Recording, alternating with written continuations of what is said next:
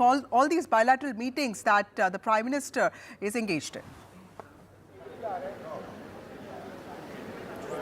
Well, the Prime Minister arrived here late last night. He left India yesterday as well. He's presently in a meeting with the French President, Emmanuel Macron, France being one of the closest strategic partners of India. He's scheduled to meet the British Prime Minister Rishi Sunak next. It's a busy day for the Prime Minister since it is a very, very short visit, as I mentioned, just 24 hours. But it's an opportunity for the Prime Minister to reaffirm his close association with some of India's closest strategic partners, some of its closest allies in the West. So there are meetings which have been set up with the German Chancellor, with the British Prime Minister, the French President. That's taking place right now. Also, of course, the Japanese Prime Minister, that's later today. There will be a substantial engagement with the Italian Prime Minister with a proper bilateral between India and Italy taking place. And there'll be an informal dinner hosted by the Italian Prime Minister for Prime Minister Narendra Modi before he departs for India at 11:30 p.m. tonight. Right. Thank you, Vishnu, for joining us with those details. The important G7 meeting there and the Prime Minister holding bilateral meetings with several world leaders. Also, Vishnu, tell us what are the important areas that could be discussed as part of G7. We saw what happened with respect to discussions with Ukraine and Russia, the aid. What seems to be dominating the agenda of G7 this time? Well, firstly, let me tell you a little bit about what is interesting as far as India and France is concerned. Since President Macron is meeting Prime Minister Modi now, India and France are deep in negotiations for a second tranche of Rafale fighter aircraft. These would be for the Indian Navy. These are jets. It's a multi-billion-dollar deal which is still in the process of being negotiated. In fact, those negotiations taking place in Delhi even as we speak. As far as G7 and the larger G7 process is concerned, it's Ukraine which is very much at the forefront of the agenda this time around. The US is looking to stitch up a $50 billion deal for Ukraine. This is not military assistance, it's more like financial assistance by encashing assets which have been seized from Russia. That's something which the United States and its allies did when the war in Ukraine began. All of the leaders over here will be talking about Ukraine. Whether the Prime Minister will have some sort of say in this, it's unclear. But I should also mention that as G7 starts winding down tomorrow, there's an important peace process, it's a World Peace Summit, which is taking place near Lucerne in Switzerland, and that's dedicated to finding a solution to the crisis in Ukraine. It's a Swiss-driven agenda. The Russian President Vladimir Putin will not be over there. But, you know, on the one hand, G7 over here is looking to prop up Ukraine, while the talks which will happen in Switzerland tomorrow onwards are looking to find a solution to end the war. Vishnu, also India did host the G20 presidency last year. Would the outcomes of G20 presidency of India be discussed in the G7 summit? Is there a chance to take those initiatives forward, because it was considered a big achievement that India could get everybody's consensus on certain topics? Well, India's G20 summit has been done and dusted. That has now been transferred, the G20 presidency, to Brazil. India is seen to be a leader of the global south, which is why India's presence over here is fairly significant. To that end, yes, I suppose some of the goals which were established in G20 would perhaps be reaffirmed. It's something that all of these leaders know about. But in specific terms, the Prime Minister will be talking about artificial intelligence, he'll be talking about climate change, he'll be talking about Asia-Pacific security, migration as well, and green energy transition. So these are a couple of areas which the Prime Minister will be looking at very, very closely, and will be having formatted conversations as far as this is concerned. Vasudha. Right. Vishnu, this is also the Prime Minister's first international visit since beginning his third consecutive term in office. So clearly there's a lot of political importance to this. In some ways, it lays out his diplomatic agenda. Tell us, what can we expect for India from this summit, and what is clearly on his agenda, on India's agenda? Well, I think in terms of outcomes, we will know only after the bilateral talks take place. There'll be a press release and we'll get to know what exactly has transpired in the important meetings that he has with Rishi Sunak, with Olaf Scholz of Germany, with Emmanuel Macron of France, with Prime Minister Kishida of Japan. and possibly Joe Biden, the US president, though at this juncture we aren't sure when that meeting is going to take place. So, I don't really see very many anything tremendously or dramatically new as far as these bilateral agreements are concerned. It's an opportunity for all of these world leaders to congratulate Prime Minister on being sworn in on a third occasion. The trajectory in these relationships are very crucial. And, the one with Italy as well, with Giorgia Meloni, the Prime Minister of Italy, being very close to India, being very close to Prime Minister Modi is all important, Italy being a strategic partner. So it's a chance to reaffirm the existing trajectory of the relationships with all of these nations and take it forward. So we will get to know if there's anything more specific, but I would again hasten to add that this is a small visit, and I think the greatest example of how this is, it's brief, is that there's not any Indian diaspora event. As you know, Vasudha, whenever the Prime Minister travels abroad, there are very often stadiums which are booked out or auditoriums which are booked out, and there are thousands of members of the Indian community who come in. Right. All that happened this time around was about a 4 to 5 minute meet and greet when the Prime Minister arrived here late last night. Right. Also, Vishnu, help us understand what is the significance of the G7 summit for the entire world, because we know there's a conflict going on. There have been consequences, economic as well as political and geopolitical consequences. What kind of solutions or expected solutions can we sort of anticipate from, all these big meetings that are happening, which have top leaders present there? There are talks about ceasefire in Gaza that seems to be dominating the meeting. But clearly, this is India's 11th participation and Prime Minister's 5th participation. Is there something that we can expect for the world, for the present geopolitical situation across the world? I would firmly expect an agreement as far as Ukraine to be concerned to be stitched up in terms of the transfer of $50 billion of American aid taken from seized Russian assets. That's something America has been pushing very, very actively. There are certain legal problems in the way, but I believe that would be something that comes up. I believe the G7 joint statement, which is expected at the end of the summit, would certainly talk about the Ukraine situation very, very importantly. It is the biggest talking point, not just certainly in Europe and in this entire region. It comes at a time after Russia made tactical gains in the North Kharkiv region of Ukraine in the last couple of weeks after the inflow of American weaponry into the area.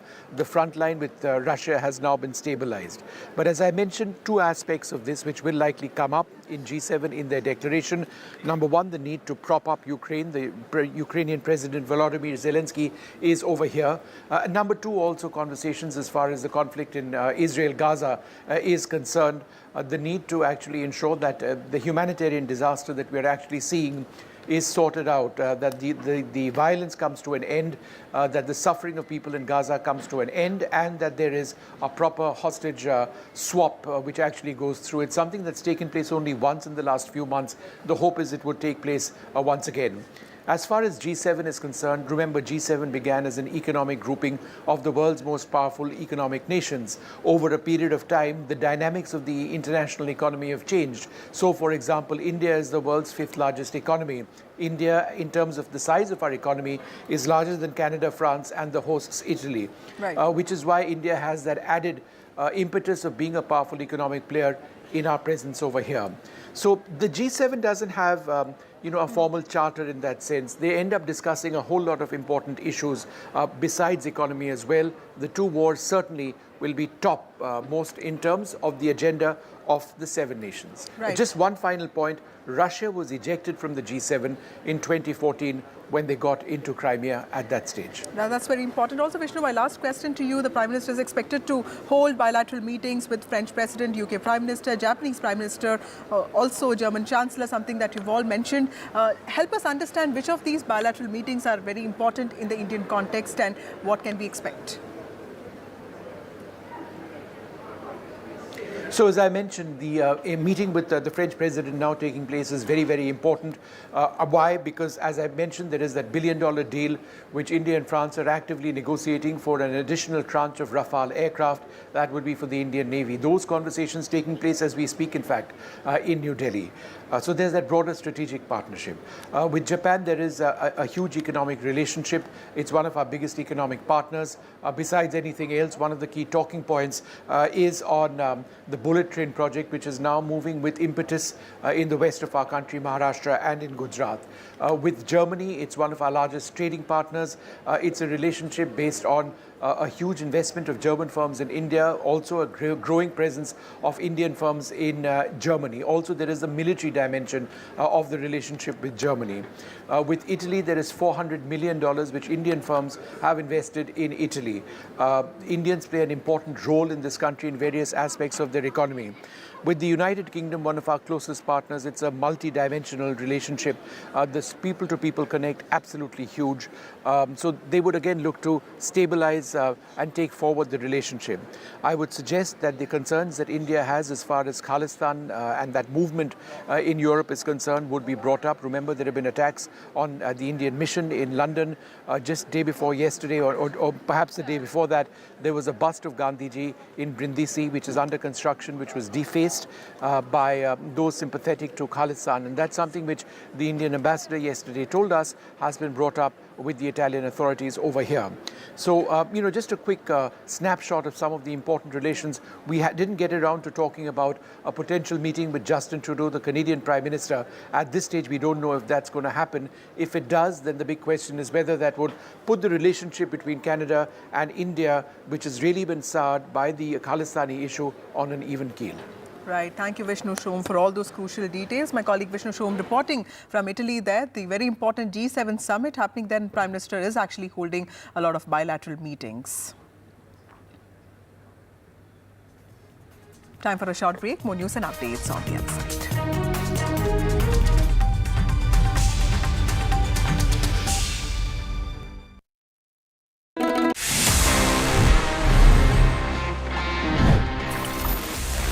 Life is anyway quite easy these days because हमको वो cash carry नहीं करना पड़ता है. We can make the payments just using UPI. हमारे phone से instant एक QR scan करके हम पेमेंट कर देते हैं. But the question is कि अगर आपके पास में आपका वॉलेट नहीं है और आप UPI के भरोसे घर से निकल गए, let's say you don't get internet signal as well. Sometimes ऐसा होता है और आपको अगर वहां पे UPI से पेमेंट करना है, how would you do it? Guys, the simple answer is कि आप बिना इंटरनेट के भी UPI से पेमेंट्स कर सकते हैं if you just follow the following instructions. सबसे पहले आपको आपके फोन से डायल करना है *99#. जी हाँ, ये कुछ ऐसा ही है जो पहले हम डायल करते थे *123#, *121#, for all our balance check inquiries. तो जब आप इस नंबर को डायल करते हैं उसके बाद you can follow the prompts और आप जिसको भी पैसा भेजना चाहते हैं उसका UPI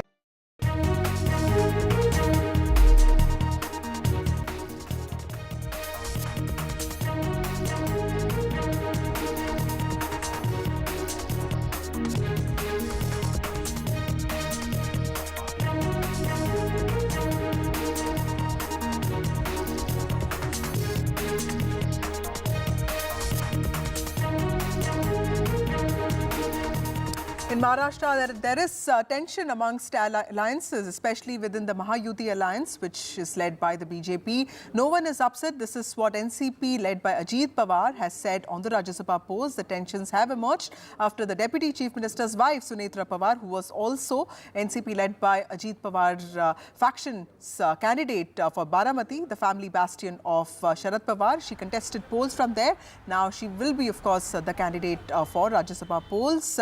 Senior leader Chhagan Bhujbal is reportedly upset. That is what sources have told NDTV.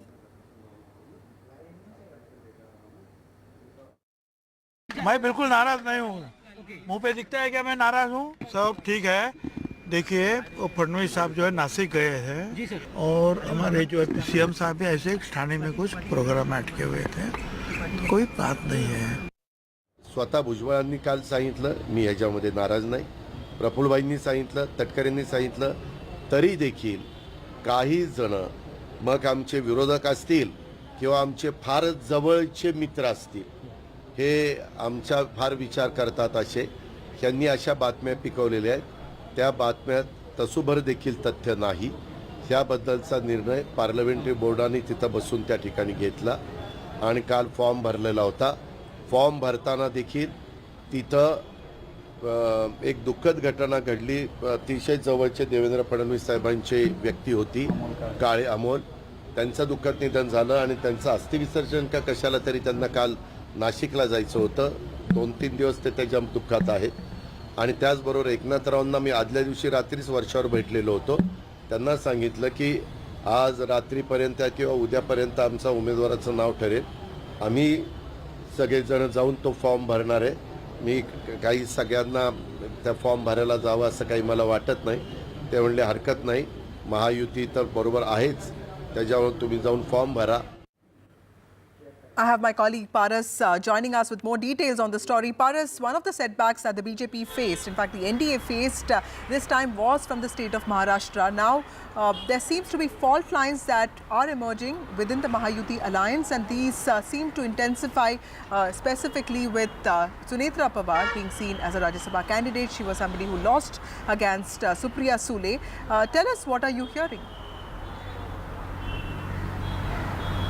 Right, you rightly said the condition in Maharashtra for Mahayuti is getting critical every day, because in the Lok Sabha election we had already seen that how Sunetra Pawar lost with the Supriya Sule versus the Supriya Sule. This all situation is getting worse every day, and the situation for Mahayuti is more critical because now it's time for the Vidhan Sabha elections, and in Vidhan Sabha elections there are many things which have to be sought out inside the Mahayuti. But now the cover-up situation has already been started in Mahayuti, as Ajit Pawar is saying that no one is upset. Bhujwal and Praful Patel already cleared it. Our parliamentary board have decided about it. Devendra Fadnavis was in funeral, therefore he could not come for the meeting. CM Shinde was also informed about a night ago about this entire situation, about Sunetra Pawar going to file nomination for Vidhan Sabha. No one is upset, and it's all on media only, which is not true. Nomination has been already filed today. We also got to know that the nomination has been accepted also, but if no one files nomination against Sunetra Pawar, it will be unopposed election. So there are many things which is coming already in this entire situation.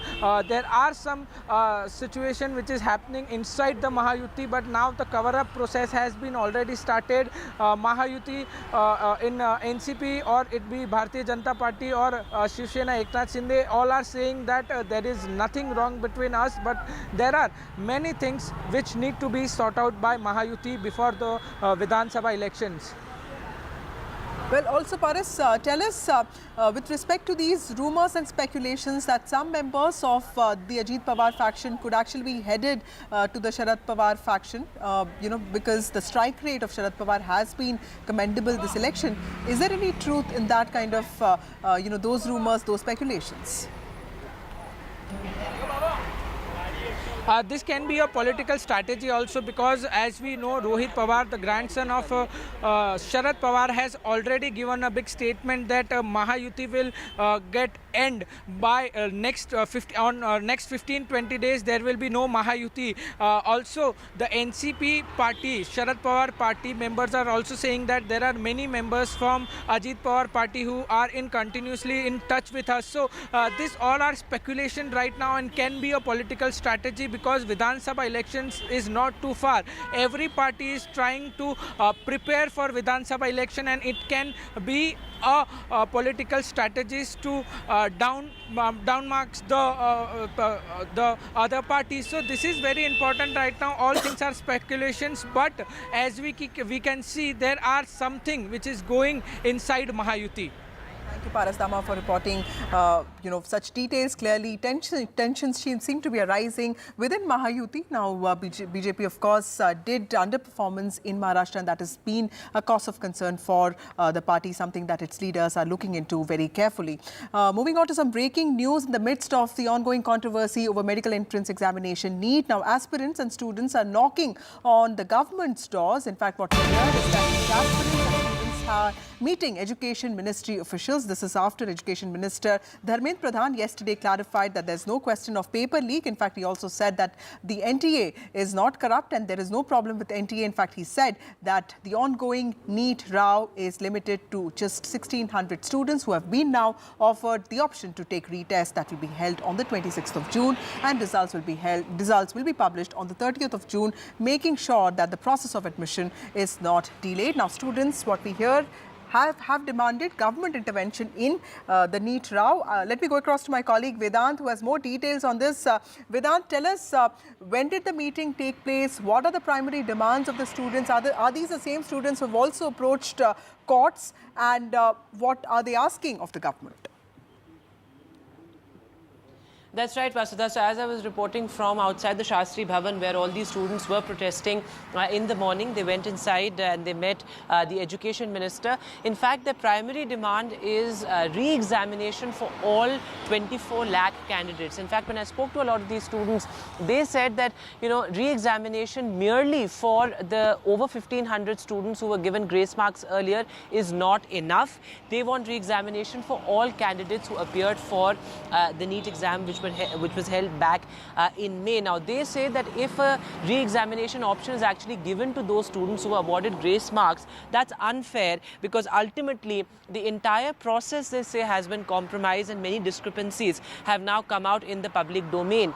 They also demand a CBI probe, Vasudha, remember, on these paper leak allegations. In fact, in the Supreme Court today, when that petition was taken up for hearing, the Supreme Court said that, it's unreasonable to expect the court to issue a directive that can, set in motion an immediate probe into these paper leak allegations. Now, remember, the National Testing Agency, from the word go, from day one, has been saying that there has been no paper leak. There were some instances of papers getting mixed up, and also several students being given extra time because of the time loss. Just hold on to that thought. We have to go to some breaking news. Prime Minister Narendra Modi is meeting with Rishi Sunak now. We saw him meet Emmanuel Macron a few minutes ago. These are part of his bilateral meetings that he's engaged in as part of the G7 summit. These are happening on the sidelines of this very important summit. Prime Minister Narendra Modi arrived in Italy on Thursday night. He's attending the G7 summit. In fact, according to the Ministry of External Affairs, he is expected to take part in several bilateral meetings, meet several top leaders of different countries, including Japan, UK, France, and of course, US too. That's him. That's the Prime Minister who is on his first international trip to Italy, to a foreign country, after securing a third term in his own country. That's him meeting Rishi Sunak, the Prime Minister of the United Kingdom.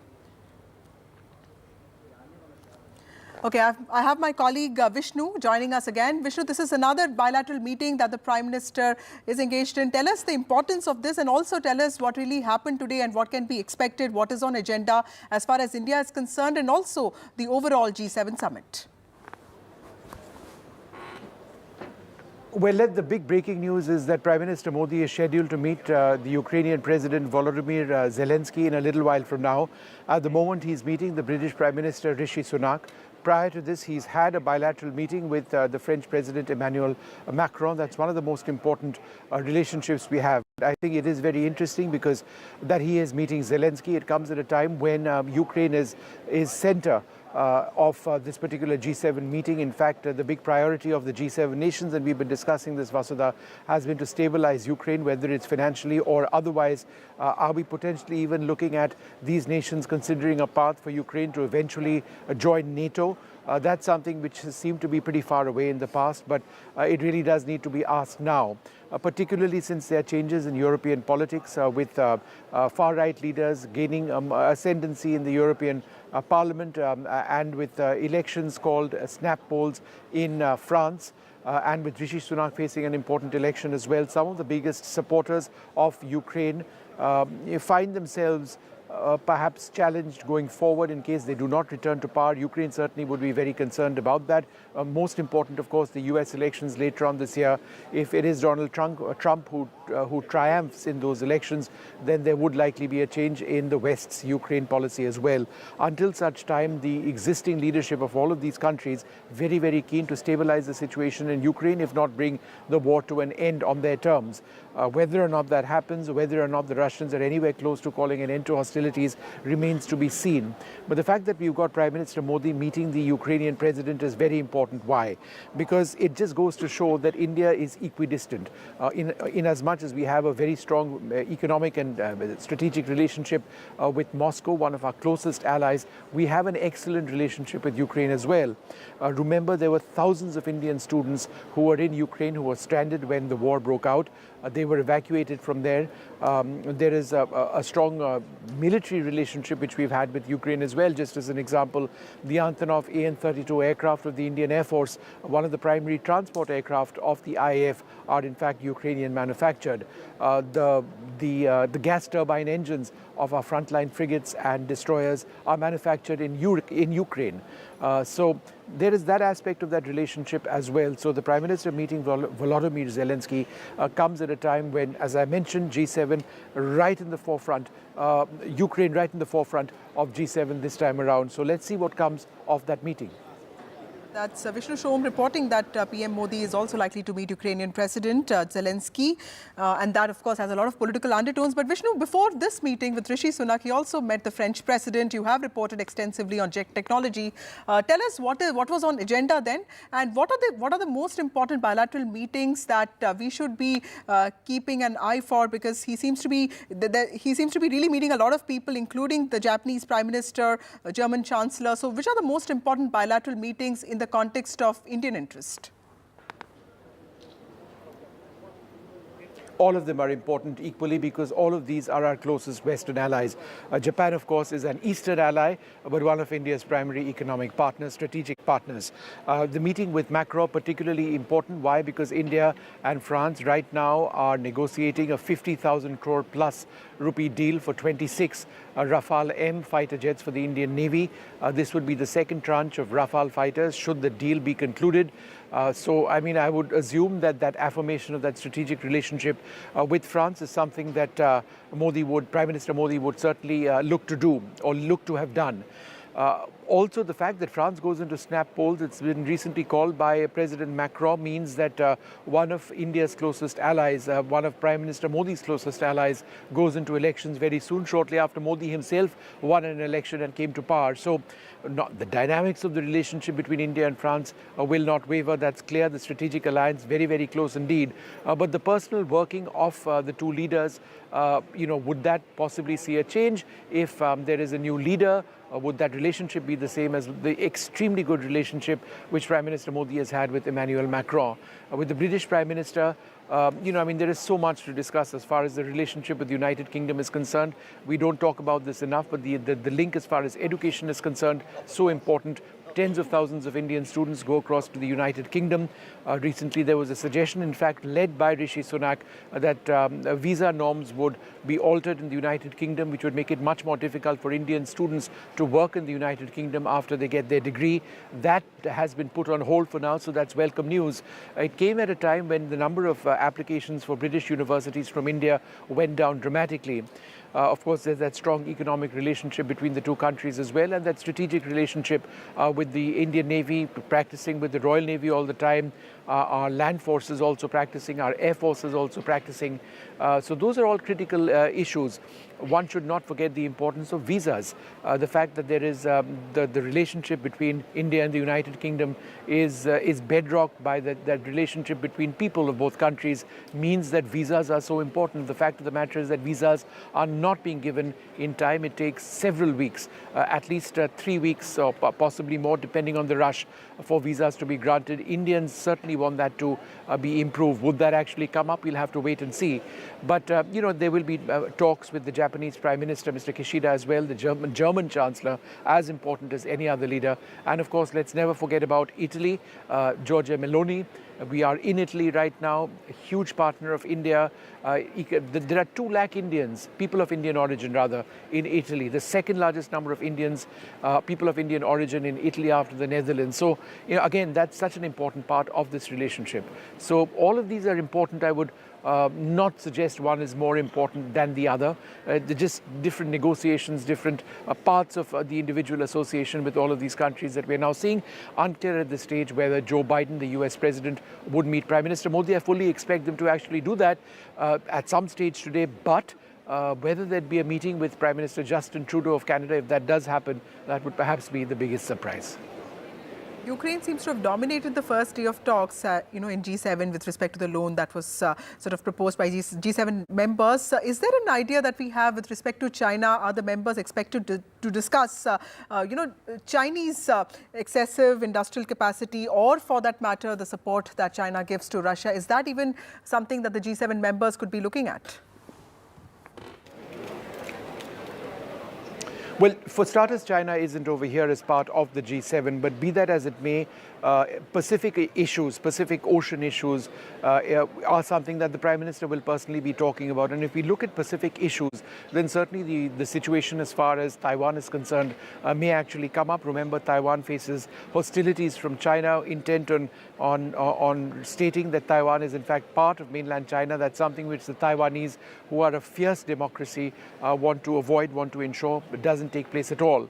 But there are military exercises that China has been holding. They've been crossing over, a certain line across the oceans, which is, in a sense, segregate Taiwanese interests in Taiwanese waters and Chinese waters. There have been violations of that constantly. That's something which certainly concerns the Taiwanese. It would concern Taiwan's allies, the closest of whom is the United States. China is growing militarily at a pace that is unprecedented. The Chinese Navy already possibly the world's largest. So they compete directly with American interests. Whether China and the strategic concerns of China do come up in as direct a manner as I'm speaking, again, we need to wait to see what happens as far as the final G7 declaration is concerned. But that, yes, is something which, in fact, the Prime Minister would also be looking at. Pacific issues is something that the Prime Minister would be addressing personally. The war in Gaza seems to be, dominating what's happening at G7. So in that context, Prime Minister Narendra Modi meeting President Zelensky, how do you see that? Could you help our viewers understand the political undertones and also the diplomatic undertones in a meeting like that?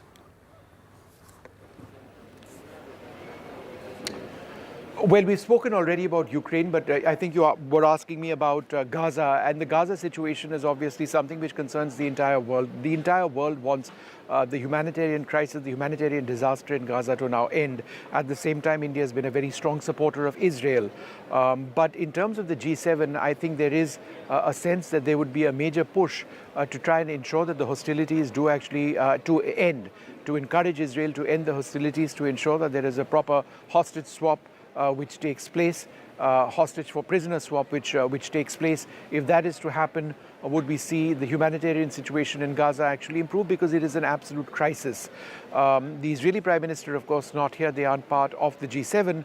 But I would suggest that the war in Gaza, Israel, and the Ukraine war, which I've spoken to you about length, are the two primary issues. Apart from that, just in terms of some of the main focal points, artificial intelligence is something that G7 countries and partner nations would be looking at. African affairs, issues of migration, and green energy transformation. But those are broader themes, and they are broader themes because the G7, which began as an economic association or partnership of affiliated nations, the world's strongest economies, has now graduated over a period of time to discussing all issues. So there is no charter per se, but these are some of the other issues which would certainly be looked at. Also, Vishnu, Vinay Kavatra, who's the Foreign Secretary of India, yesterday made an important point that at G7, India has always made it a point to bring out issues of global South. And in fact, he spoke about not just global challenges, but also in terms of climate change, which you spoke about right now. So tell us, would this also be a platform to ensure follow-up of several outcomes of the G20 presidency that India hosted, and also the issues that India has been raising on international platforms? Well, I think India's stature globally has gone up massively after G20, but G20 is now done and dusted as far as the India end of things was concerned. It's now the presidency of the G20 has now gone on to Brazil, and they're doing an admirable job. But India, irrespective of that G20 process, is seen as the leader of the global south. India has reached out to the global south in a manner which very few countries have. If you were to refer, for example, to one of India's big successes, digitalization and healthcare, two areas, then certainly that is something where technology and experience India is quite happy to share with the global south, countries in Africa, making lending mechanisms better. The transformation of multilateral development banks has been pushed by India through the B20 process, the Business 20 process on the sidelines of G20. Again, that's something which adds to India's reputation. As far as healthcare is concerned, India was a huge exporter of vaccines from the Serum Institute of India. The Covishield vaccine vaccinated perhaps the largest number of people anywhere. It was, distributed through the international. It was distributed through international health agencies, and it was widely available in Africa and elsewhere. So again, that's something which showcases India's contribution across the region. Thank you, Vishnu Shom, for joining us. That's my colleague reporting from ground there, and he is reporting from the ground in Italy, covering the G7 summit, and we are bringing you all details as and when the bilateral meetings happen. Prime Minister Narendra Modi is in Italy to attend the G7 summit. He is in fact having bilateral meetings with several leaders, including Rishi Sunak and also Emmanuel Macron. Time for a short break. More news and updates on the other side.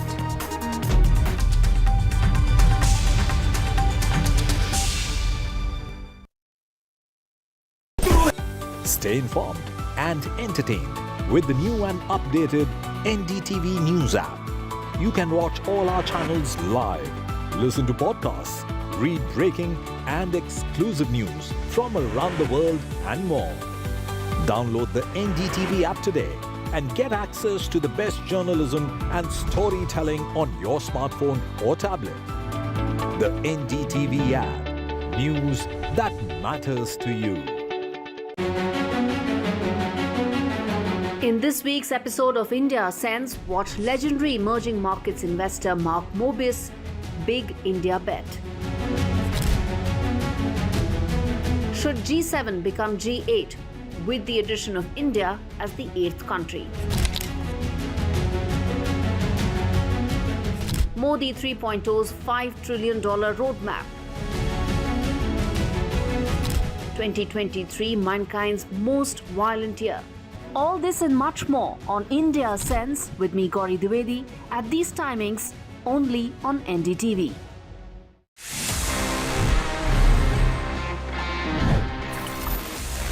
Let me give you a quick recap and let's discuss about how.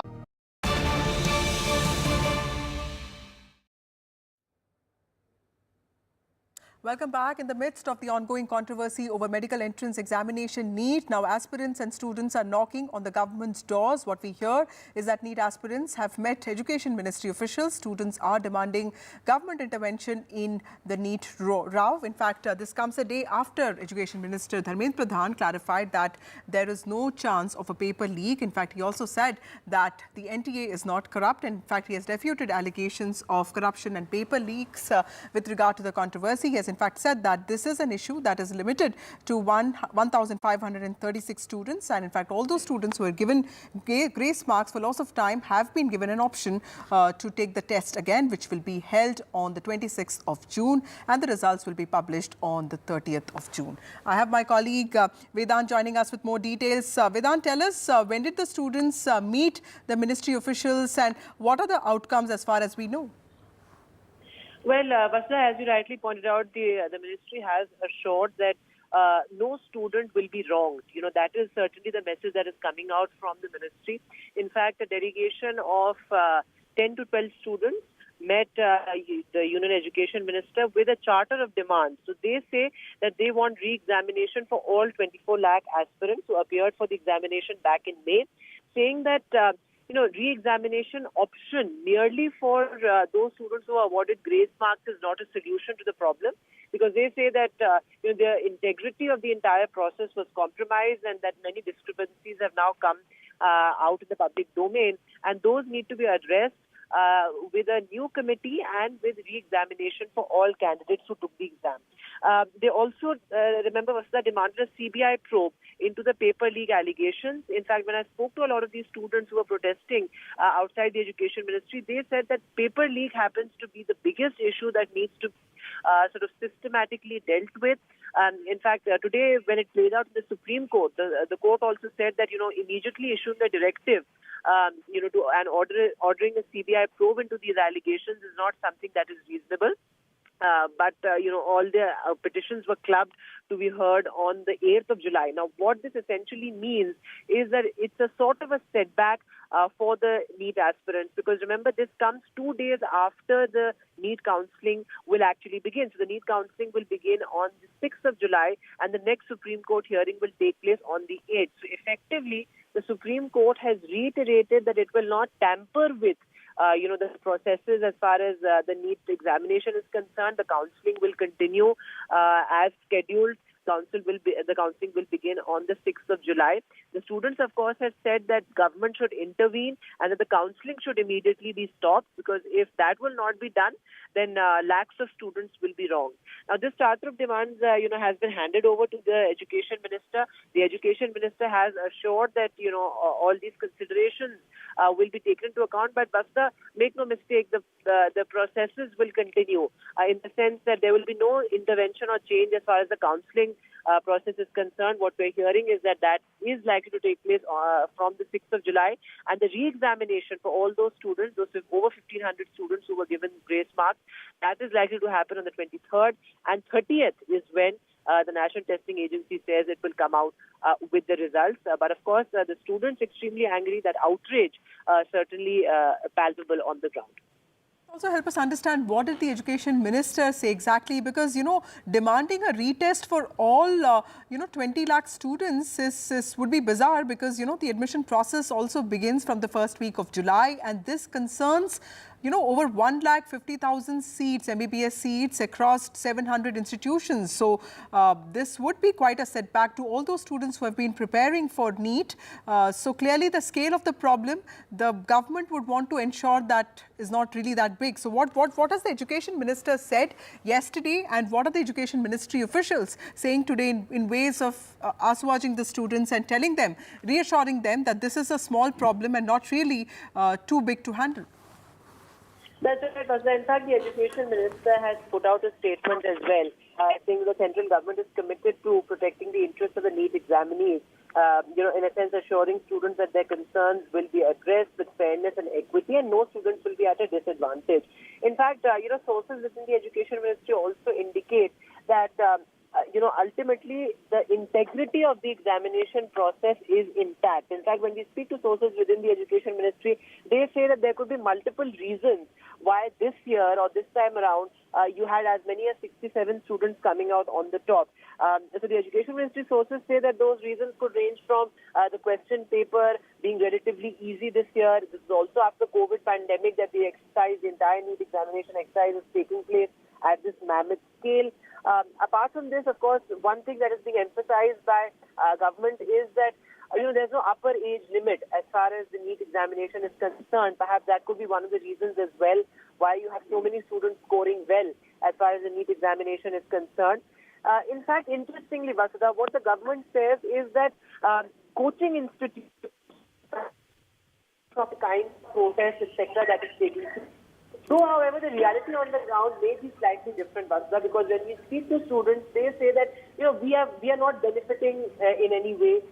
We are here on the streets with our parents because we want justice from the government. We've been preparing for 4 years. Some of them have been preparing for 6 years.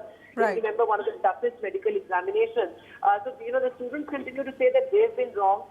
Though, however, as you say, the demand for re-examination for lakhs of students might be slightly impractical and unreasonable, but certainly that mistrust between the students and the National Testing Agency continues. Right. Thank you, Vedant Agarwal, for joining us with those details. In the midst of the ongoing NEET controversy, Dharmendra Pradhan, the Education Minister, has come forward and said that the central government is committed to protecting the interests of the NEET students.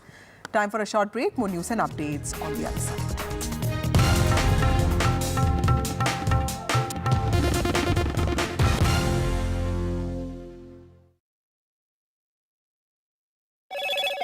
Hello, Moto.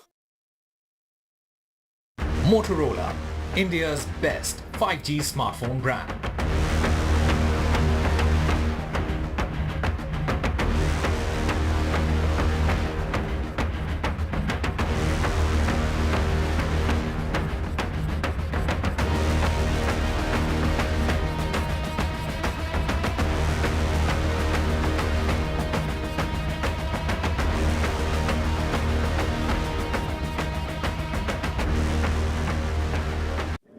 Hello and welcome. We are in Rome, Italy, on our way to Apulia in the south of Italy, where the G7 summit is going to be held.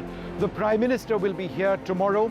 It's his first international visit since the NDTV government came into power. Why is G7 important? Because it is a collection of the world's most powerful nations. India now is in fact got a bigger economy than 3 of those nations. Italy, the host, Canada, and also France. What are the key issues over here? Why is it important for India to be attending? Join me, Vishnu Shom, for very special programming right here on NDTV 24/7. Stay informed and entertained with the new and updated NDTV News app. You can watch all our channels live, listen to podcasts, read breaking and exclusive news from around the world and more. Download the NDTV app today and get access to the best journalism and story.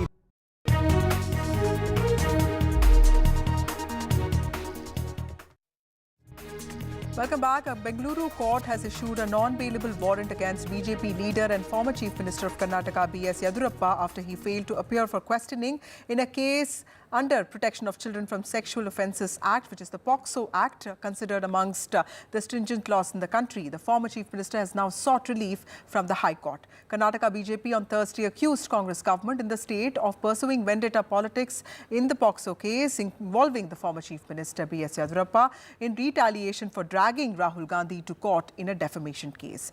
But Home Minister of the state, G. Parmeshwara, has said that there is no vendetta politics and every action is being taken as per law. Investigation ಅಂತ ಇದೆಲ್ಲ ಈಗ FSLಗೆ ಅವರು ಕಳಿಸಿದ್ರು, ಅದನ್ನೆಲ್ಲ reports ಎಲ್ಲ ಬರಬೇಕಲ್ಲ, ಅದನ್ನೆಲ್ಲ ಮಾಡಿ ಆ ಪ್ರೊಸೀಜರಲ್ಲಿ ಏನು ಮಾಡಬೇಕು, ಯಾಕೆಂದರೆ ಅವರು ದೊಡ್ಡವರಿದ್ದಾರೆ, VIP ಇದ್ದಾರೆ ಅಂತ ಹೇಳಿ ಅವರಿಗೆಲ್ಲ ಎಲ್ಲವನ್ನು ಕೂಡ ಅವರು ಪರಿಶೀಲನೆ ಮಾಡಿ ಆನಂತರ ಮುಂದುವರಿಬೇಕು. ಯಾಕೆ Why did they include Rahul Gandhi? In what way Rahul Gandhi is connected? He was being summoned to the Bangalore court. He came all the way respecting the court. He never involved. He is not the president of the party, either in the state or in the national level. Why did they include his name? Why did the BJP MLC file a complaint? No point of time. We don't want to do vindictive politics. We are very large-hearted. Congress party is looking at very large-hearted. In our tenure, as of 10 years tenure or any term, we never vindicated anyone. It is the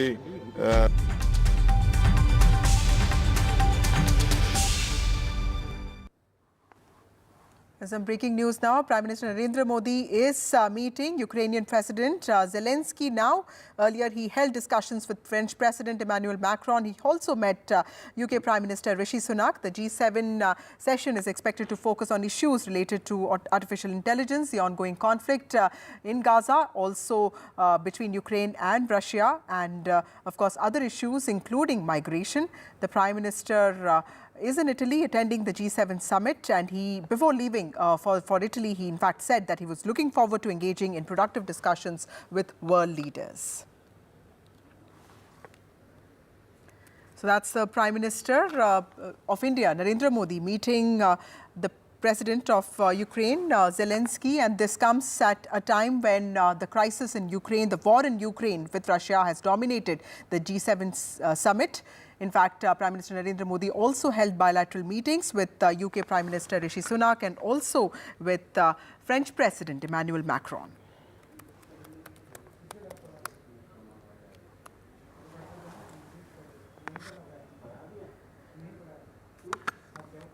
The G7 summit, in fact, opened with an agreement on a U.S. proposal to back $50 billion loan to Ukraine with frozen Russian assets, something that all G7 partners have agreed to.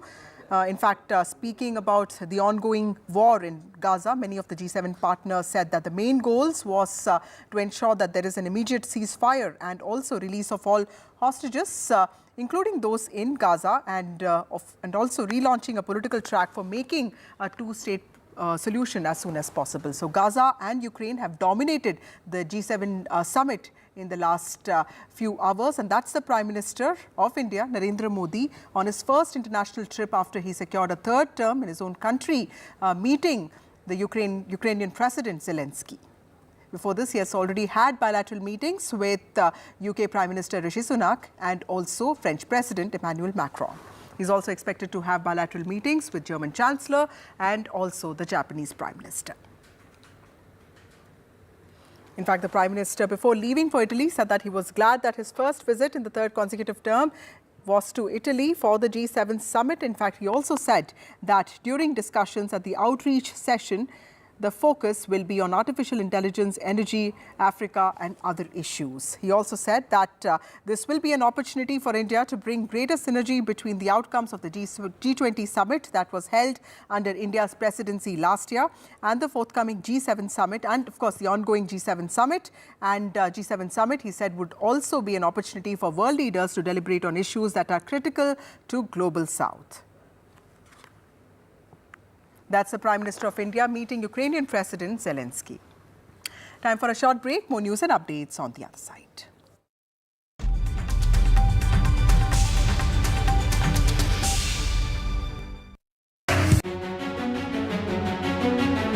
In this week's episode of India Sense, watch legendary emerging markets investor Mark Mobius' big India bet. Should G7 become G8? With the addition of India as the 8th country. Modi 3.0's $5 trillion roadmap. 2020.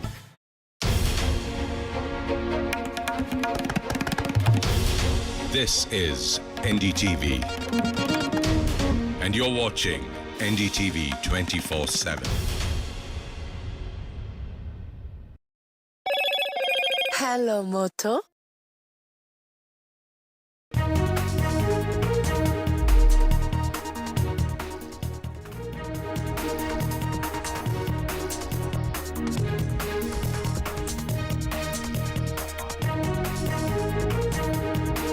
Now, latest, that's the students and parents meet Education Minister. NEET aspirants demand government intervention. Aspirants seek re-examination for all candidates. Education Minister assures that the government is committed to protecting students' interests. Latest in the actor Darshan case, victim's post-mortem report is out and 15 injury marks found on the victim's body. Victim was assaulted with logs and leather belt.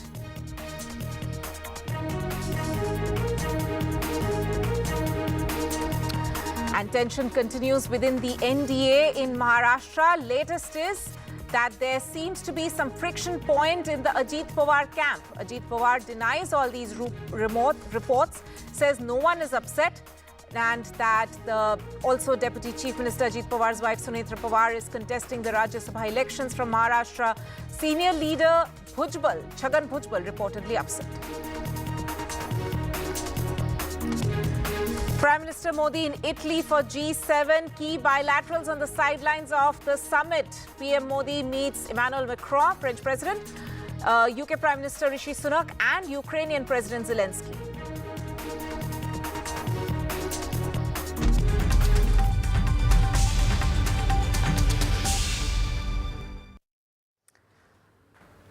Right, let's go straight across to the shots coming in from Italy, where Prime Minister Modi has in fact just held a meeting. There, the visuals on your screen there right now with Ukrainian President Volodymyr Zelensky. These are the meetings, of course, which are taking place on the sidelines of the summit. this was, I believe this was not one of the scheduled meetings which were meant to take place today, but it was highly expected that this meeting will take place. Volodymyr Zelensky there at the G7 summit, and this meeting taking place with Prime Minister Modi there. The visuals on your screens right now. Let me go across to my colleague Vishnu Shom for more on this. Vishnu, this is highly significant. India, of course, as always, has in fact right from the beginning played a very significant role in terms of talking to both the Ukrainian side as well as the Russian side amid the war, the ongoing conflict in that region. And this meeting taking place in Italy at the moment with Volodymyr Zelensky will be in addition to the kind of support or, dialogues that India always has had with both sides in amid all this conflict. You know, it is very significant that the Prime Minister has met Volodymyr Zelensky over here. It wasn't clear whether or not this meeting would take place. It is significant because the primary agenda as far as G7 is concerned is Ukraine. And I think the fact that he is meeting the Ukrainian president sends a pretty strong signal to Moscow as well. Moscow isn't, Russia isn't here as a participant at the G7, but it does send a message to Russia that India isn't with any one power bloc. India has close relations with everybody, and so there is an excellent relationship with Russia. There's certainly an excellent relationship with Ukraine as well. India wants the war in Ukraine to end, the humanitarian tragedy over there, the loss of territory, the immense suffering at so many levels, the economic consequences, industrial consequences which have devastated Ukraine and certainly parts of Russia as well, is something that just needs to come to an end. It's been more than 2.5 years. I should tell you that this meeting with Zelensky is not something that we knew about earlier on. There were a couple of slots which were kept open by the External Affairs Ministry officials, obviously working the channels, and this is a meeting which was enabled, so it did take place. There have also been other meetings with the British Prime Minister Rishi Sunak and also with the French President Emmanuel Macron. Vishnu, Ukraine as well as the conflict in Israel, rather the Israel-Hamas war, those two were supposed to dominate the agenda of a G7 as per reports. So how, in terms of the what is going to be discussed in the G7 among all the other leaders as well, what are we expecting in terms of how the leaders are actually, the Western leaders rather, are positioning themselves, and what additional help are they providing to Ukraine in this conflict with Russia? Well, what we can actually tell you at this juncture is that there is a very important effort which is taking place when it comes to the transfer of approximately $50 billion worth of funds from seized Russian assets to Ukraine. So not only is Ukraine being propped up through military assistance, the US announced a record a military aid package some time back. That's already flowing in. But this is an economic package which is meant to bolster the country. They're entirely reliant on external funding to run Ukraine at this stage. There are some legal issues which are, in a potential problem in ensuring that that 50 billion or so does ultimately make its way into Ukraine, but that is being resolved. I expect that to be one of the major takeaways of the G7 summit. As far as Israel is concerned, remember, Israel isn't over here. However, Israel's closest allies are, and therefore there would possibly be in that G7 statement, when it does come out at some stage tomorrow or possibly day after, a categorical mention of the need for the humanitarian suffering and tragedy in Gaza to come to an end, while reinforcing that terrorism is unacceptable entirely, and therefore also in a sense balancing Israel's concerns over terrorism or with the humanitarian tragedy in Gaza. Also, there has been one successful hostage for prisoners swap. Would there be another one? Would there be a push at the level of the G7 to ensure that that takes place? That's something we'll have to wait and see. Right, Vishnu, coming back to the meeting between Zelensky and Prime Minister Modi, what could be Ukraine's ask from India, considering the role that we've seen, as we mentioned, as we were discussing, that India has played in terms of talking to both sides, given the history of, the kind of expectations that Ukraine has had from India? What could be Zelensky's demand from Prime Minister Modi now? Well, I've engaged with the Ukrainian Foreign Minister Dmytro Kuleba on a couple of occasions. We've done 3 interviews on NDTV. I've traveled extensively throughout the war zone in Ukraine. I've come to understand a little bit about what Ukraine's expectations are of India. Number one, there is a hope that Prime Minister Modi, using his channels, can effectively reach out to the Russian President Vladimir Putin to try and ensure that a path that can somehow be found to actually bringing this war to an end.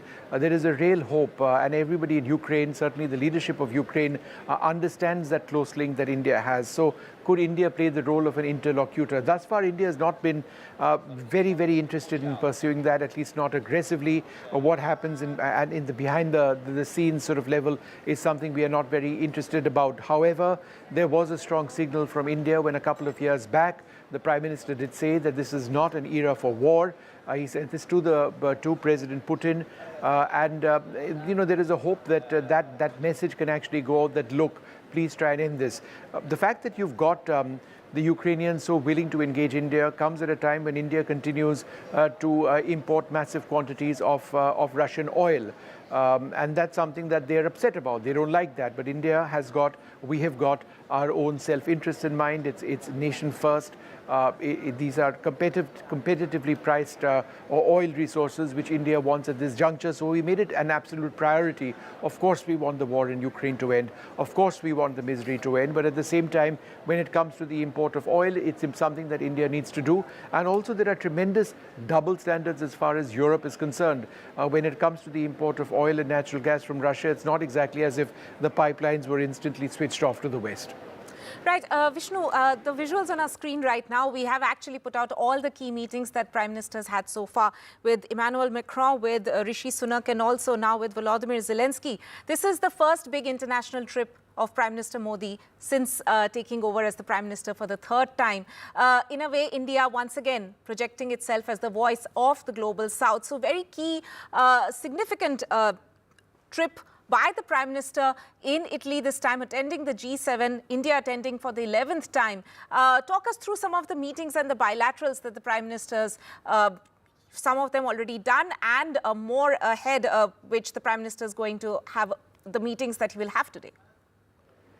So the Prime Minister has already met the British Prime Minister Rishi Sunak. He's met the French President Emmanuel Macron. He's met the Ukrainian President Volodymyr Zelensky. He will be meeting Prime Minister Kishida of Japan. He will be meeting Olaf Scholz, the German Chancellor. And at this juncture, it's unclear whether he'll be meeting the US President Joe Biden, though given the extremely close relations between India and the United States, it's entirely likely that that would take place as well. So these are the important meetings which are scheduled over here. And I should mention, not least of all, the important relationship between India and Italy. Giorgia Meloni, the Italian Prime Minister, Italy being the host country this time around. India and Italy have an important strategic partnership. It's a partnership based on a relationship at so many levels. The economic equation has been growing significantly. There are 2 lakh people of Indian origin in this country. $400 million is the investment made by Indian companies into Italy. There is a sense that high-tech transfers, certainly in the field of defense, is something that both countries are looking at, in addition to military exercises possibly as well. So Italy, very important. At the end of the day today, before he flies back to India, there will be an informal dinner hosted by the Italian Prime Minister for Prime Minister Narendra Modi. Right, and amid all this, there's of course reports that Prime Minister Modi might also be having a meeting with Justin Trudeau, the Canadian Prime Minister. Is there any confirmation on that so far? We can see the bilaterals have already started, but any information yet on this meeting likely to take place between PM Modi and Justin Trudeau? Give me half a second as I try and reach out to my phone to see if there is any update on that, because that is something which was actually being looked at very closely. No, I'm afraid there is no update on that right now. The last update that I do have is a meeting between Prime Minister Modi and the Ukrainian President Volodymyr Zelensky. The real hope, in terms of a sense of anticipation, is whether Justin Trudeau and Prime Minister Narendra Modi would meet. India has huge concerns with Canada as far as Khalistani separatism and separatist activity on their soil.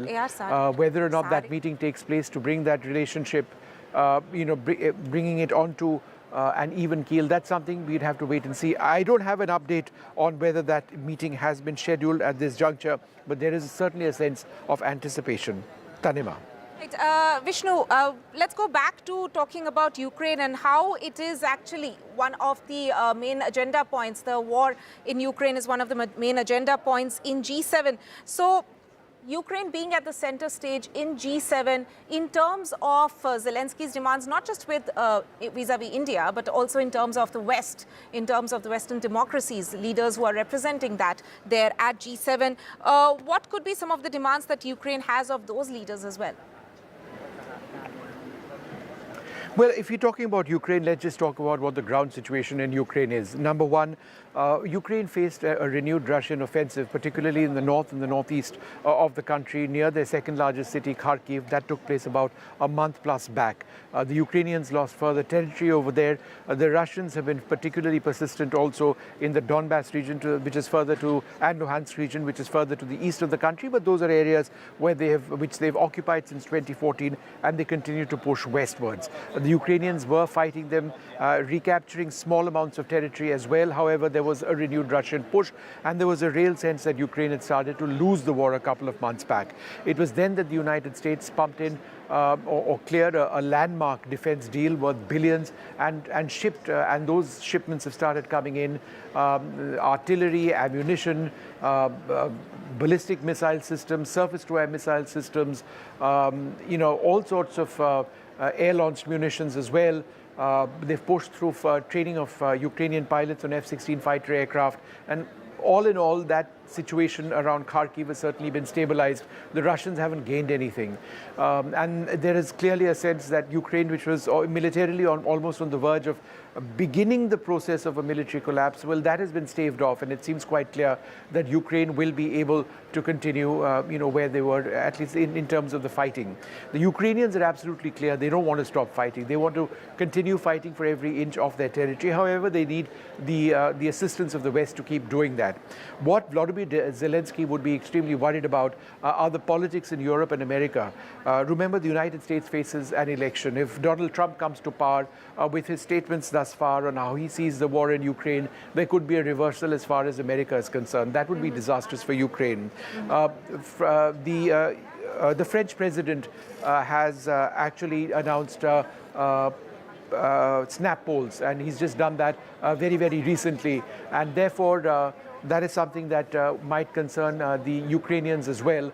Why? Because with the rise of the east I beg your pardon, with the rise of some elements in the European Parliament, there is a sense that there could be trouble as far as Ukraine is concerned, because with new leaders and their policies, whether Ukraine would continue to enjoy that support or not remains to be seen.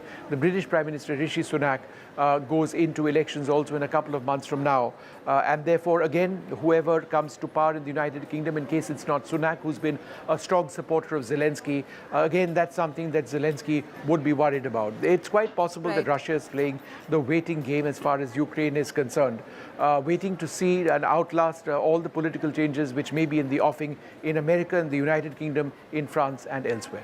Vishnu Shom there reporting from Italy on the G7 summit currently underway. Thank you so much for joining us with that.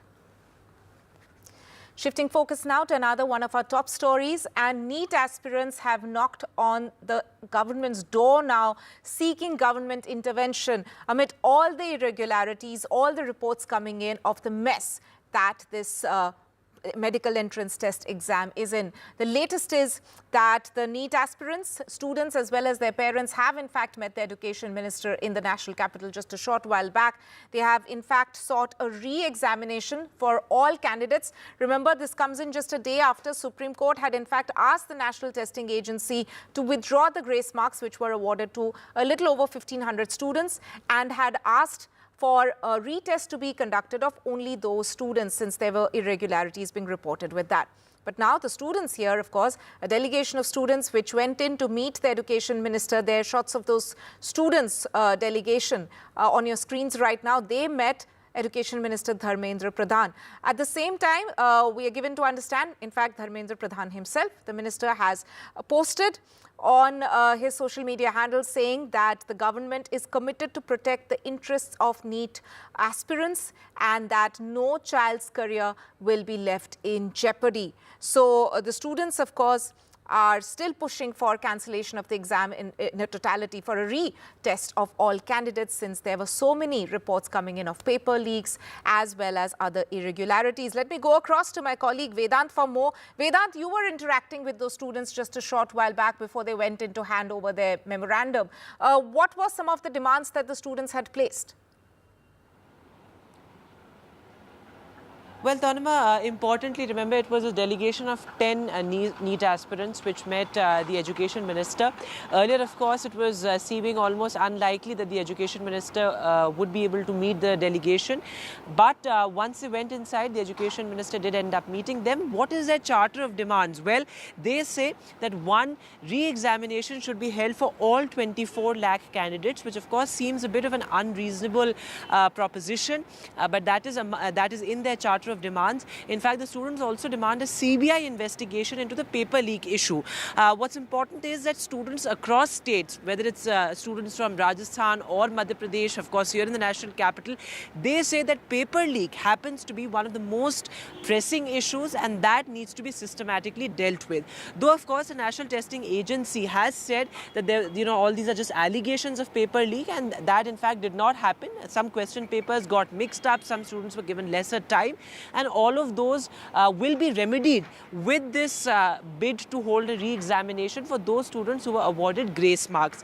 But students say that this is not enough because ultimately it will be unfair, because those students with grace marks have been given an option to take the re-examination. Some of them might not end up taking the re-examination.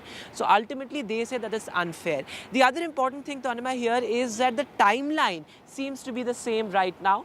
23rd is when the re-examination could take place. 30th is when the NTA would release the results of this re-examination, and on the 6th of July is when the counselling process will begin. Now remember, the Supreme Court has pushed the date to the 8th of July, which is 2 days after the counselling process actually begins on the 6th of July. So a bit of a setback there for some aspirants there.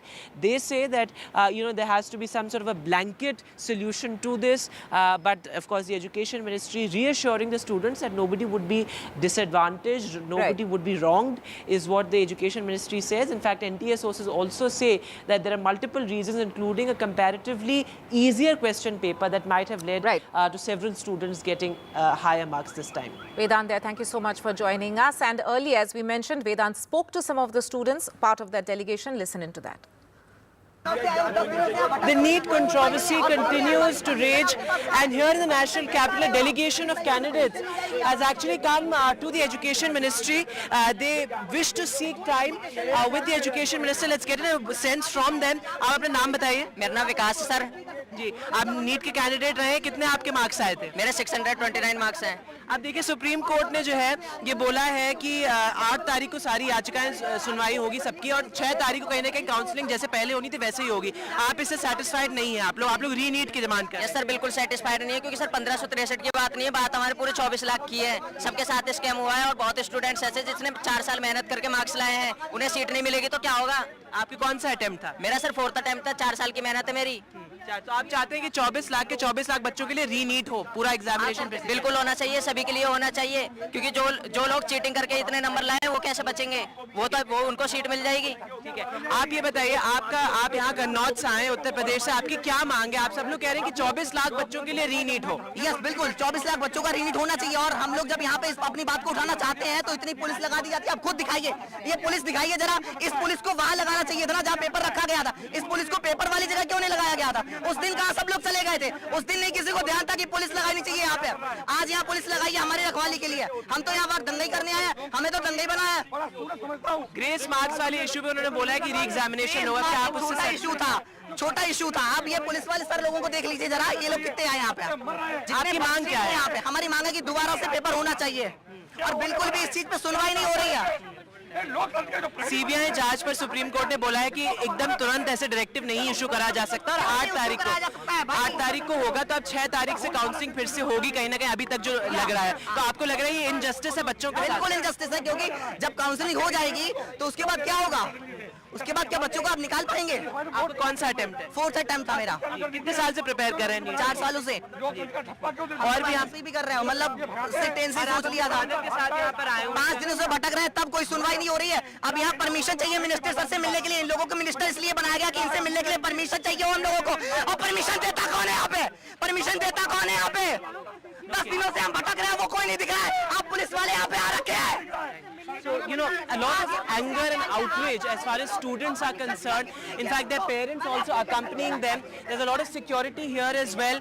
They wish to meet the education minister. They've come with a memorandum saying that they want a re-examination for all 24 lakh aspirants, and that this is injustice. And whatever actions have been taken by the National Testing Agency as of now are not enough.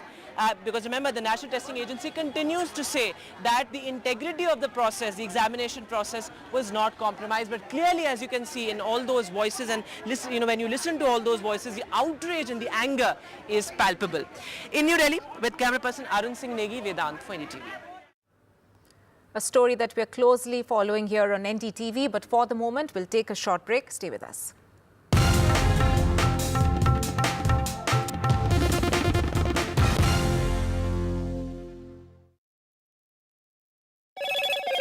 Hello, Moto.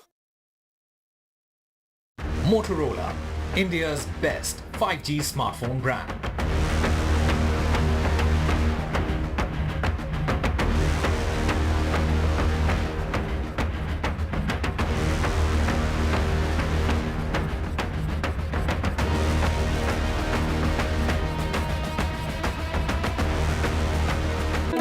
घंटा steel से बनाया होता। Some people say the metaverse will only be virtual. One day this lecture hall will be made of code, and driverless cars would be trapped in intersections. But even in this maze of the future, you can't wish away health. It's time to become more resilient.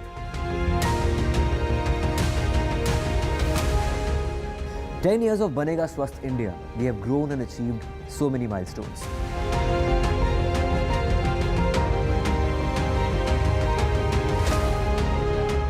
And now I have a plan to beat the urgency, to stop breathing with difficulty, to relieve getting choked with inactivity.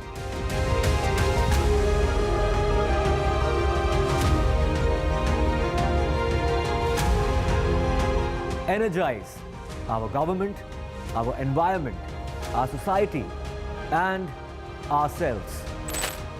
Everyone, everywhere, every day.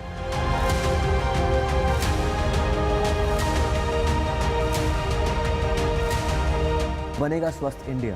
One world hygiene.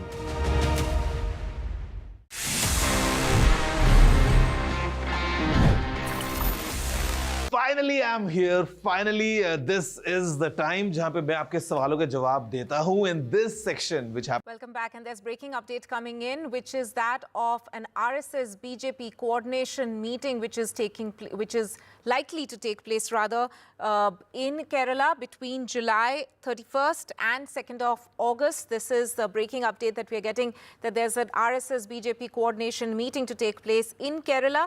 Remember, this comes in just after BJP actually opened their account in Kerala for the first time in the just concluded Lok Sabha elections. BJP has won one seat in Kerala.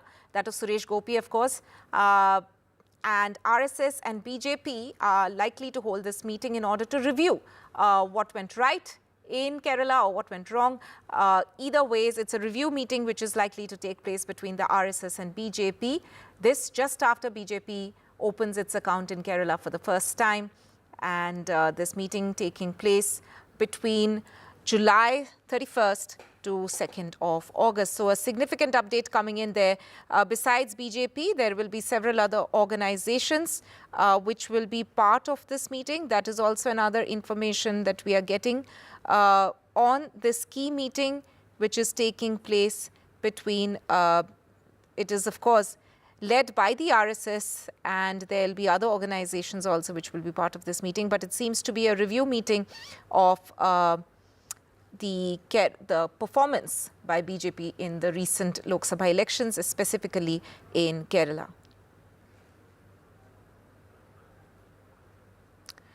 Right. So just for the benefit of our viewers who are just joining us, there is an RSS BJP meeting which is likely to take place, a coordination meeting, a review meeting of sorts after the Lok Sabha elections, which is going to take place in Kerala. Whether it is going to be just about Kerala or about other southern states as well, that remains to be seen. Remember, BJP won its first Lok Sabha seat in Kerala. For the first time, it opened its account in the recent Lok Sabha elections. And now this meeting comes close on the heels of that. What we're given to believe is that the meeting will be spread out over 3-4 days between July 31st to the 2nd of August.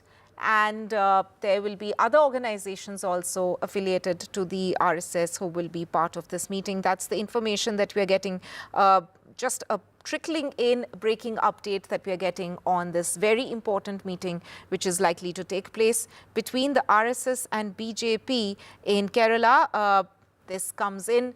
This is probably part of all the efforts that we are seeing of review meetings which are taking place, not just in the south, but of course in several other parts of the country as well, in terms of the BJP also reviewing its recent performance in the Lok Sabha elections. Remember, the BJP, of course, had set itself a target of 400 plus Lok Sabha seats, but they, of course, did not meet that target. Let me go across to my colleague Vasudha for more on this. Vasudha, what do we know about this key meeting in Kerala? Tanima, RSS and BJP are part of the larger Sangh Parivar, and that coordination meeting is expected to take place from the 31st of July to August 2nd. In fact, Mohan Bhagwat is also in Gorakhpur today. He is, in fact, this is part of his regular pravas that he is doing across the country. In Kerala specifically, it will be important because this is a state with the largest number of shakhas of the RSS, but this is the first time that the BJP has managed to create history and win the seat of Thrissur. Thrissur is also considered very important to the RSS because that's where the greatest temple festival of Hindus takes place. In fact, it's called Thrissur Puram. So this is, in fact, one way of strengthening the organizational network there.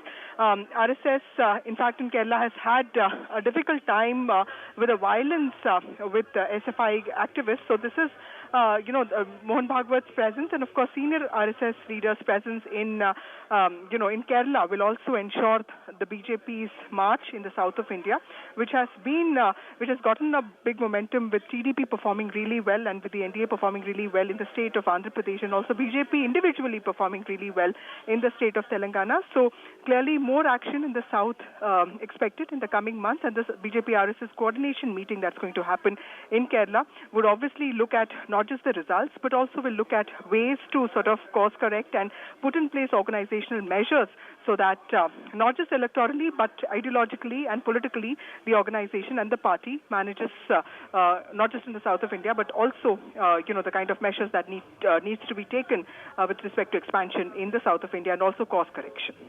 Right. Vasudha, as you mentioned, that this seems it will not just be about Kerala, but about other southern states as well, which has been one of the big focus areas for the BJP in this elections, right? Absolutely, and the south of India, the RSS has been working for many years. In fact, it has the highest number of shakhas in the state of Kerala.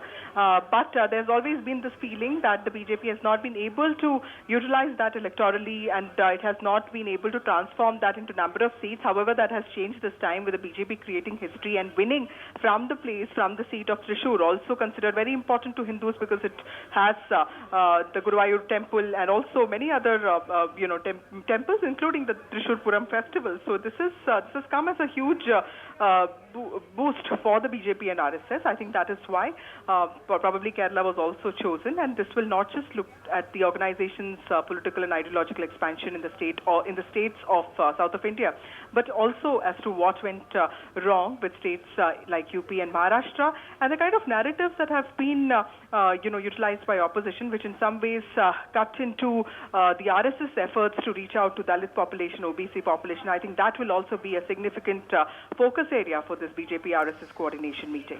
Right, Vasudha, quickly before we let you go, as you mentioned, Mohan Bhagwat, the RSS chief, is in Gorakhpur today. you know, there might be review meetings in Uttar Pradesh also that he is holding. And this meeting, of course, taking place in Kerala. How do you interpret this, in a way, a post-poll analysis or review being done of sorts by the RSS and, of course, also review meetings which the BJP is having on its own in order to analyze? So how do you interpret what's happening in terms of the RSS chief's presence in Uttar Pradesh today and this meeting now being scheduled in Kerala? In the next coming days, you know, it will also be decided as to who the next president of the BJP will be, and organizational sources have also told us that this will be a man who understands, this will be a person who understands the organization and will not just be a representative of the Sangh Parivar, somebody who understands both the RSS and BJP. So clearly, lots many positions have to be filled up, and more importantly, the ideological mood of the party, the bent of the government with respect to the fact that it is actually a coalition government now, the allies are also powerful, that also has to be decided. Several organizational players, including Shivraj Singh Chauhan and Manohar Lal Khattar, are also ministers now. So clearly, what should be the ideological framework of the government, the agenda of the government? What does the RSS expect? All of these things could be discussed in the coordination meeting. So comes at a very critical time, especially when Mohan Bhagwat has also been speaking about the need to focus on governance, the need to focus on people and not really, look at everything from the lens of politics. I think the timing is very crucial here. I think most of that will be, all of that will be on agenda is what we expect. Vasudha there, thank you so much for joining us on this breaking update. We'll head into a short break at this point in time. More news and updates on the other side. Stay tuned.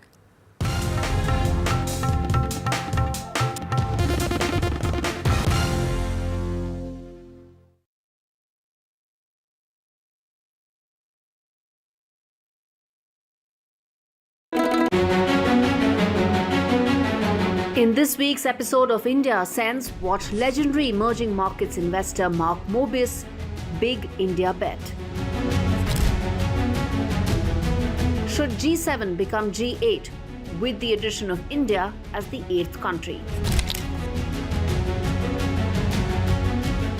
Modi 3.0's $5 trillion roadmap. 2023, mankind's most violent year. All this and much more on India Sense with me, Gauri Dwivedi, at these timings only on NDTV. Stay informed and entertained with the new and updated NDTV News app. You can watch all our channels live, listen to podcasts, read breaking and exclusive news from around the world and more. Download the NDTV app today and get access to the best journalism and storytelling on your smartphone or tablet. The NDTV app. News that matters to you. Some people say the metaverse will only be virtual. One day this lecture hall will be made of code, and driverless cars would be trapped in intersections. But even in this maze of the future, you can't wish away health. It's time to become more resilient.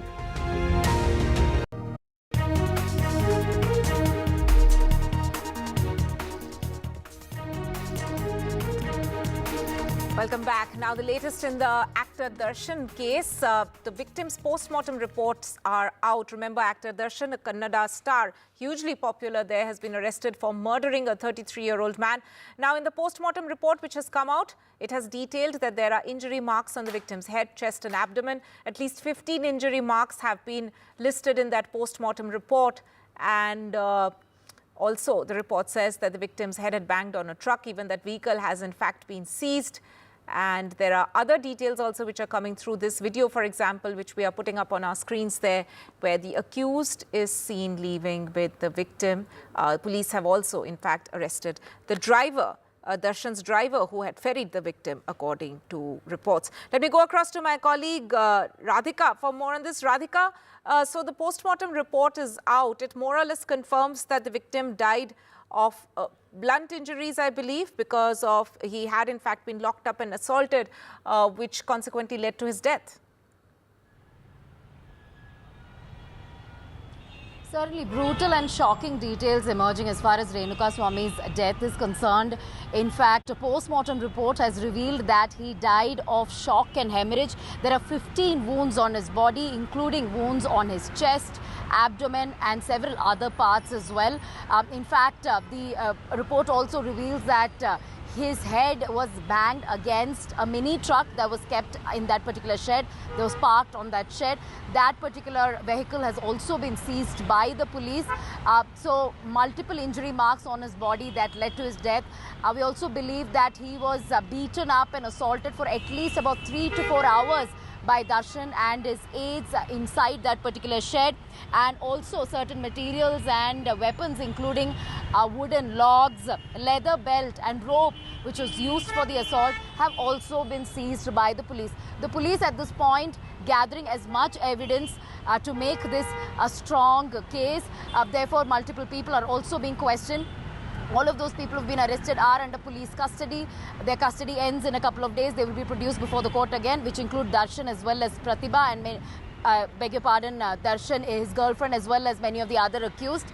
Now, as far as the driver is concerned, the driver has also surrendered. The driver that has ferried the accused as well as the victim from Chitradurga to Bangalore, they have also, that driver has also surrendered. His link is also crucial in the case, as he will be able to give, details of the circumstances leading to death, what kind of planning was done, perhaps when they were being ferried and so on. And there is a CCTV footage that shows that vehicle, multiple CCTV footage that is being probed at this point, and an inquest also that was carried out in that particular district last night, where one of the accused had accompanied the police to tell them about the events that led to the murder. So we'll have to wait and see what will happen once all of these accused, including Darshan, are produced before the court in a few days. Radhika there, thank you so much for tracking this high-profile story, which we have been consistently reporting on since day one.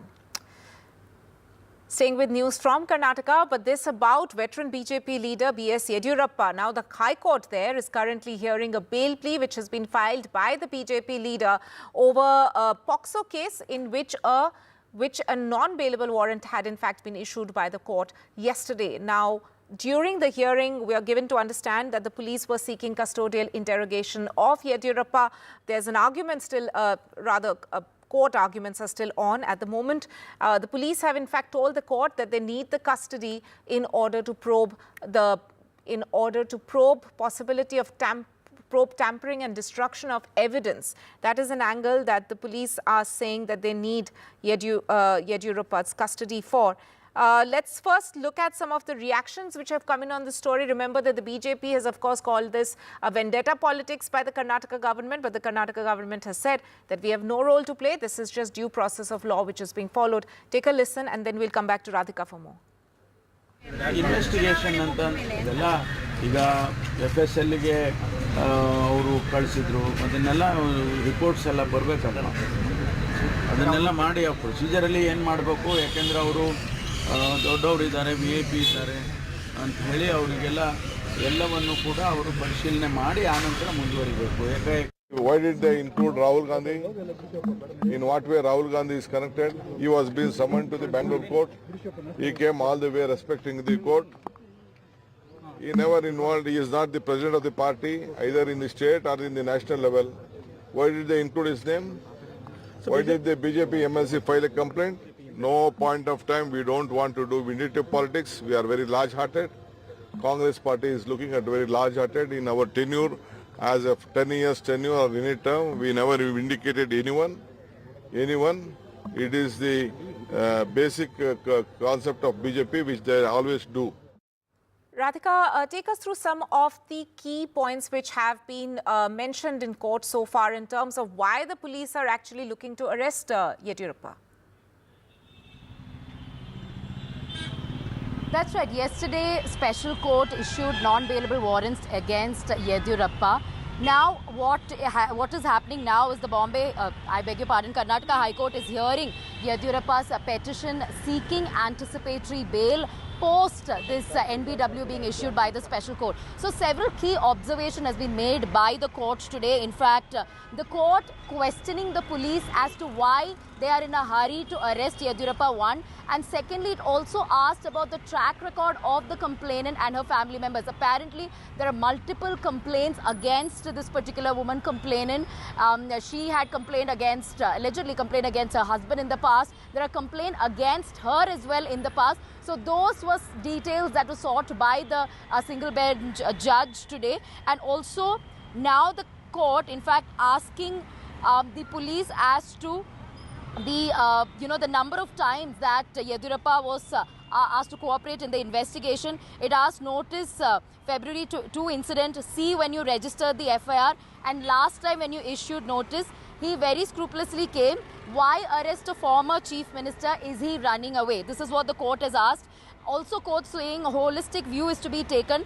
If he was an unscrupulous person, he would not have appeared before the IO on issuance of first notice. So therefore, court being made to understand that there was a first notice issued, which was complied by Yediyurappa. A second notice was issued, to which a date was given by Yediyurappa. Despite that, an NBW was issued. So also going on to say, the court saying, here is an ex-chief minister who followed your first notice and cooperated with investigation. They issued second notice, it was your power, and he said, I will come on 17th June. It is not his case that he will not come to Karnataka. So therefore, certainly the bench of Karnataka High Court pointing at certain details as far as the issuance of notice is concerned, and also seeing whether Yediyurappa had in fact cooperated with the police, which the court feels it has. And now, of course, the court is dictating the order, whether it will be in favor, because so far it looks like the court had been talking in favor of former Chief Minister Yediyurappa, but we'll wait for the final orders to come. Court is currently dictating the order. Court, of course, asking questions to the police as to why custody is needed in the first place. Radhika, will keep tracking this important court story with you. Thank you so much for joining us with that. More breaking updates coming in the bulletin, and this is with regard to the Pune Porsche case, in which the teen's parents, the juvenile accused parents' custody has in fact been extended further. I believe both of them have been sent to jail for 14 days, for 2 weeks. So this is the Pune Porsche crash case. Remember, the teen accused, his parents had also been arrested on separate charges. And at the moment, what we can report is that those the parents of the juvenile accused have in fact been sent to jail for 14 days. For more on this, let me go across to my colleague Paras. Paras, both parents have been sent to jail for now. What were some of the arguments made in the courtroom today? So this is a very important update which has came into light. So the parents of minor accused and the middleman Ashfaq Makandar was produced before the Pune court today, and starting with the police argument, they asked the court and they said the court that Ashfaq Makandar was present at JCB Edwara police station, Shasin hospital, and there was a meeting held between the somewhere. So police want to investigate more on this situation, why this meeting was held, and it has something with the blood sample which was exchanged. So there was major things which was said by the police in front of the respected court, and with that police does not seek custody of the accused mother and father in this entire matter now. So Lieutenant also went and has put his point in front of respected Pune court. What is the progress since the first custody? Accused number 1, 2 and 3 are already in jail custody. 4 and 5, the police doesn't want their custody. As far as alone you need, what will you do with others are in jail custody? Custody was taken thrice. What you will do with the custody of this alone man? You want to specify the CCTV footage? He was arrested on the basis of CCTV footage as he was present at the same location, and you are still doing technical analysis. You are yet to know where is the 1 lakh rupees or 4 lakhs. So this is a very important point. So there has been always said that it was 3 lakh rupees bribe, but what we are comes to know is that it was not 3 lakhs, it was more than 3 lakhs. This price was offered to the statistical doctors and other peons who was in this entire matter. So right now, what court has said that the court had sent mother, father of the accused and Ashwath Makandar to judicial custody for 14 days. Right. Paras there joining us on this breaking update. Remember that the parents of the juvenile accused had also in fact been arrested on charges of trying to destroy evidence and kidnapping charges as well. Shifting our focus to another one of the top stories that we've been following, and this is the aftermath of the Kuwait fire tragedy.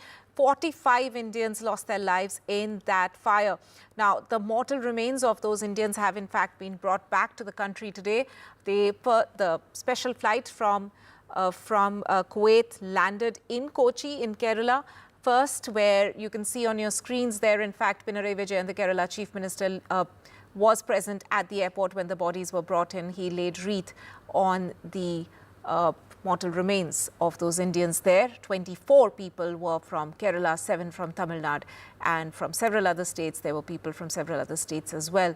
Now, what we are given to understand that 14 other bodies are being brought to Delhi shortly. Let's first listen in to reactions which have come in on this story today. Our government got to know that such a tragic incident has happened. The Prime Minister immediately convened a meeting and instructed us to reach to Kuwait immediately and take all possible steps so that the mortal remains can be sent back as soon as possible, because that's the...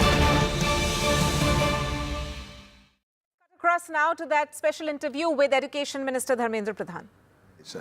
That has been given, the direction has been given by Honorable Supreme Court. That is covered. We should wait for how many students are coming for the re-examination. Mr. Pradhan, one view is that the NTA acted only after Supreme Court's intervention. Otherwise, students were protesting all over the country and there was nobody to listen to them. No. I don't think the information is not so correct, because NTA has come after this anomaly, not given proper time. NTA has come out with a formula.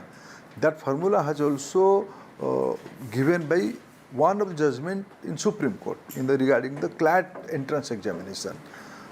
They come out with some grace mark formula, which has been little bit, some anomalies came out through that, because 6 students came out as the highest scorer in the list. That became eyesore from among the students. Then there was a protest against that decision. Then NTA and government intervened, and government directed NTA to come out with some transparent policy. They formed an academic committee. The academic committee recommended for retesting of the respective students in those 6 centers. And Honorable Supreme Court yesterday, and by this time there are 41 petitions are there in the different high courts and in front of Supreme Court. Clubbing all together, Honorable Supreme Court has given those 1,563 students should given opportunity. Those who lost time in the 5th May, they should give an opportunity for the retesting, and they are given the opportunity for the retesting. What about the entire controversy around paper leak from Patna to Godhra? FIRs have been filed. And, there is a larger question also that even if you order retest for a select view, the entire transparency of this process has been affected. Yes, there are certain allegations, there are certain news information come out from 2 respective spaces. Let us wait for the full investigation. Concerned competent authority are on the job of that. And all these things has been put in front of, some of the petition has also mentioned all these things in front of Honorable Supreme Court. And Honorable Supreme Court is also looking into that aspect, and government, they have given notice to central government to give a reply on this issue, also to NTA. Let us wait for the 8th July, how Supreme Court is going to pronounce its judicious judgment, and nothing to hide, because now this year around 23,33,000 students appeared in the NEET examination. There are 4,750 examination centers. Examination are conducted in 14 overseas centers. 13 language is the medium of entrance in all these centers. Among us tasks, there is a huge dimension of this examination, and yes, there are certain allegations in 2 centers. Let us wait for the total investigation report, and I assure you, through you, government is very transparent on all this issue, nothing to hide. Those who are involved in the misdeed, they will be severely punished. So only yesterday you had said that there was no paper leak. But there is no evidence. There is no evidence.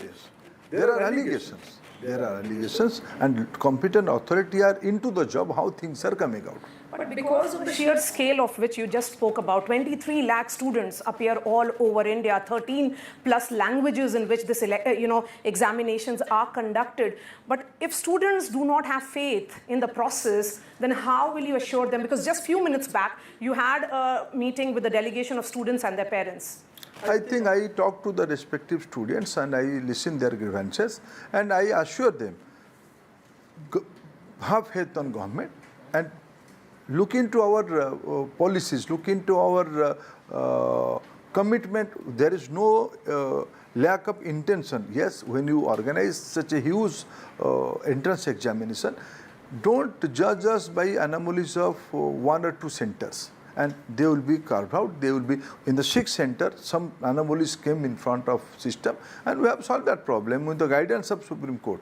And I think this will also be sorted out. What about NTA as a body? Are they failing to ensure that students have faith in them, because they are saying that there is a need for a CBI probe, a Supreme Court monitored probe? Some of them have given allegation is that. Let us see how court is giving its opinion. So you're waiting for the court's judgment. My last question, how are you looking at the allegations that are coming in from opposition? The opposition has lost election severely in this last Lok Sabha and Vidhan. I don't give much importance to opposition's allegation. My responsibility to assure the entire student community, entire parents, they should be assured that there is a transparency, there is no misdeed, malafide intention from NT or government. We are assuring you there will be transparency in the selection process. Will you also ensure action against NTA if the need be? Whoever it may be, whether it is NT or somebody else, severe action will be taken. And what do you say to DMK, who has been demanding scrapping of NEET completely? Why they are demanding scrapping of NTA? NEET. The NEET. Why they are demanding scrapping of NEET? These are old demand. Yes. Last year only. Why? Because they want to, through their old practice, to stop their old practice, respective state or respective medical college will decide who will study in their institution. That has been, the controversy went to Supreme Court a few years ago. And Honorable Supreme Court has given this opinion, there should be authority to organize an all India entrance test. NTA is the outcome of that. NTA is emerging as an organization since last 8 years. They are conducting good examination. Now they are conducting examination of more than 10 million students. More than 10 million students. So there is no question of scrapping of NEET. What is their necessity? Because they have a vested interest. There is a political stand. If I cite one example, last year NEET examination, topper of the NEET was a student from Tamil Nadu State Board in the rural area. So where is the allegation? What is their allegation? Now we are conducting examination in 13 regional languages. 4,750 centers are there. This year only 72 new city has been included in the examination center. More than 600 new centers were opened in this entrance examination. We are expanding the NEET NTA center for the NEET, JEE or CUET in the nook and corners of the country. We are giving access for education to all the citizens. Looking to the camera, as there are a lot of questions that are being asked, what will you be telling the students of NEET? Because I've been speaking to a lot of them, and there is a great sense of concern, dilemma. They are staring at an uncertain future, sir. I assure all the young friends, all the students, government is committed to protect their interests. Let they be assured there will be 100% transparency in the examination selection process. Examination selection process is already on. We are waiting for counseling. Things will be settled down. No culprit will be spared. Thank you so much for speaking to NDTV. Thank you.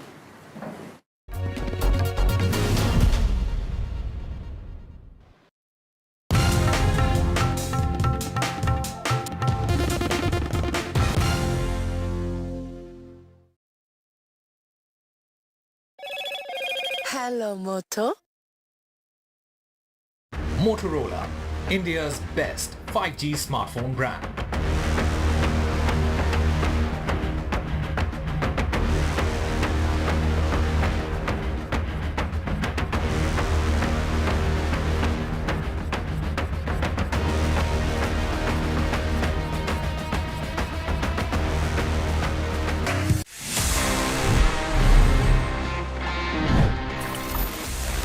Life is anyway quite easy these days because हमको वो cash carry नहीं करना पड़ता है. We can make the payments just using UPI. हमारे phone से instant एक QR scan करके हम पेमेंट कर देते हैं. But the question is कि अगर आपके पास में आपका वॉलेट नहीं है और आप UPI के भरोसे घर से निकल गए, let's say you don't get internet signal as well. Sometimes ऐसा होता है और आपको अगर वहां पे UPI से पेमेंट करना है, how would you do it?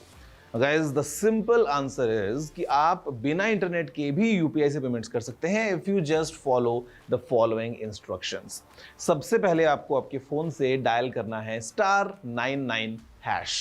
जी हाँ, ये कुछ ऐसा ही है जो पहले हम डायल करते थे *123#, *121#, for all our balance check inquiries. तो जब आप इस नंबर को डायल करते हैं उसके बाद you can follow the prompts और आप जिसको भी पैसा भेजना चाहते हैं उसका UPI ID या फिर मोबाइल नंबर एंटर करने के बाद अपना UPI पिन साथ में ऐड करके पेमेंट कर सकते हैं even while you are offline. It simply means that it's functional and it's secure as well क्योंकि आपको आपका UPI पिन यूज करना होता है. So next time you're in the mountains, next time you are stuck somewhere with no internet and you want to make an payment कहीं पे भी, तो आप कर सकते हैं with the help of offline technique जो मैंने आपको बताया. Tip is very useful. याद कर लो इसको, कभी ना कभी जरूर काम आएगी.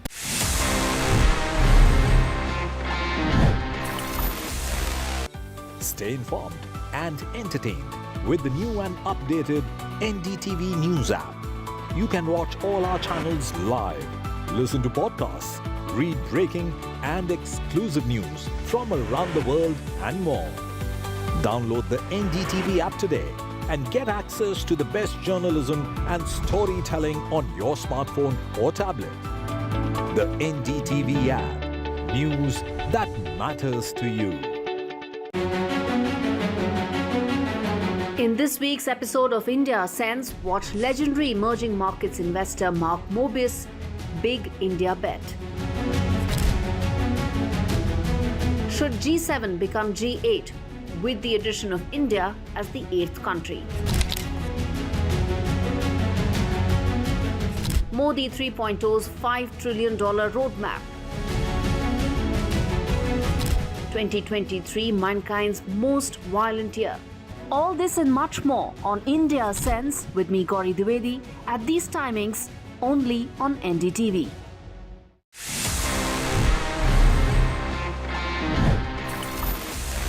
Let me give you a quick recap and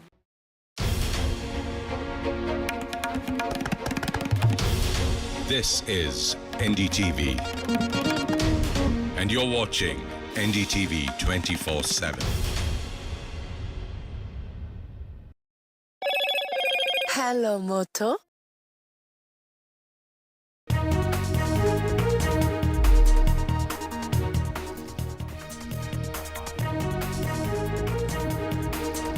Prime Minister Modi holds key bilaterals on the sidelines of the G7 in Italy after meeting with Macron and Rishi Sunak. The Prime Minister meets Ukraine's Zelensky.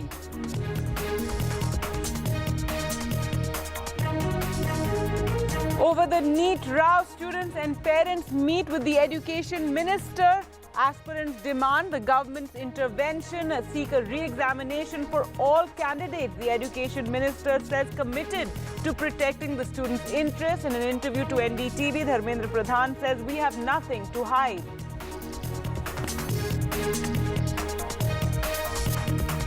Relief for former Karnataka Chief Minister Yediyurappa in the POCSO case against him. The Karnataka High Court says Yediyurappa cannot be arrested. His appearance, however, is mandatory on the next hearing, which is on the 17th of June. The RSS and BJP to meet to review the Lok Sabha results. A review meeting will be held in Kerala end of July. For the first time, the BJP opened its account in Kerala.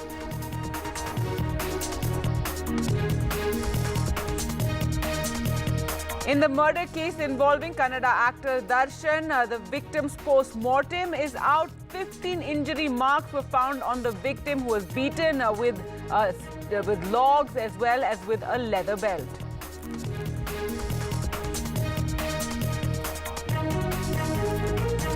Tensions in the Maharashtra alliances. No one is upset, Ajit Pawar says, on the Rajya Sabha polls. Deputy Chief Minister's wife Sunetra Pawar is contesting the Rajya Sabha polls. A senior leader Chhagan Bhujbal, though, reportedly upset.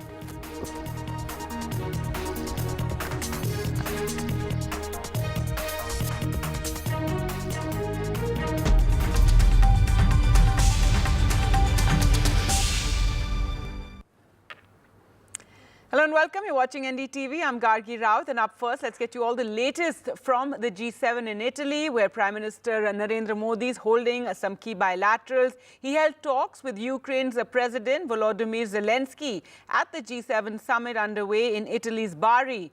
Earlier, the Prime Minister held talks with French President Emmanuel Macron and United Kingdom's Rishi Sunak as well. This is the Prime Minister's first foreign trip of his third term. It comes shortly after he took charge for a third time. He is attending an outreach session of the 50th Group of 7 G7 Leaders Summit. The session is expected to focus on issues relating to artificial intelligence, energy, Africa and the Mediterranean. So several key bilaterals being held there. It's not clear, though, whether the Prime Minister will be, having a bilateral with the US President Biden, or even whether he will hold talks with Canada's Prime Minister Justin Trudeau.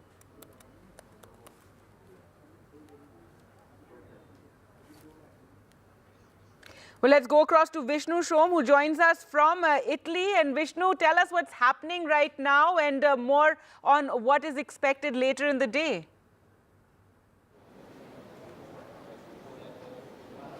All right, the update which I'm getting just now, moments back, is that the Prime Minister will be arriving at the G7 summit venue and will be welcomed by the host Prime Minister, the Prime Minister of Italy, Giorgia Meloni.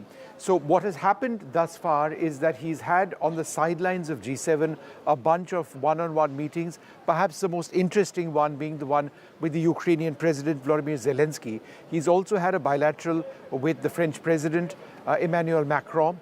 And he's also had a meeting with the British Prime Minister Rishi Sunak. So he will now be welcomed by the host, the Prime Minister of Italy, Giorgia Meloni. There will be a bilateral exchange between India and Italy later on tonight, shortly before he departs at about 11:30 p.m. This evening. He will be having an informal dinner with the Italian Prime Minister as well. So that's what's taking place now. Gargi, really important in terms of the day's developments, very important meetings with all of these leaders with whom India has different relationships, but they're all allies and sort of friends of India. But the messaging with the Prime Minister meeting Zelensky, very significant indeed. That's right, Vishnu. And tell us also about the G7 so far. What has been, what are the developments there? Gargi, in one word, Ukraine. Yes. This entire G7 is about Ukraine. All of the allies of Vladimir Zelensky are very keen on ensuring that Ukraine is propped up, that there are no further incursions made by the Russians, that the front line in Ukraine and Russia is stabilized. That wasn't the case a couple of months back. But since the movement of a large quantity of American weaponry, not least of all artillery shells and ballistic missiles and a host of other weaponry. The Ukrainians have been able to stabilize that front.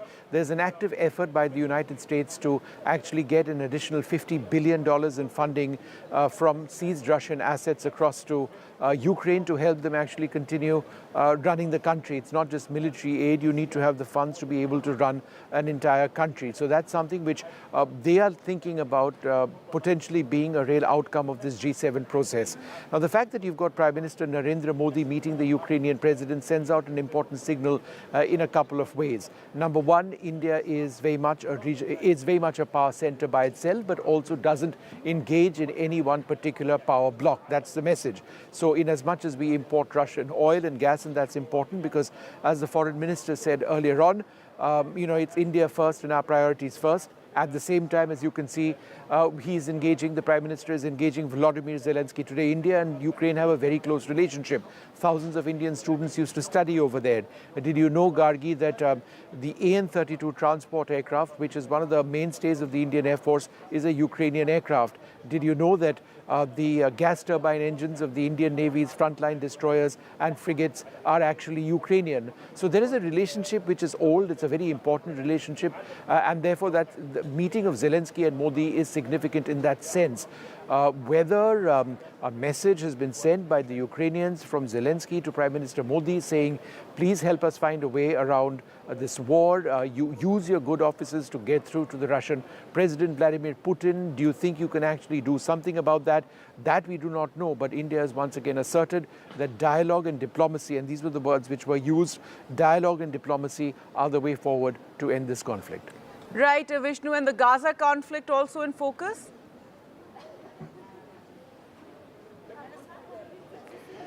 That's right. The Gaza conflict should be in focus. I'm not sure of any immediate developments which have taken place, but we do expect some sort of statement to come perhaps at the end of the G7 summit. That will be towards the end of tomorrow when a G7 statement does come about, perhaps encouraging an end to the crisis in Gaza, ending the humanitarian crisis over there, which has seen tens of thousands of people lose their lives.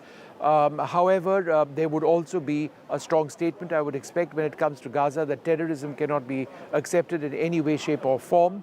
All of these nations are close allies of Israel, and there is a real hope that, I don't know whether it would be at this G7 process, but sometime soon when all of these Western partners can work with countries like Qatar and potentially Saudi Arabia in pushing for a hostage for prisoners swap. It's happened once before between Israel and Hamas. If it were to happen again, would it be a prelude to a more lasting peace? Nobody knows. That's right. And Vishnu, this also comes at an interesting time. It comes, shortly after Prime Minister Narendra Modi's taken charge for a third time, and he's, there on at the G7 on the sidelines. But also many of the leaders, be it, Biden and Sunak and Macron, they're all facing elections back home soon. Sunak, in fact, shortly, and Macron as well. So a lot of pressure to achieve a lot, because given that right now they're all going to go, they have all their domestic challenges as well. So Prime Minister Modi has finished his set of challenges. He's been re-elected. However, Emmanuel Macron has announced snap polls. He's done this at a time when the far right in Europe, and certainly in France, with Marine Le Pen's party, having an increasingly more important say or stake. So he's taken a big chance. I mention this because the French president has been a firm supporter of Ukraine. Whether, if there is another party which actually comes to power in France, it's unclear whether they would have the same policy. The British Prime Minister, Rishi Sunak, faces elections. He's been perhaps the strongest partner of Ukraine as far as Europe is concerned. Would any successive government over there in the United Kingdom, if Sunak doesn't come back into power, have that same policy? And most significantly, Joe Biden himself faces an election in the United States. If Trump is to come to power, then it's pretty clear that he will not have the same Ukraine policy. He wants that war to go away, which is why this period is one where the Ukrainians are extremely worried. They want to ensure that they are well-stocked in terms of weaponry and that they are well-stocked financially, in order that there is no crisis or there is no further weakening. They've stabilized the front line. But the other way of looking at all of this is that Moscow and Vladimir Putin certainly know what exactly is taking place, and perhaps they'd want to wait it out till the end of the year, see what happens, and then see whether the West still wants to back Ukraine in the same way. That said, at this G7 meeting, all of the leaders who are meeting this time around, they all want to back Ukraine to the hilt, so they would be wanting to get policies which would back Ukraine going into the immediate future. All right, and finally, Vishnu, what's interesting at this G7 is also the Pope is going to be at the G7 for the first time. What is his program? Will the Prime Minister have any sort of interaction with him? The Pope, or the Papa as he's known over here in Italy, will indeed be somebody who will be attending. I'm not sure whether Prime Minister Modi would meet him. I don't think it's mentioned in the bilateral program.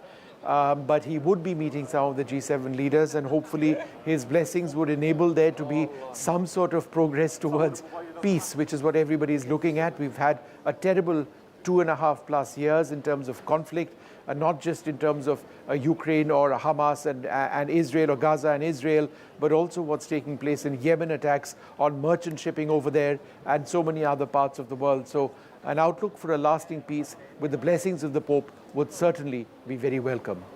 All right, Vishnu, we'll leave it there. We'll return to you when, Prime Minister Modi arrives at the venue of the G7, where he will be greeted by the Italian Prime Minister. Thanks so much, Vishnu, for joining us from Italy. Well, moving on to the big story, we're tracking back home and the NEET controversy, the controversy over the medical entrance exam. Now, students protested today as well, and many of the students met the Education Minister, Dharmendra Pradhan, when they handed over a list of demands which included a retest for all students and a replacement of the National Testing Agency chief. Remember, yesterday the Supreme Court had accepted the centre's solution that the 1,565 or so students who were granted the grace marks, that they would have a retest.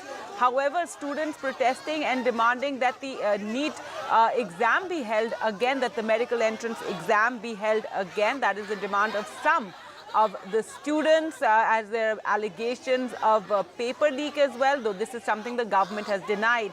Now, the minister, on meeting the students, did assure them that no child's career will be in jeopardy. Remember, the Supreme Court did not put the counselling on hold. So the counselling that is, to help the students get admission to medical colleges, that is ongoing.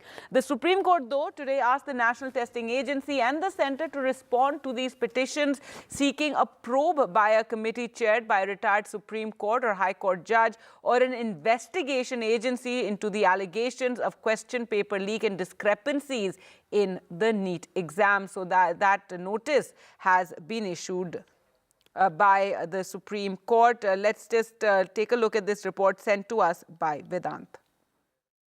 It was a delegation of 10 NEET aspirants which met the Education Minister. Earlier, of course, it was seeming almost unlikely that the Education Minister would be able to meet the delegation.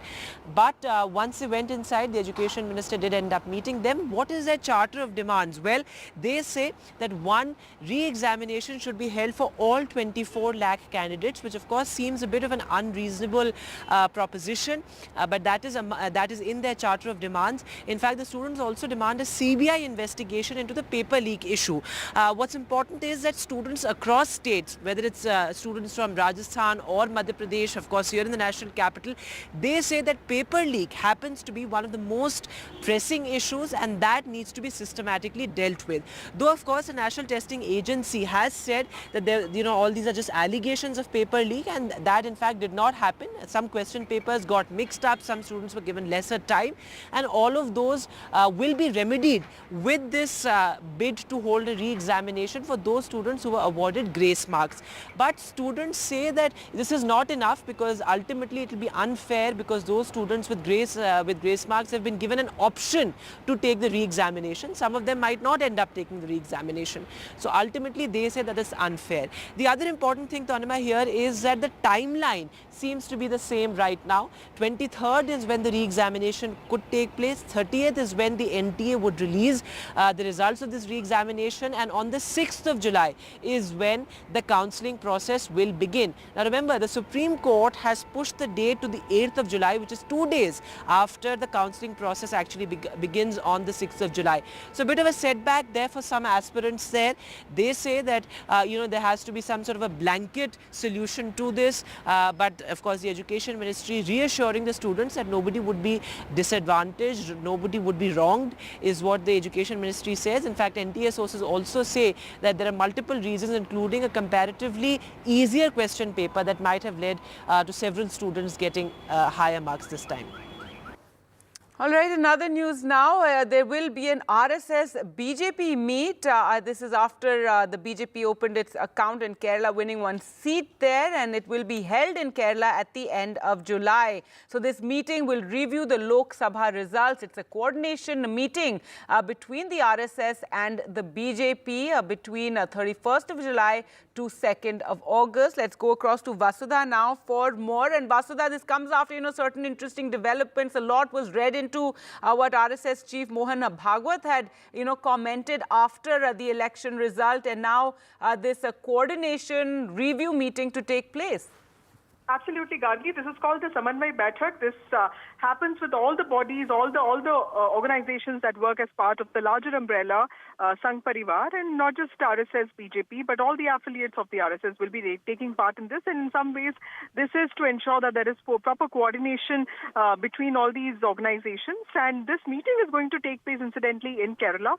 The meeting will start on the 31st of August and will end on the 3rd of July. Is what we've in September is what we've been told. And it's interesting because not just that it is happening in Kerala, which is symbolically important because this is the first time that the BJP has made history by winning the first seat, Thrissur, and also Thrissur is seen as the constituency of temples with Thrissur Puram and all that. That's symbolically important. But this meeting happening, this is the first proper meeting of the RSS BJP after what happened in the results. While the BJP has come back to power in an NDA alliance, the numbers are slightly, numbers are much below expectations, which is why, there are many questions being raised on, the kind of coordination that was happening between RSS and BJP. And of course, in the last few days, Mohan Bhagwat himself has talked about the need to look at an evolving democracy and not really look at it as from the point of the ruling party alone. So there have been many critical statements that he has made.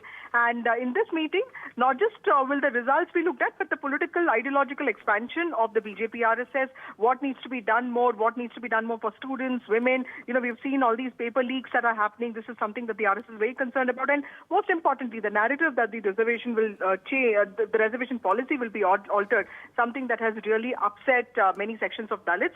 That could also be taken up is what we've been told. All right. Thanks so much, Vasudha, for joining us with all those developments regarding this meeting, this coordination meeting, and this comes after the first comments, remember, that Mohan Bhagwat made regarding, arrogance and the election. So it's interesting that now this coordination meeting, which is a routine meeting, to take place. Also staying with news of the RSS Chief Mohan Bhagwat is in Uttar Pradesh. He will take stock of the UP debacle there, and a key meeting will also take place between the RSS Chief and UP Chief Minister Yogi Adityanath, who will head to Gorakhpur tomorrow.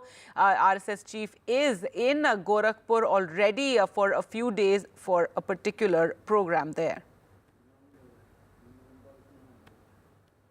RSS Chief Mohan Bhagwat right now is in Gorakhpur. Gorakhpur, that is the home turf of Chief Minister Yogi Adityanath. Right now, Chief Minister Yogi Adityanath is in Varanasi, but he's expected to go to Gorakhpur either tonight or tomorrow.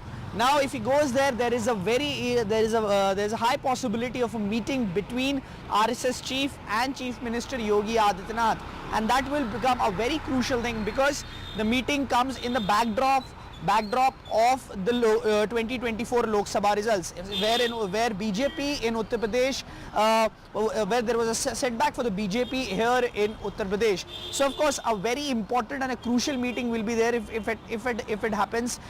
Chief Minister Yogi Adityanath right now is in Varanasi, while RSS Chief Mohan Bhagwat is on a 5-day tour to Gorakhpur, where he addressed the Karyakartas, around 2,800 Karyakartas of the Sangh. Now, if the meeting happens, of course, will be very important because of the also on the backdrop of the remarks that were made by RSS chief Mohan Bhagwat. So a very important and a crucial development here. As of now, there is no confirmation, official word of the meeting, but it is expected that there will be a meeting between Chief Minister Yogi Adityanath and RSS chief Mohan Bhagwat. With that, time for us to slip into a short break. Coming up on the other side, the latest in the murder involving Kannada actor Darshan. Stay with us.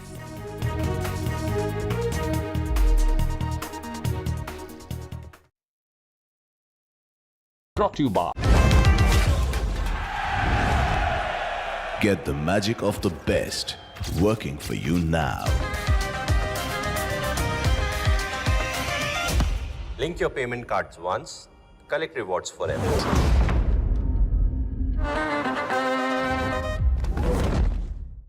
Stay informed and entertained with the new and updated NDTV News app. You can watch all our channels live, listen to podcasts, read breaking and exclusive news from around the world and more. Download the NDTV app today and get access to the best journalism and storytelling on your smartphone or tablet. The NDTV app. News that matters to you. In this week's episode of India Sense, watch legendary emerging markets investor Mark Mobius' big India bet. Should G7 become G8 with the addition of India as the 8th country? Modi 3.0's $5 trillion roadmap. 2023, mankind's most violent year. All this and much more on India Sense with me, Gauri Dwivedi, at these timings only on NDTV. Some people say the metaverse will only be virtual. One day this lecture hall will be made of code, and driverless cars would be trapped in intersections. But even in this maze of the future, you can't wish away health. It's time to become more resilient.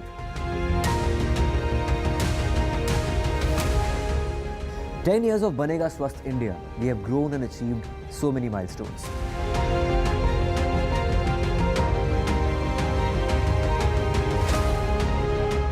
And now I have a plan to beat the urgency, to stop breathing with difficulty, to relieve getting choked with inactivity.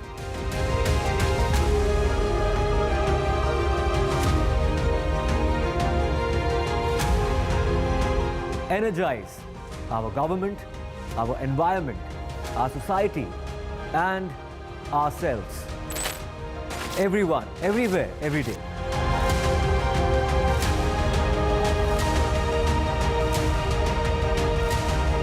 Banega Swasth.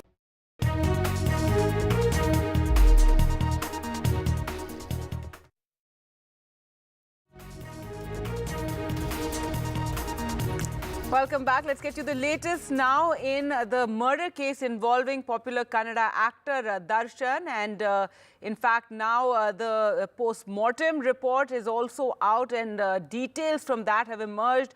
The man tortured and killed allegedly by Darshan Thogadeepa died of hemorrhage, is what the shock and hemorrhage is what the autopsy report says. The report also found that 15 wounds were on the body of the man Renuka Swamy, who was allegedly beaten to death by the actor and his aides. Now, they had kidnapped Renuka Swamy from Chitradurga in Karnataka over his comments on social media posts regarding Pavitra Gowda, the girlfriend of Mr. Thogadeepa, and she too has been arrested. The police have also recovered wooden logs, a leather belt and a rope which was used to torture Renuka Swamy. Now, Darshan had allegedly planted 3 men to take the blame for the murder, but during the interrogation, these men were exposed and finally the entire plot unraveled. Well, let's go across to Radhika now, who's tracking all these developments. And Radhika, the driver of the car has also, surrendered and, also gone to the police. Tell us all the latest, and these very sordid details about the manner in which the torture took place have also now been revealed with the autopsy report. That's right, Gargi. Shocking details emerging as far as Renuka Swamy murder case is concerned. In fact, Renuka Swamy suffered massive injuries on his abdomen, chest and several other parts of his body. 15 injuries as per post-mortem report. In fact, he was banged against a mini truck that was parked inside that particular shed multiple times, and the assault allegedly went on for 3 to 4 hours. Several other materials and weapons, as well as equipments used to allegedly torture Renuka Swamy, was also recovered by the police. That include a rope, wooden sticks, wooden logs, as well as many other materials, including leather belts that were recovered from that particular place. So yes, brutal details emerging of the assault. This went on for many hours until he dropped dead, and later his body was taken and thrown inside a drain which was close to where this incident happened. Post which, of course, Darshan, his girlfriend and other aides have been arrested. They are in police custody now. Another individual also has been arrested, which is a driver who ferried this victim from Chitradurga to Bengaluru. He has also given details as far as the sequence of events are concerned. There was a spot inquest also that was carried out last night of this particular place in Chitradurga where this alleged abduction happened. CCTV footage being examined. There are fresh CCTV footages that are emerging. One of this man being ferried, the victim being ferried from Chitradurga to Bengaluru. Then, of course, yesterday's CCTV footage that we showed, which had Darshan's vehicle close to the spot of the incident, and also of Renuka Swamy inside a pharmacy as well. So several details emerging of the assault, of the abduction, and more details being collected by the police at this point to make this a strong case. All right, Radhika, thanks so much for joining us with all those latest details, and do stay on with more news from Karnataka. And former Karnataka Chief Minister B.S. Yediyurappa has been temporarily relieved by the Karnataka High Court in the POCSO case. Remember, he was issued a non-bailable warrant from a fast-track court yesterday, but now the High Court has issued an order not to take any coercive action until the next hearing, for which he must appear. And this case involves a minor girl who was a victim of an alleged sexual assault and had visited Yediyurappa, and the allegation is that he took her to a room and harassed her. That is what the family says. But let's go across to Radhika now for more. And Radhika, a big relief for Yediyurappa, temporary though it may be, but for the moment no action can be taken against the former Chief Minister. That's right. For the moment, no action against former Chief Minister of Karnataka. In fact, a temporary relief for him.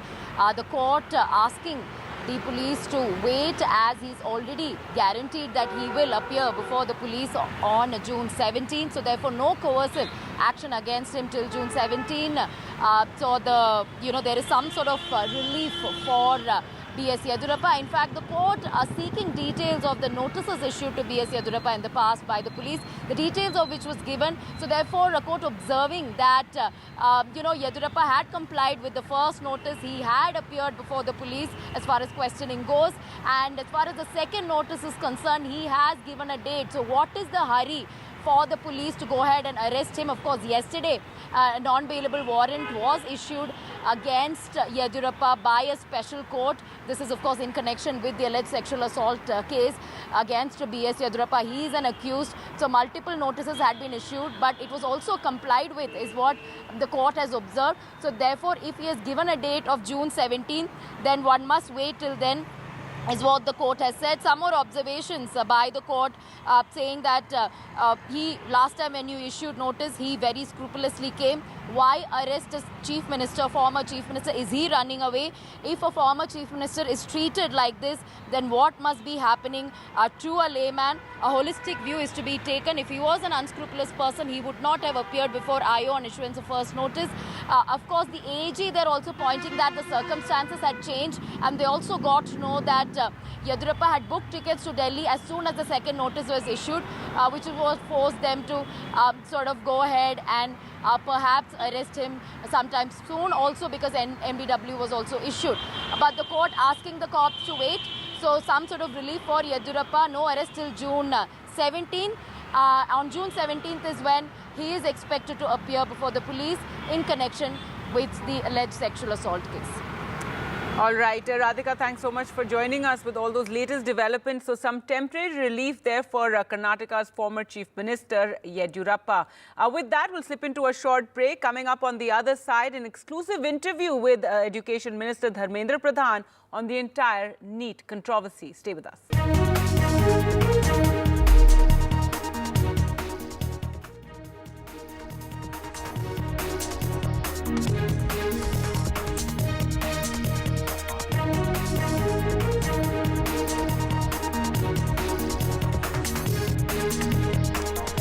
The entire NEET controversy over the medical entrance exam is continuing, with students protesting and asking that the exam be held again. Remember, so far, the grace marks which were given to over 1,500 students have been removed, and they will go in for a retest. But students protested, demanding that the entire exam be redone.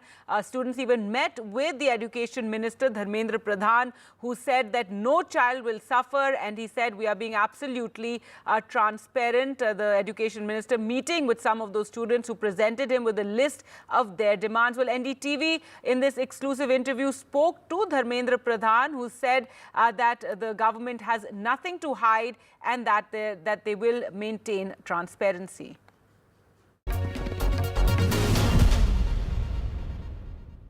Mr. Pradhan, really appreciate your time. You're back from Odisha after a lot of hard work there, and you're back in the midst of a crisis.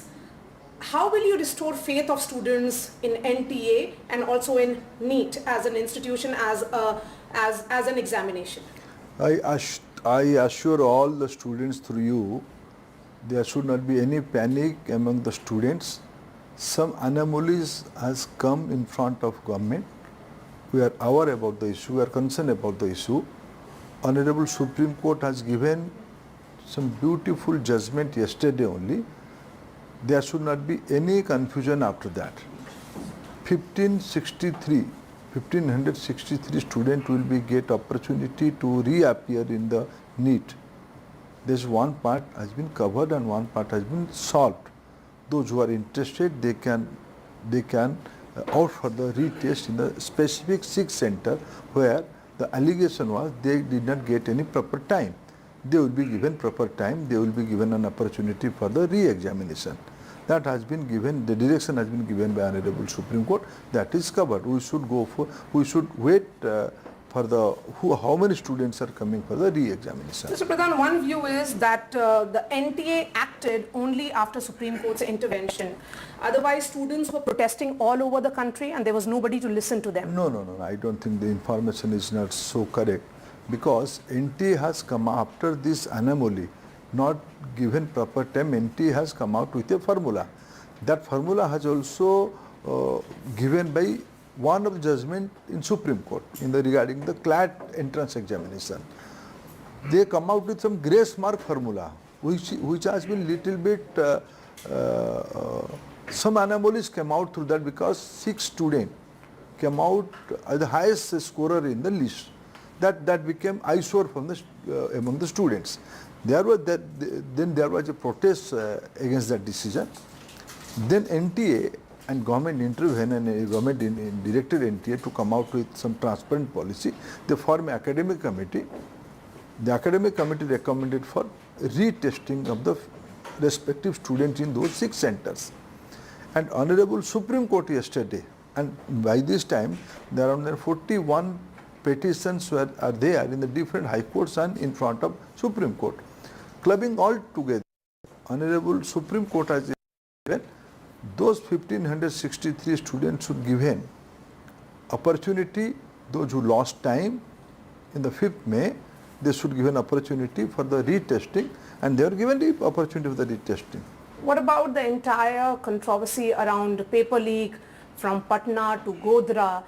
FIRs have been filed, and there is a larger question also that even if you order retest for a select few, the entire transparency of this process has been affected. Yes, there are certain allegations, there are certain news information come out from two respective space. Let us wait for the full investigation. Concerned competent authority are on the job of that. And all these things has been put in front of, some of the petition has also mentioned all these things in front of Honorable Supreme Court. And Honorable Supreme Court is also looking into that aspect, and government, they have given notice to central government to give a reply on this issue, also to NTA. Let us wait for the 8th July, how Supreme Court is going to pronounce its judicious judgment, and nothing to hide, because now this year around 23,33,000 students appeared in the NEET examination. There are 4,750 examination centers. Examination are conducted in 14 overseas centers. 13 language is the medium of entrance in all these centers. Among us, there is a huge dimension of this examination, and yes, there are certain allegations in 2 centers. Let us wait for the total investigation report, and I assure you, through you, government is very transparent on all this issue, nothing to hide. Those who are involved in the misdeed, they will be severely punished. So only yesterday you had said that there was no paper leak. But there is no evidence. There is no evidence. There are allegations. There are allegations, and competent authority are into the job, how things are coming out. But because of the sheer scale of which you just spoke about, 23 lakh students appear all over India, 13 plus languages in which this examinations are conducted. But if students do not have faith in the process, then how will you assure them? Because just few minutes back, you had a meeting with the delegation of students and their parents. I think I talked to the respective students and I listened their grievances, and I assure them, have faith on government and look into our policies, look into our commitment. There is no lack of intention. Yes, when you organize such a huge entrance examination, don't judge us by anomalies of 1 or 2 centers. And they will be carved out. They will be in the 6th center. Some anomalies came in front of system, and we have solved that problem with the guidance of Supreme Court. And I think this will also be sorted. What about NTA as a body? Are they failing to ensure that students have faith in them, because they are saying that there is a need for a CBI probe, a Supreme Court monitored probe? Maybe some of them have given allegation is that. Let us see how court is giving its opinion. So you're waiting for the court's judgment. My last question, how are you looking at the allegations that are coming in from opposition? The opposition has lost election severely in this last Lok Sabha and Vidhan. Much importance to opposition's allegation. My responsibility to assure the entire student community, entire parents, they should be assured there is a transparency, there is no misdeed, malafide intention from NT or government. We are assuring you there will be transparency in the selection process. Will you also ensure action against NTA if the need be? Whoever it may be, whether it is NT or somebody else, severe action will be taken. And what do you say to DMK, who has been demanding scrapping of NEET completely? Why they are demanding scrapping of NTA? NEET. The NEET. Why they are demanding scrapping of NEET? This is an old demand. Yes. Last Since year 2017. Only. Why? Because they want to, through their old practice, to stop their old practice, respective state or respective medical college will decide who will study in their institution. That has been, the controversy went to Supreme Court in few years ago. And Honorable Supreme Court has given this opinion, there should be authority to organize an all India entrance test. NTA is the outcome of that. NTA is emerging as an organization since last 8 years. They are conducting good examination. Now they are conducting examination more than 10 million students, more than 10 million students. So there is no question of scrapping of NEET. What is their necessity? Because they have a vested interest. There is a political stand. If I cite one example, last year NEET examination, topper of the NEET was a student from Tamil Nadu state board in the rural area. So where is the allegation? What is their allegation? Now we are conducting examination in 13 regional languages. 4,750 centers are there. This year only 72 new city has been included in the examination center. More than 600 new centers were opened in this entrance examination. We are expanding the NEET MTS center for the NEET, JEE or CUET in the nook and corners of the country. We are giving access for education to all the citizens. Looking to the camera, as there are a lot of questions that are being asked, what will you be telling the students of NEET? Because I've been speaking to a lot of them, and there is a great sense of concern, dilemma. They are staring at an uncertain future, sir. I assure all the young friends, all the students, government is committed to protect their interests. Let they be assured there will be 100% transparency in the examination selection process. Examination selection process is already on. We are waiting for counseling. Things will be settled down. No culprit will be spared. Thank you so much for speaking to NDTV, sir. Thank you.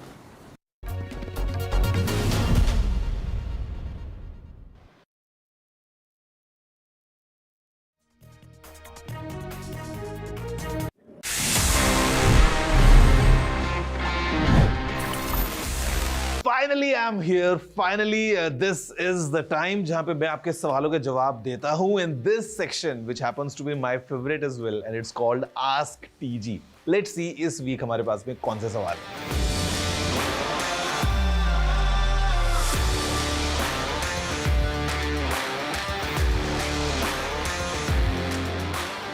हैं. To be honest, in Android TV, we don't have any such feature जहाँ पे आपको live जो सामने speech आ रहा है उसके captions screen पे दिखाई दे जाएं. We are expecting this feature to come कभी भी जब Google इसको unveil करता है, but as of now we don't have it. Samsung, however, in their latest AI TVs जो Samsung ने launch किए थे, उसमें demonstrated that how using AI they were able to put some captions for the text. जो भी dialogues या जो भी speech television में उस time पे है वो सामने captions के form में visible है. Now I'm not sure कि how exactly this functions. Now मैं आपको एक और recommendation दे सकता हूँ, which is to try these bone conducting headphones or earphones, because sometimes what I have noticed is कि जहाँ पे hearing loss की हम बात करते हैं, because they use the mechanism of bone conduction, आप वहाँ से audio directly अपने inner ear के through सुन सकते हैं. So you can give them a try and then pair the earphones with the TV so that आप directly जो TV में dialogues हैं उनको आप सुन सकते हैं. But sadly, as of now, in Android TV, we don't have any such feature of live captions. Is it safe to leave a pen drive or an SSD in the car during the summer heat? Ideally, you shouldn't do it. And the simple reason is कि ये जो gadgets हैं, all these electronics जो हम एक laptop की बात करते हैं, let's say talk about a smartphone, SSD or a pen drive, could be anything. यहाँ पे extreme heat might damage the internal components. तो अगर आप अपनी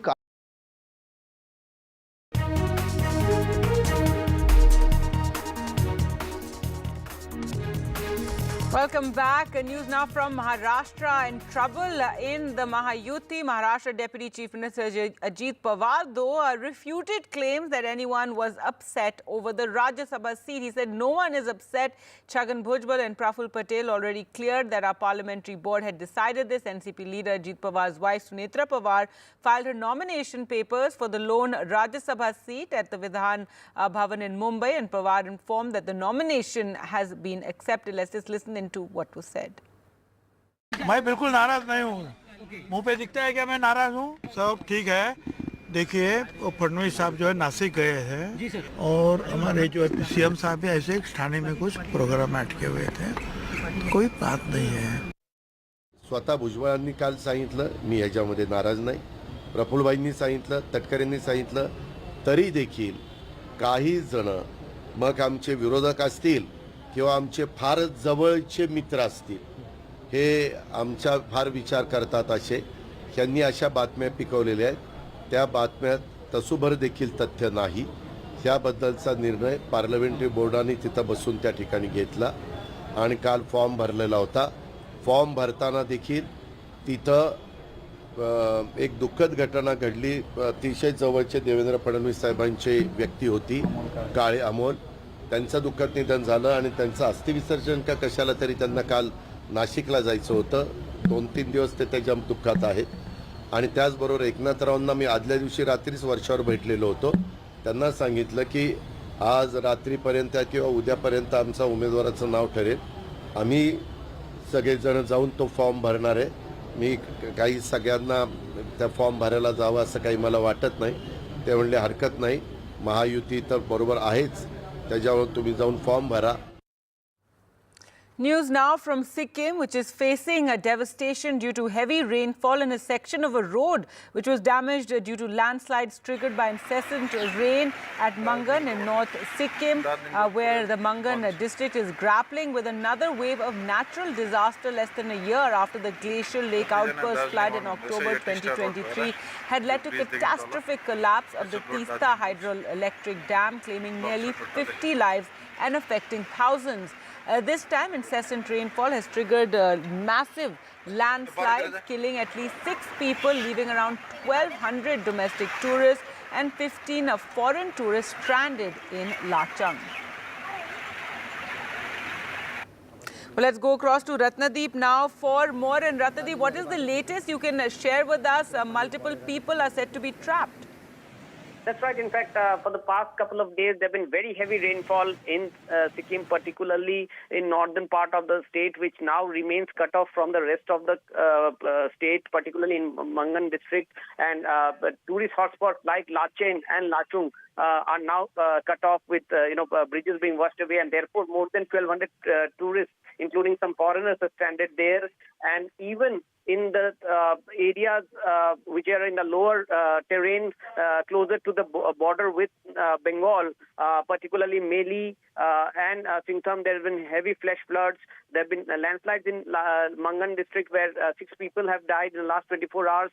In the last 3 days, at least 9 people have died. Several people are injured, as well as there are reports of people being missing. So now the Sikkim government have come on record, and we, in some time from now, I'm sure our producers will play out the soundbite of the Sikkim Chief Secretary that we have, where he clearly says that this flash flood has been caused by cloudburst. Remember, cloudburst was seen as one of the major reason behind last year's devastating floods that Sikkim witnessed, where more than 100 people were dead, over 20,000 people got displaced when cloudburst resulted in glacial lake outburst. In fact, Sikkim government at this moment is also taking help of remote sensing of satellite imagery to keep a watch on the glacial lakes in the higher reaches of the Himalayas and their conditions, so that glacial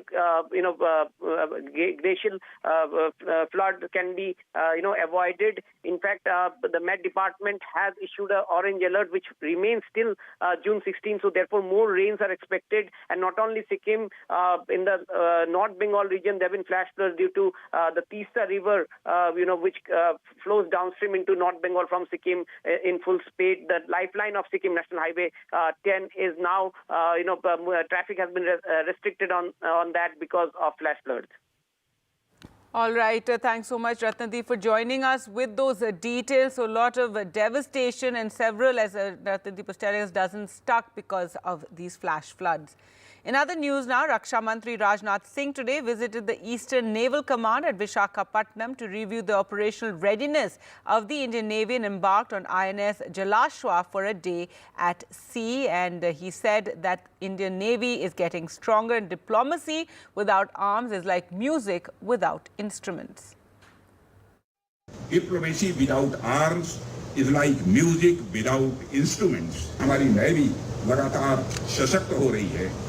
इसमें नित नए systems जुड़ रहे हैं, weapons जुड़ रहे हैं, aircraft carriers जुड़ रहे हैं, सबमरीन्स जुड़ रही हैं. पर हमारी नौसेना की पहचान केवल इन वेपन्स, सिस्टम्स और प्लेटफॉर्म्स मात्र से नहीं हो सकती, पर हमारी नौसेना की असली पहचान आप सब ऑफिसर्स और सेलर्स हैं, जो अपना पूरा जीवन इन लहरों पर बिता देते हैं।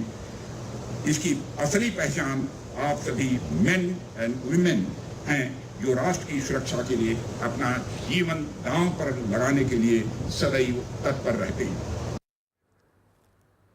Now, in other news, the remains of the 45 Indians who died in a fire in a labor housing facility in Kuwait were flown back home to India. Many distraught and bereaved relatives and experts have urged Delhi to do more to protect the lives of those who work abroad. So those mortal remains brought back. A majority of the people belong to Kerala, and there you can see Kerala Chief Minister and the cabinet, there to receive these bodies. 25 workers were from Kerala, while 7 were from Tamil Nadu. Kerala and Tamil Nadu governments have announced 5 lakh relief for the kin, and the mortal remains of 31 Indians taken to their homes. The remaining 14 now have been brought to Delhi, so they have arrived now in Delhi. So 14 bodies have been brought back to Delhi. Remember, this was a terrible, tragic fire that broke out on Wednesday in a labor housing facility in Mangaf, a coastal city south of capital Kuwait, and 49 people perished. And 33 people are currently being treated in hospitals. India had rushed its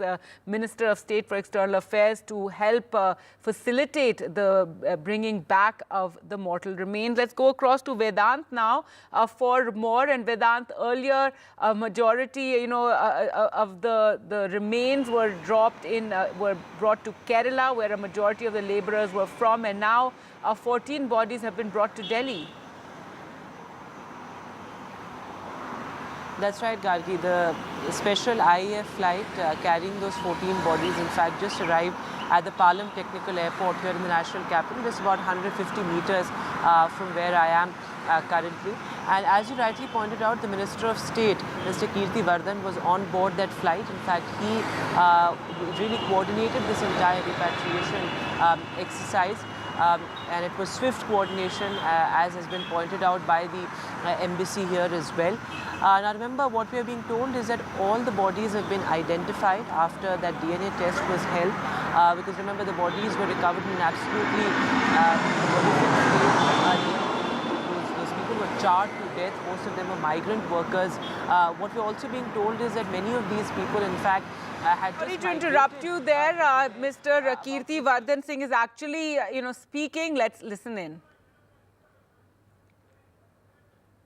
देखिए, बहुत ही दुखद घटना है और आदरणीय प्रधानमंत्री जी जब ये खबर पहुंची बहुत चिंतित हुए। उन्होंने तुरंत हम लोगों की मीटिंग बुलाई और हम लोगों को कुवैत जाने को कहा। हम लोगों के 2 बड़े कंसर्न्स थे। एक तो जो वहाँ पे अभी इंजर्ड हैं, अस्पताल में हैं, उनकी क्या हालात है, और दूसरा जिनकी मृत्यु हो गई है उनके बॉडीज़ को जल्दी से जल्दी कैसे लाया जाए।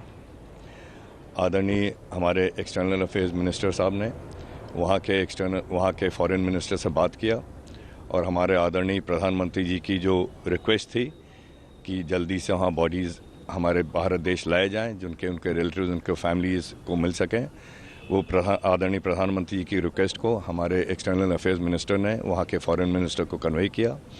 हम लोग वहाँ कुवैत गए। वहाँ पे हम लोग वहाँ के फॉरेन मिनिस्टर से मिले, वहाँ के डिप्टी मिनिस्टर, प्राइम मिनिस्टर से मिले, वहाँ के हेल्थ मिनिस्टर से मिले। उन सब लोगों ने हम लोगों को पूरा कोऑपरेशन देने का अश्योरेंस दिया और उनकी बहुत बड़ी मदद रही है इस हादसे में। उसके बाद हम लोग वहाँ 5 अस्पतालों में जो हमारे घायल लोग वहाँ पे एडमिट हैं, हम लोग 5 अस्पताल में गए और एक जो वहाँ पे जिनका ट्रीटमेंट चल रहा है, जो घायल हैं, एक हमारे अपने पेशेंट से मिले हम लोग, उनके हालचाल लिए और वहाँ के डॉक्टरों से बात किया। वहाँ पे ज़्यादातर लोग 2-3 दिन में वहाँ अस्पताल से वहाँ से रिलीज़ हो जाएंगे। एक सीरियस केस है जो वहाँ आईसीयू में है, मगर वहाँ के डॉक्टर्स होपफुल हैं कि वो भी बहुत जल्दी ठीक हो जाएंगे। ज़्यादातर लोग जो इंजर्ड हैं उनको जो वहाँ पे धुआं जो इतना बिल्डिंग में हुआ वो अंदर लंग्स में जाने की वजह से उनको इंजरीज़ हैं, लेकिन उसका वो वहाँ पे बहुत बेहतर से बेहतर इलाज वहाँ के अस्पतालों में चल रहा है। कुछ ऐसे केसेस हैं जो वहाँ 2 मंजिल से 4 मंजिल से नीचे कूदे बाहर, या पाइप पकड़ के बाहर आने की कोशिश की और नीचे गिरे, तो उनके एंकल और पैरों में इंजरी है, कुछ हाथ फ्रैक्चर हैं, उनका भी प्लास्टर वगैरह हो गया, वो भी जैसे हील होगा वो रिलीज़ हो जाएंगे। हमारी यहाँ पे जो हमारी एम्बेसी है, हमारे एम्बेसी के स्टाफ, हमारे एम्बेसी के ऑफिशियल्स डेली मुआयना।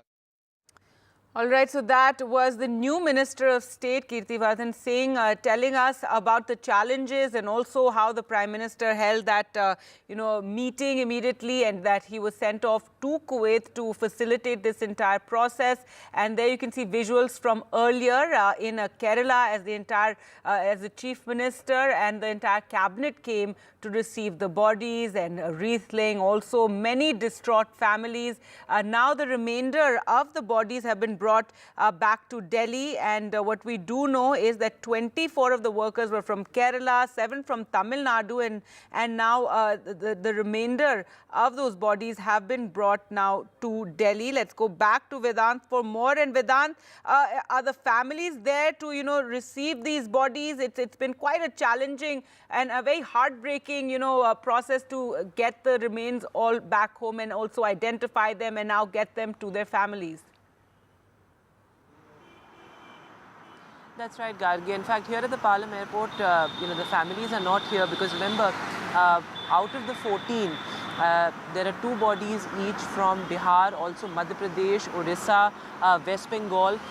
So now the process will be to send those bodies off to these particular states for the last rites. So none of the families, in fact, is present here at the moment. But as you rightly pointed out, the Minister of State for External Affairs Ministry, he was there in Kuwait. In fact, he coordinated this entire exercise. The Indian Embassy had also released a list of helpline numbers as well. After that, of course, the Prime Minister announced 2 lakh rupees of compensation for the families of the deceased. And now the aircraft carrying the bodies has landed here. But several larger questions, Gargi, continue because out of the 196 people living in that particular building, working for that company, the NDTV, 176 of them were Indian. Several of them are still critically injured, who are currently admitted to various hospitals there. So India, what we are being told, is closely monitoring that situation as well. But many larger questions of the safety norms and whether they were followed in that particular company in Kuwait or not. Absolutely. Thanks so much, Vedant, for joining us there with the latest and the mortal remains of 14 workers brought back home, brought back to Delhi. With that, we'll slip into a short break. More news and updates coming up on the other side. Stay with us.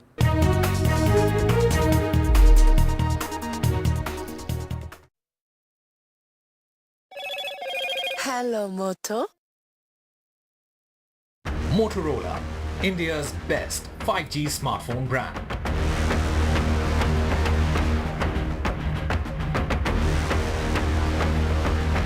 Prime Minister Modi holds key bilaterals on the sidelines of the G7, meets with Zelensky, Rishi Sunak and Macron.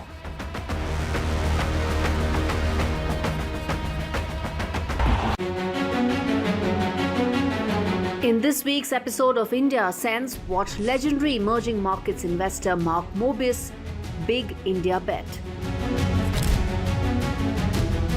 Should G7 become G8 with the addition of India as the 8th country?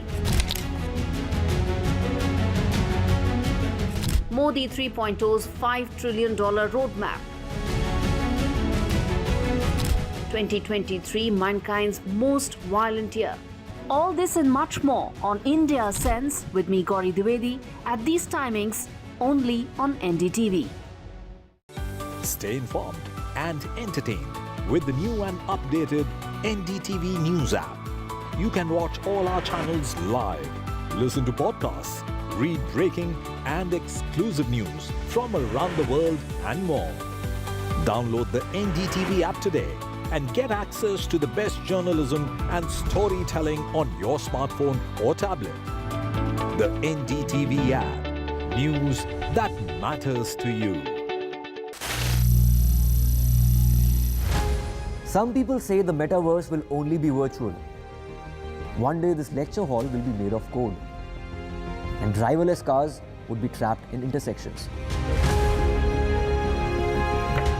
But even in this maze of the future, you can't wish away health. It's time to become more resilient.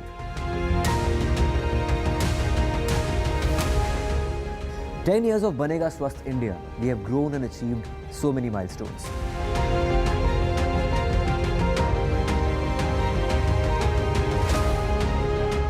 And now I have a plan to beat the urgency, to stop breathing with difficulty, to relieve getting choked with inactivity.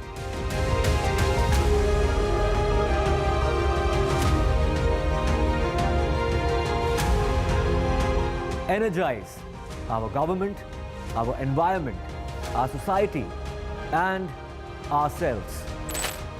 Everyone, everywhere, every day."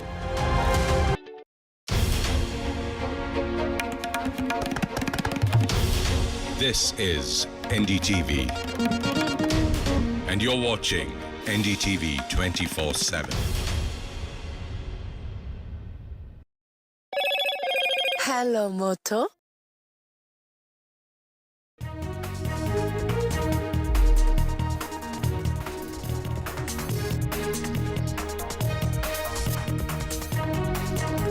In an exclusive interview to NDTV, the Education Minister speaks on the NEET controversy and asks why are they demanding the scrapping of the NEET exam and that there is no proof of any paper leak. Protesting students fed up with the NEET mess met with the Education Minister and handed a list of their demands, which includes a retest for all candidates and for a replacement of the testing agency chief. Temporary relief for former Karnataka Chief Minister Yediyurappa in the POCSO case against him. The Karnataka High Court says Yediyurappa cannot be arrested. He's been asked to appear for the next hearing now on the 17th.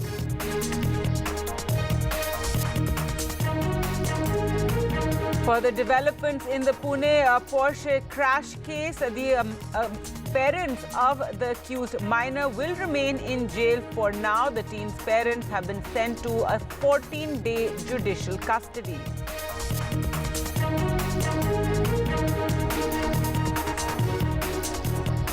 Prime Minister Narendra Modi holds key bilaterals on the sidelines of the G7 after meeting with Macron and Sunak. The Prime Minister met with Ukraine's Zelensky. And Vladimir Putin promises a ceasefire in Ukraine if Kiev withdraws troops from occupied regions and renounces plans to join NATO. This as the G7 is underway.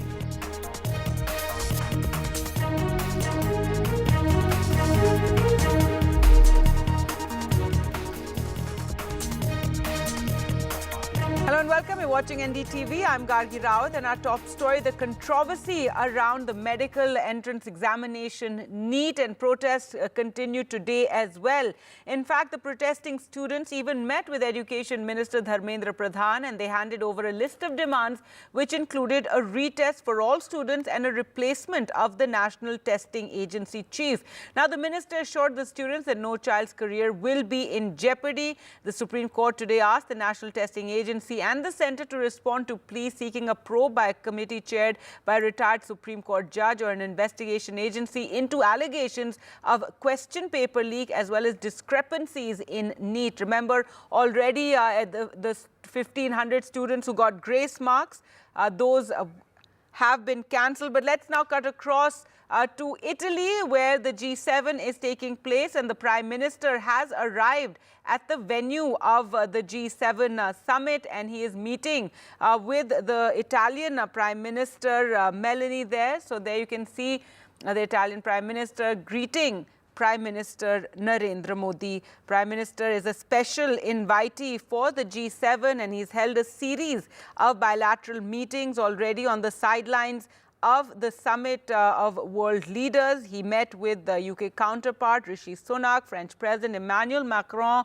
and Ukrainian President Volodymyr Zelensky just a short while ago. These meetings have taken place, and there the Prime Minister greeted by the Italian Prime Minister Meloni, and later today he is invited for an informal dinner as well by the Italian Prime Minister. He will leave Italy at around 11 p.m. or after. So the Prime Minister there in Italy for the G7 as a special invitee. So several bilaterals have been held already. It's not clear whether the Prime Minister will indeed hold a special bilateral, a separate talks or just a pull aside with US President Biden. The Prime Minister earlier, before arriving in Italy, had said, "I look forward to meeting fellow world leaders and discussing a wide range of issues aimed at making our planet better and improving lives of people." In fact, the initial focus of the G7 has been on Ukraine, and the G7 leaders on day one, which was yesterday, agreed to a $50 billion loan for Ukraine using profits from frozen Russian assets. So that was the big focus at the G7 on day one. And Prime Minister Modi there in Italy for the G7, arriving there at the venue where the G7 summit is taking place. As we said, he held, the Prime Minister is, India has been invited as an outreach country, and this is the Prime Minister's first overseas trip, in fact, since taking oath as Prime Minister for a third straight term. Let's go across to NDTV's Vishnu Shrom, who's there in Italy. And Vishnu, so we have, those visuals of the Italian Prime Minister greeting Narendra Modi as he arrived at the venue of the summit. Tell us what more is going to happen today. Already some key bilaterals have taken place.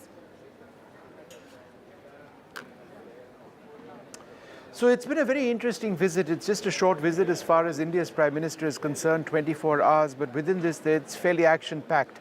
The Prime Minister has met the Ukrainian President Volodymyr Zelensky. Just moments back, he met Giorgia Meloni, who greeted him at the G7 venue. India and Italy have a bilateral meeting, G7, here in Italy.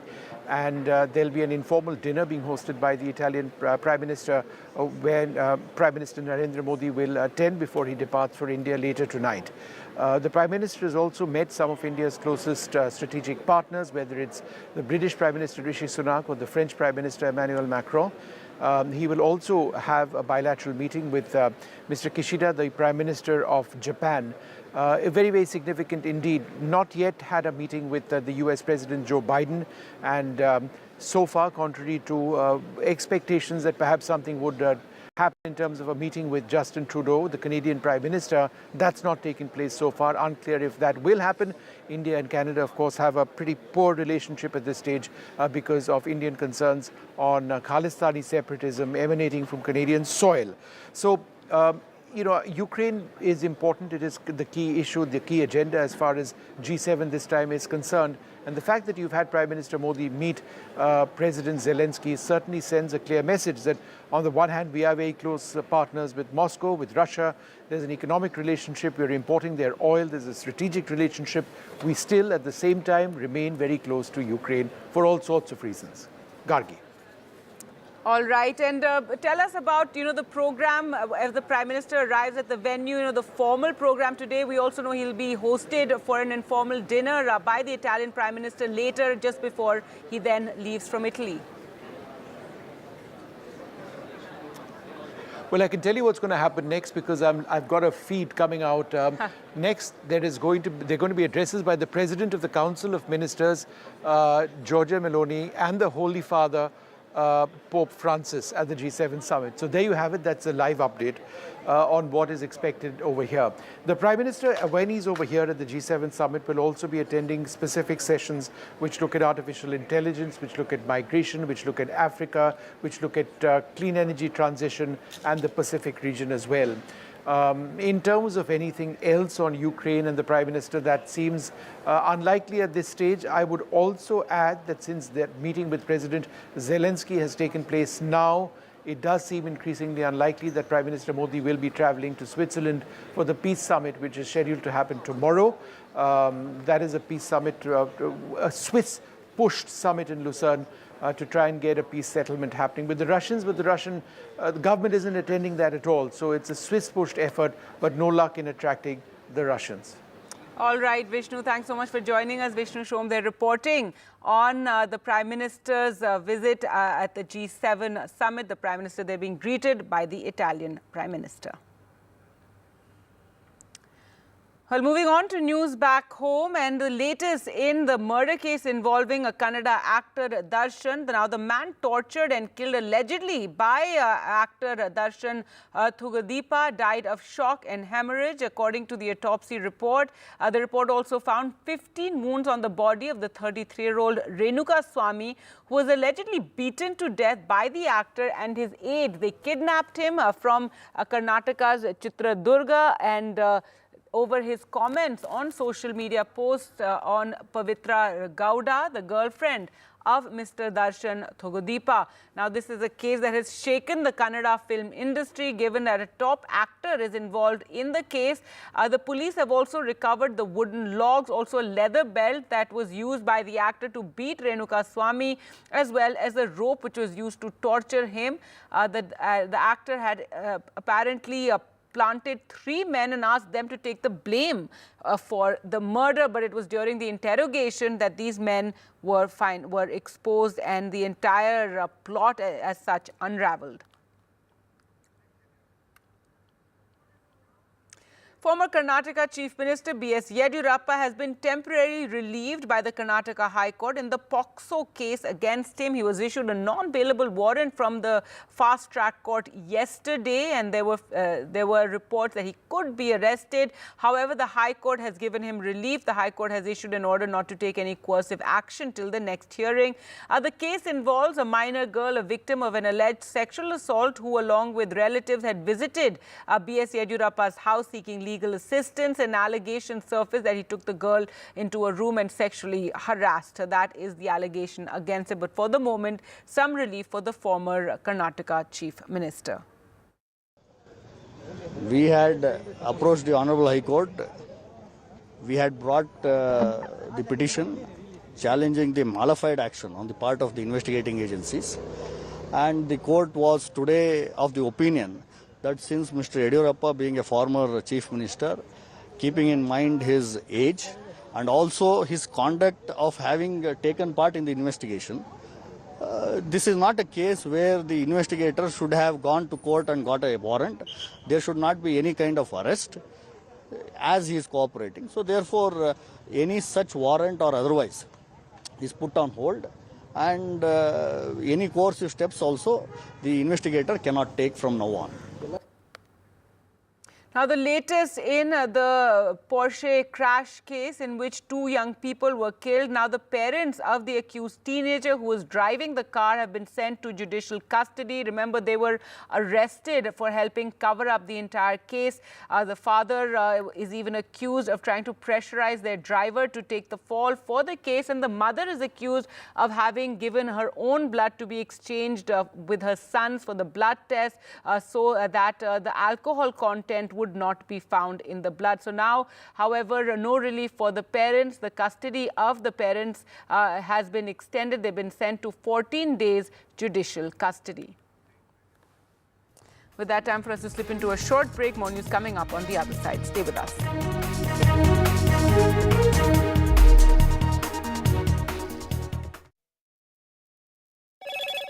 Hello, Moto.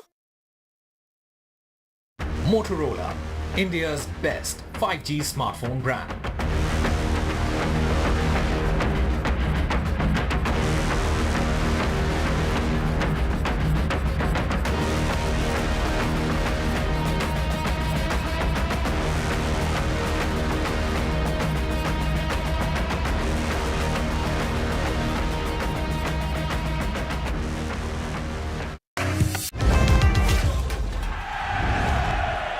Get the magic of the best working for you now. Link your payment cards once, collect rewards forever.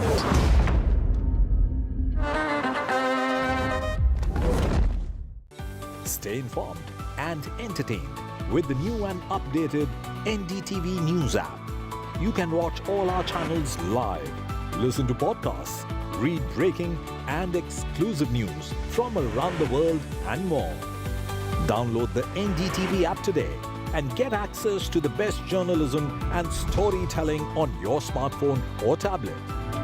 The NDTV app. News that matters to you. In this week's episode of India Sense, watch legendary emerging markets investor Mark Mobius' big India bet. Should G7 become G8 with the addition of India as the 8th country? Modi 3.0's $5 trillion roadmap. 2023, mankind's most violent year.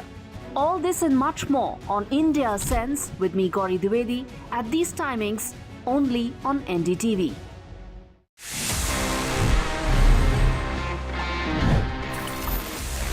Let me give you a quick recap and let's discuss about how Sony used some brilliant marketing back in the 90s for its PlayStation.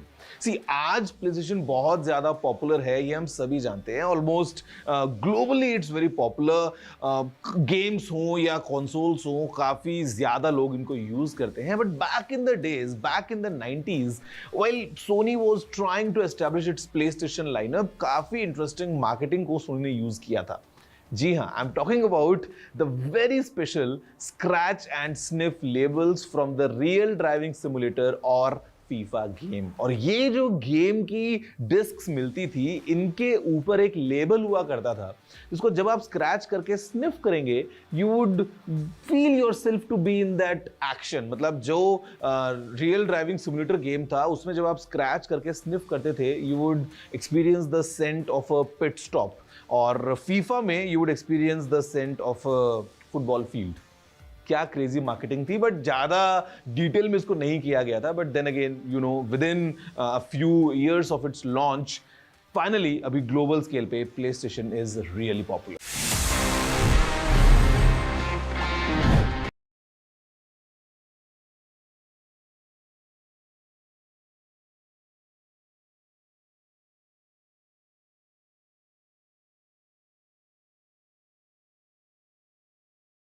Hello and welcome. Mr. Pradhan, really appreciate your time.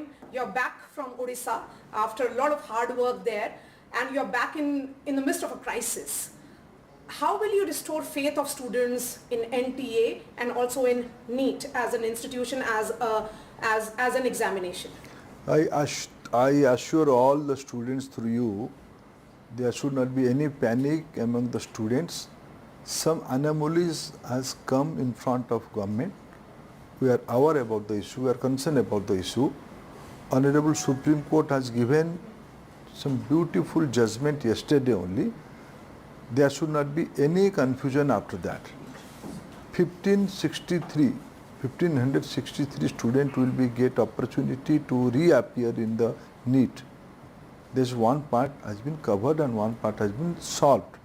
Those who are interested, they can opt for the retest in the specific 6 center where the allegation was they did not get any proper time.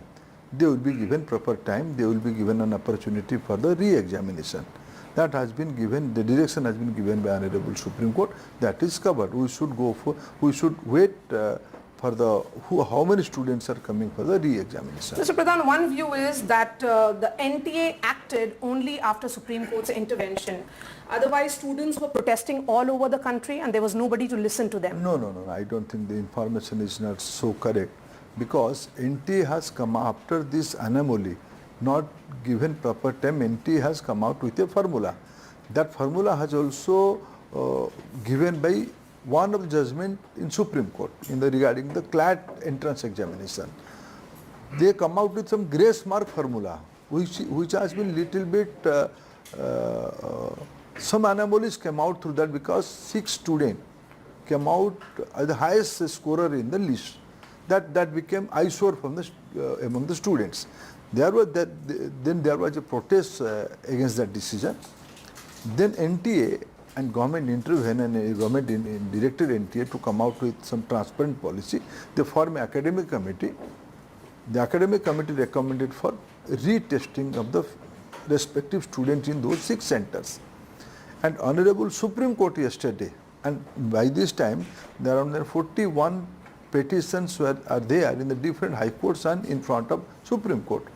Clubbing all together, Honorable Supreme Court has given those 1563 students should given opportunity, those who lost time in the 5th May, they should give an opportunity for the retesting, and they are given the opportunity for the retesting.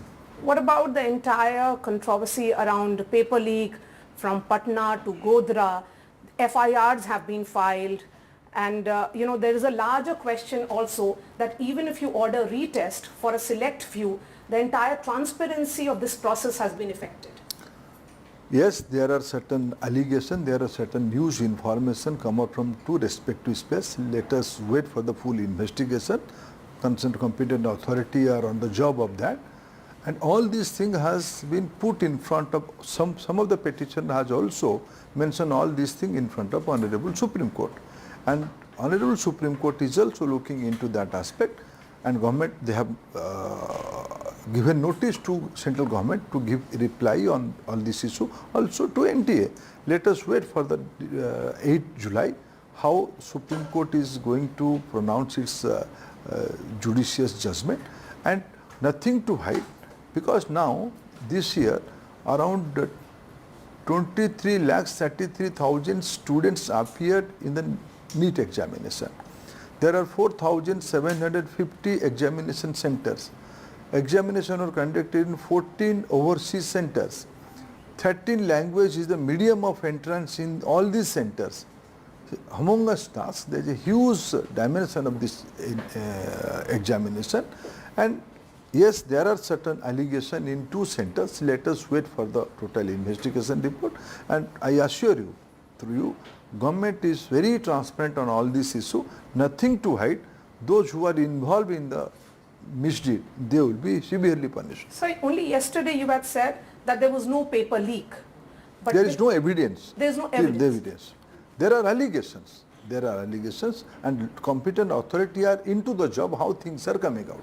But because of the sheer scale of which you just spoke about, 23 lakh students appear all over India, 13 plus languages in which this examinations are conducted. But if students do not have faith in the process, then how will you assure them? Because just few minutes back, you had a meeting with the delegation of students and their parents. I think I talked to the respective students and I listened their grievances, and I assure them, have faith on government and look into our policies, look into our commitment. There is no lack of intention. Yes, when you organize such a huge entrance examination, don't judge us by anomalies of 1 or 2 centers. And they will be carved out. They will be in the 6th center. Some anomalies came in front of system, and we have solved that problem with the guidance of Supreme Court. And I think this will also be sorted. What about NTA as a body? Are they failing to ensure that students have faith in them, because they are saying that there is a need for a CBI probe, a Supreme Court monitored probe? Maybe some of them have given allegation is that. Let us see how court is giving its opinion. So you're waiting for the court's judgment. My last question, how are you looking at the allegations that are coming in from opposition? The opposition has lost election severely in this last Lok Sabha and Vidhan. Much importance to opposition's allegation. My responsibility to assure the entire student community, entire parents, they should be assured that there is a transparency, there is no misdeed, malafide intention from NT or government.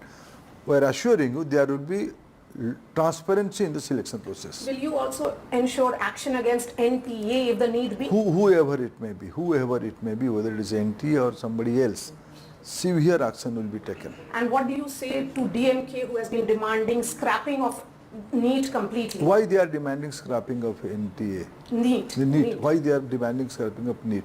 These are old demand. Yes. Last Since year 2017. Only. Why? Because they want to, through their old practice, to stop their old practice, respective state or respective medical college will decide who will study in their institution. That has been, the controversy went to Supreme Court a few years ago. And Honorable Supreme Court has given this opinion, there should be authority to organize an all India entrance test. NTA is the outcome of that.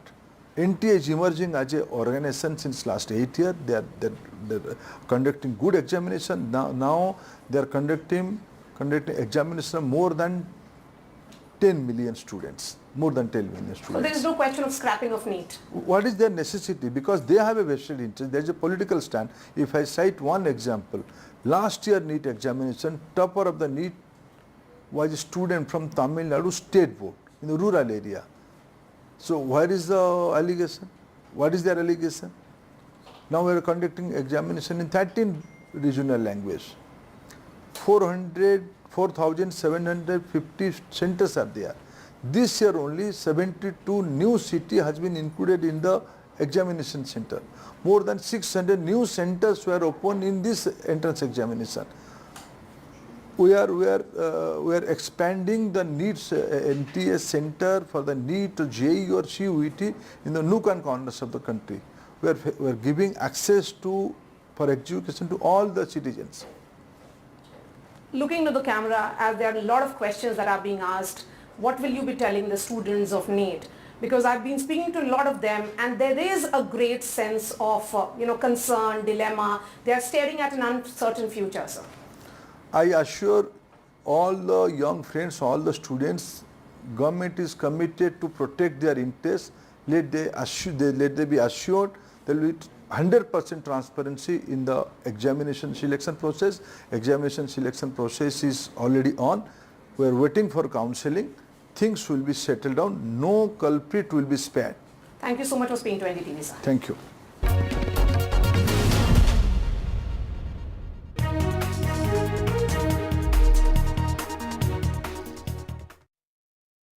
Brought to you. Stay informed and entertained with the new and updated NDTV News app. You can watch all our channels live, listen to podcasts, read breaking and exclusive news from around the world and more. Download the NDTV app today and get access to the best journalism and storytelling on your smartphone or tablet. The NDTV app. News that matters to you. Some people say the metaverse will only be virtual. One day this lecture hall will be made of code, and driverless cars would be trapped in intersections. But even in this maze of the future, you can't wish away health. It's time to become more resilient.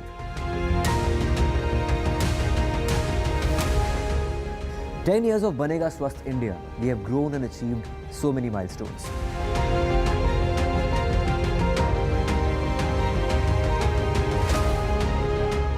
And now I have a plan to beat the urgency, to stop breathing with difficulty, to relieve getting choked with inactivity.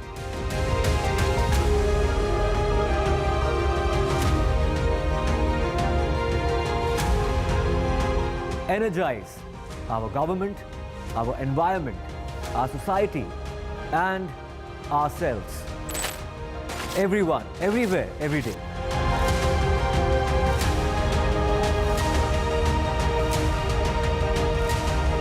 Banega Swasth India. One world hygiene.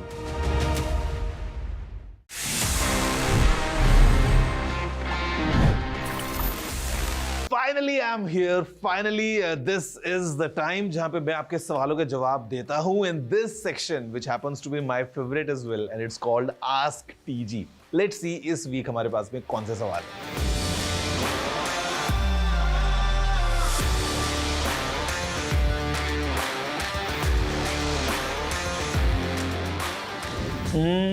To be honest, in Android TV, we don't have any such features जहाँ पे आपको live जो सामने speech आ रहा है उसके captions screen पे दिखाई दे जाएं.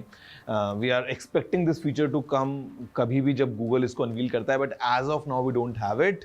Samsung, however, in their latest AI TVs जो Samsung ने launch किए थे उसमें demonstrated that how using AI they were able to put some captions for the text. जो भी dialogues या जो भी speech television में उस time पे है वो सामने captions के form में visible है. Now I'm not sure कि how exactly this functions. Now मैं आपको एक और recommendation दे सकता हूँ, which is to try these bone conducting headphones or earphones, because sometimes what I have noticed is कि जहाँ पे hearing loss की हम बात करते हैं, because they use the mechanism of bone conduction, आप वहाँ से audio directly अपने inner ear के through सुन सकते हैं. So you can give them a try and then pair the earphones with the TV so that आप directly जो TV में dialogues हैं उनको आप सुन सकते हैं. But sadly, as of now in Android TV, we don't have any such feature of live captions. Is it safe to leave a pen drive or an SSD in the car during the summer heat? Ideally, you shouldn't do it. And the simple reason is कि ये जो gadgets हैं, all the electronics जो हम एक laptop की बात करते हैं, let's say talk about a smartphone, SSD or a pen drive, could be anything. यहाँ पे extreme heat might damage the internal components. तो अगर आप अपनी कार में इनको छोड़ रहे हैं तो at least in the glove box if you can keep them, maybe wrapped in a piece of cloth और समथिंग, वहाँ पे maybe it's in your bag, तो ठीक.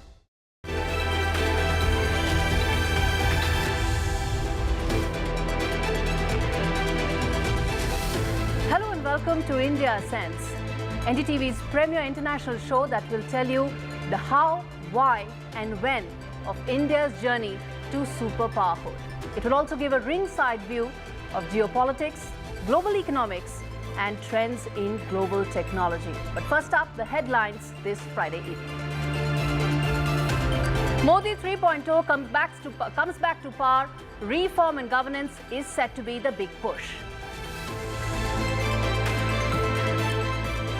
Prime Minister Modi is in Italy for the 50th G7 summit. This is the 11th time India has been invited to the summit as the leader of the global south.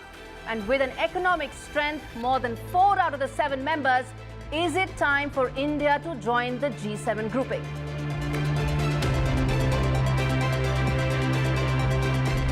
US President Joe Biden signs a 10-year bilateral security pact with Ukraine President Zelensky.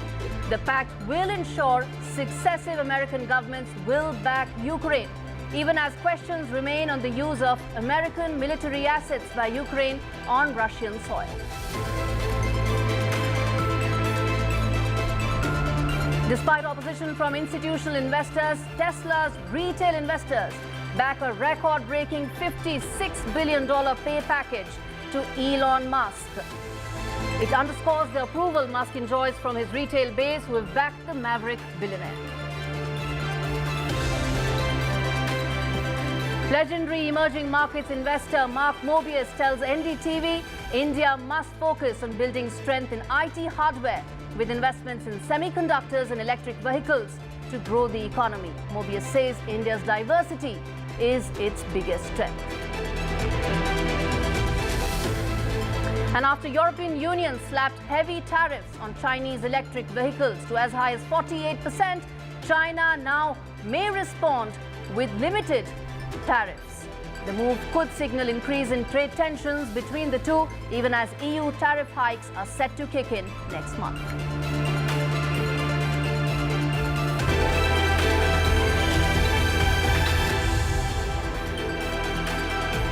The big story on India ascents.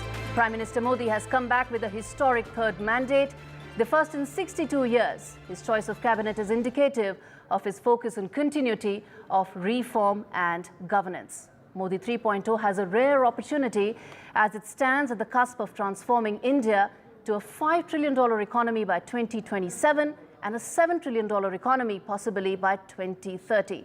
And this economic heft will also pave the way for India's dominance in geopolitics. To achieve superpowerhood, though, continuance is just one among the many things that are needed. So what should Modi 3.0 focus on for India's ascent? First up, it needs to focus on big-ticket reforms. It needs to get some push areas right. And most importantly, it needs to have some resets as far as governance is concerned. Let's listen in to what Prime Minister Modi had to say. विकसित भारत के लक्ष्य के लिए हम खूब मेहनत करेंगे, जमकर मेहनत करेंगे. हमारे पास रुकने का, थमने का समय नहीं है. ये राष्ट्र नीति के लिए एकजुट होकर आगे बढ़ने का समय है। विकसित भारत के हमें निरंतर बड़े फैसले लेने हैं। भारत के उज्जवल भविष्य के लिए उत्तम फैसले भी लेने हैं। हमने भारत को दुनिया का दूसरा सबसे बड़ा मोबाइल मैन्युफैक्चरर बनाया है। अब इलेक्ट्रॉनिक्स, सेमीकंडक्टर और ऐसे नए सेक्टर्स में और तेजी से काम किया जाएगा।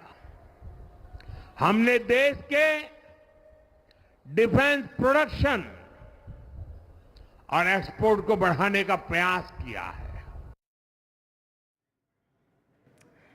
In fact, as we speak, Prime Minister Modi is meeting Pope Francis right now. He is in Italy for the G7 summit. There you can see, let the visuals breathe.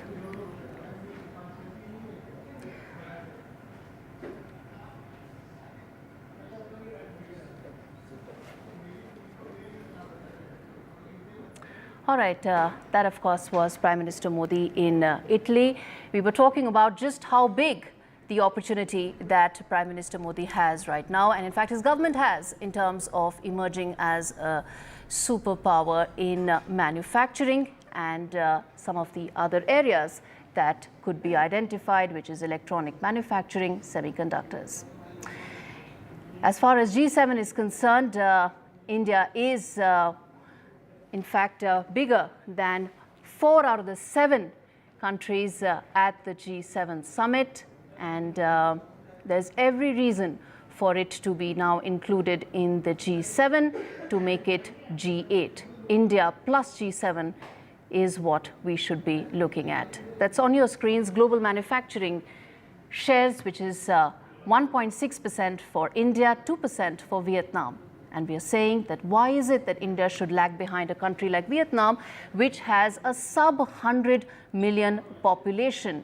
India's share is just 2.7% when it comes to labor-intensive manufacturing. On your screens, you can see that Vietnam stands at 5.2%. So that's the opportunity that lies ahead in terms of what all Modi 3.0 can do, specifically for semiconductors, electronics manufacturing, electric vehicles, defense manufacturing, all the areas where there is scope and opportunity to expand in a major way. In fact, let's listen into what Prime Minister Modi did say as far as the opportunity that exists for specifically manufacturing to absorb the large working age population that India has.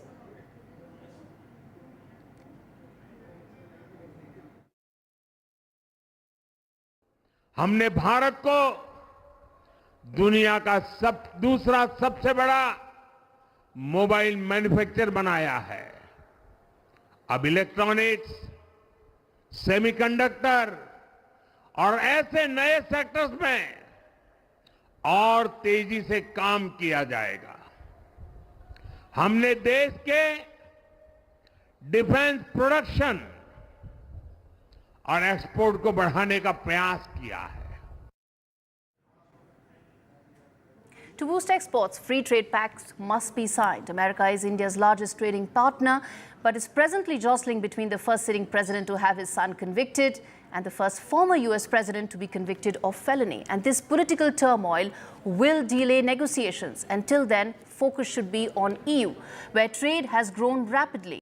India's ICT exports to EU have in fact grown from 1.5% to over 5.5% in the last decade. Reasons why trade talks with EU must be expedited. And lastly, continued investments in infrastructure and people should be the two push areas. India has built the highest per capita expressway in Asia, and this momentum must continue and extend to better port connectivity. Skilling is the other area which will help India climb the tech ladder.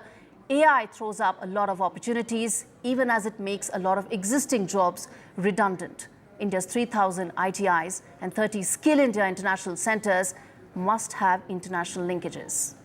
The backbone of semiconductors, defense manufacturing, and the continued success of Indian IT companies is better trained manpower.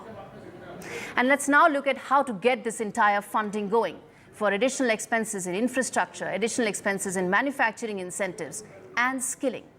India's finances have recovered and improved remarkably, with current account deficit at less than 0.8%. It has declined by 2.7% of the GDP in the last decade. India went from borrowing about 3.5% during the 2010 to 2013 period to, as I said, sub 0.8%. And India can sustain this spending by borrowing much less from the rest of the world. Add to this the administrative reforms for better governance, and what we will see is India's ascent. All right, the wide-angle segment of the show, where we talk about what could happen if India were to do some different thinking. We talk about G7, where the first foreign visit by Prime Minister Modi in his third term has been to the G7 summit in Italy. G7 is a group of the 7 most industrialized nations and comprises of USA, UK, France, Italy, Canada, Japan and Germany. India is not a member of the G7, but it is a special invitee in the 2024 summit. This is not the first time that India has been invited to the G7. In May 2023, when the summit was held in Hiroshima in Japan, India was an invitee. Likewise, in 2022, it was Germany as the host country which invited India. In 2021, it was the UK that invited India as a special guest. And before that, it was France in 2019 that extended the special invitation to India. In effect, India is a permanent special invitee to the G7 summit. G7 cannot ignore India. It cannot ignore India's opinion. As a responsible power, India is the leader of the global south. It is the world's largest democracy, the growth engine of the global economy. In fact, the Indian economy, as I said, is now bigger than Canada, UK, France, and Italy. That's 4 out of the 7 countries that make up the G7. India's economic might is a compelling reason for New Delhi to be included in the G7.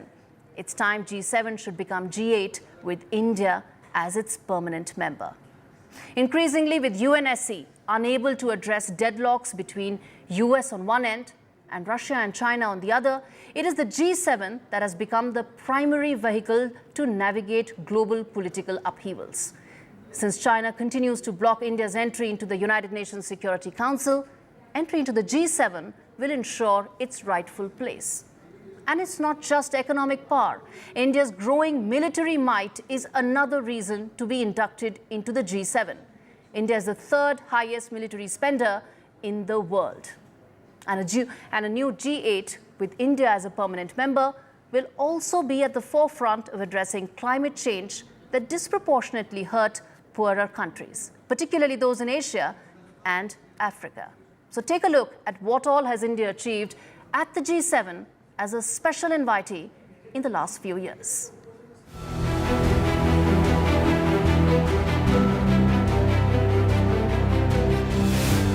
Prime Minister Modi's visit to the G7 summit is the 11th time India is attending the G7 summit, 5 of which have been under the Modi administration since 2019. So why has a group of developed industrialized countries invited India year after year? Take a look of what India has brought to the G7 table in the past 5 years.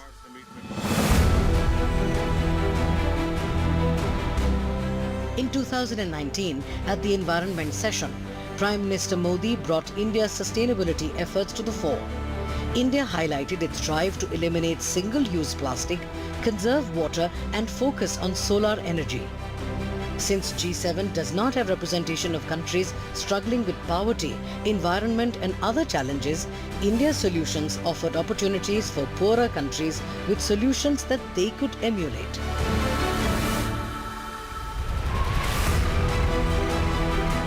In 2021, as the world battled the COVID pandemic, PM Modi spoke about One Earth, One Health. India's call for global unity, leadership and solidarity to prevent future pandemics resonated with all other members. India emphasized the responsibility that democratic and transparent societies have in ensuring the world is better prepared and equipped to handle future global health risks. As the Ukraine conflict skyrocketed energy prices, it pinched poor countries the most. India advocated for the rights of poor countries to get energy at affordable prices. As the voice of the global south, PM Modi urged G7 nations to think not just for their interests and ensure energy access is not the privilege of only the rich.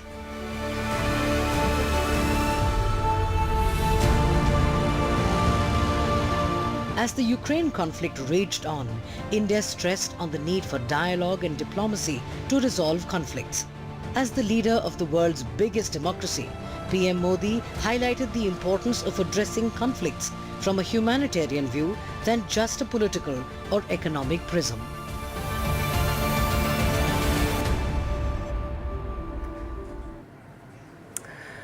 Moving on to a story that should impact every one of us. We live in times of war. Since the end of Cold War in 1991, the world hasn't experienced a more violent time than now, with countries waging war over each other for months and years without any signs of it ending anytime soon.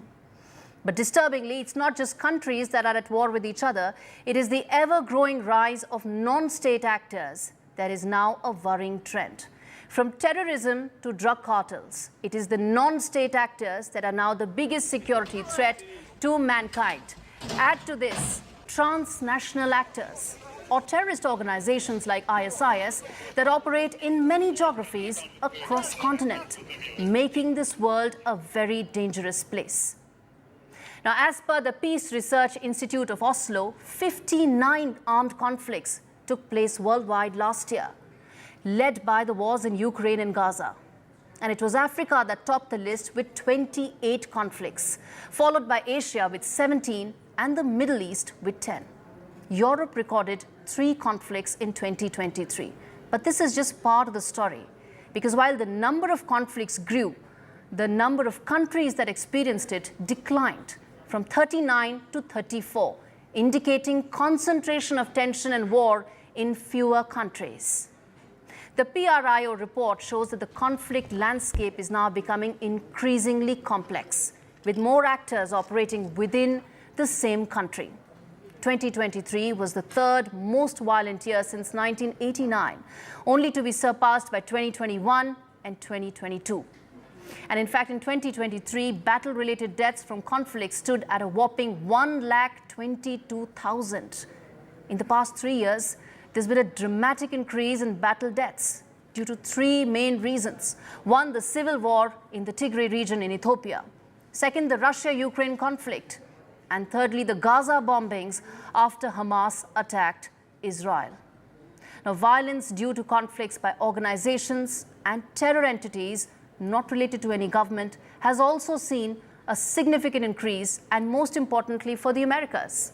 For the first time, Latin America is now home to the greatest number of non-state conflicts, numbering 36. These are gang wars. These are drug cartels that are heavily armed and are fighting with each other. This is most acute in Brazil and Mexico.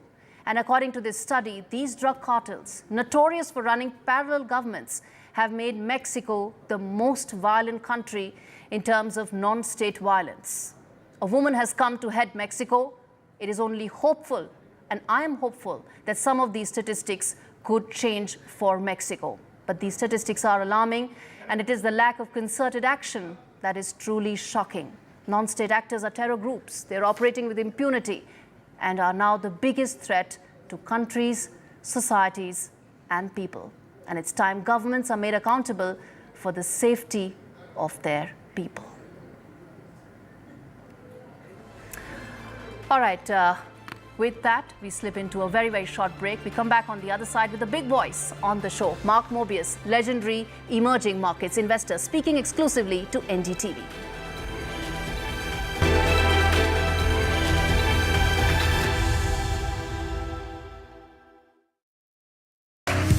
Stay informed and entertained with the new and updated NDTV News app. You can watch all our channels live, listen to podcasts, read breaking and exclusive news from around the world and more. Download the NDTV app today and get access to the best journalism and storytelling on your smartphone or tablet. The NDTV app. News that matters to you. Some people say the metaverse will only be virtual. One day this lecture hall will be made of code, and driverless cars would be trapped in intersections. But even in this maze of the future, you can't wish away health. It's time to become more resilient.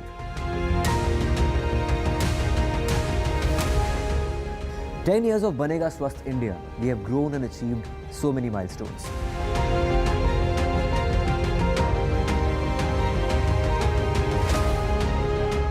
And now I have a plan to beat the urgency, to stop breathing with difficulty, to relieve getting choked with inactivity.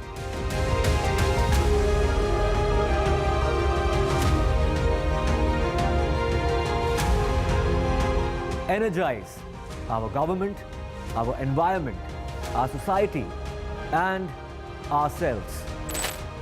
Everyone, everywhere, every day.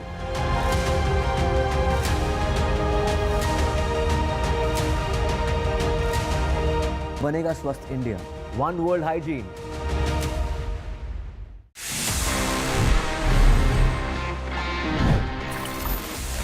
Our life is anyway quite easy these days because हमको वो cash carry नहीं करना पड़ता है. We can make the payments just using UPI. हमारे phone से instant एक QR scan करके हम payment कर देते हैं. But the question is,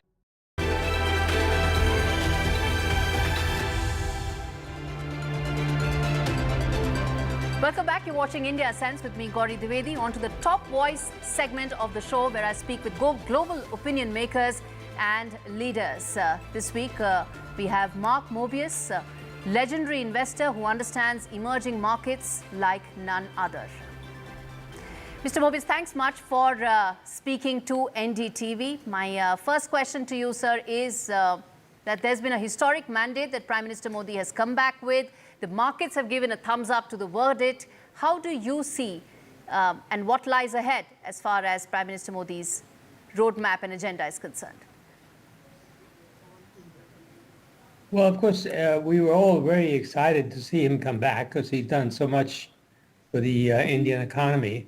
Of course, he did not get the expected amount of seats to change the constitution, but that's fine.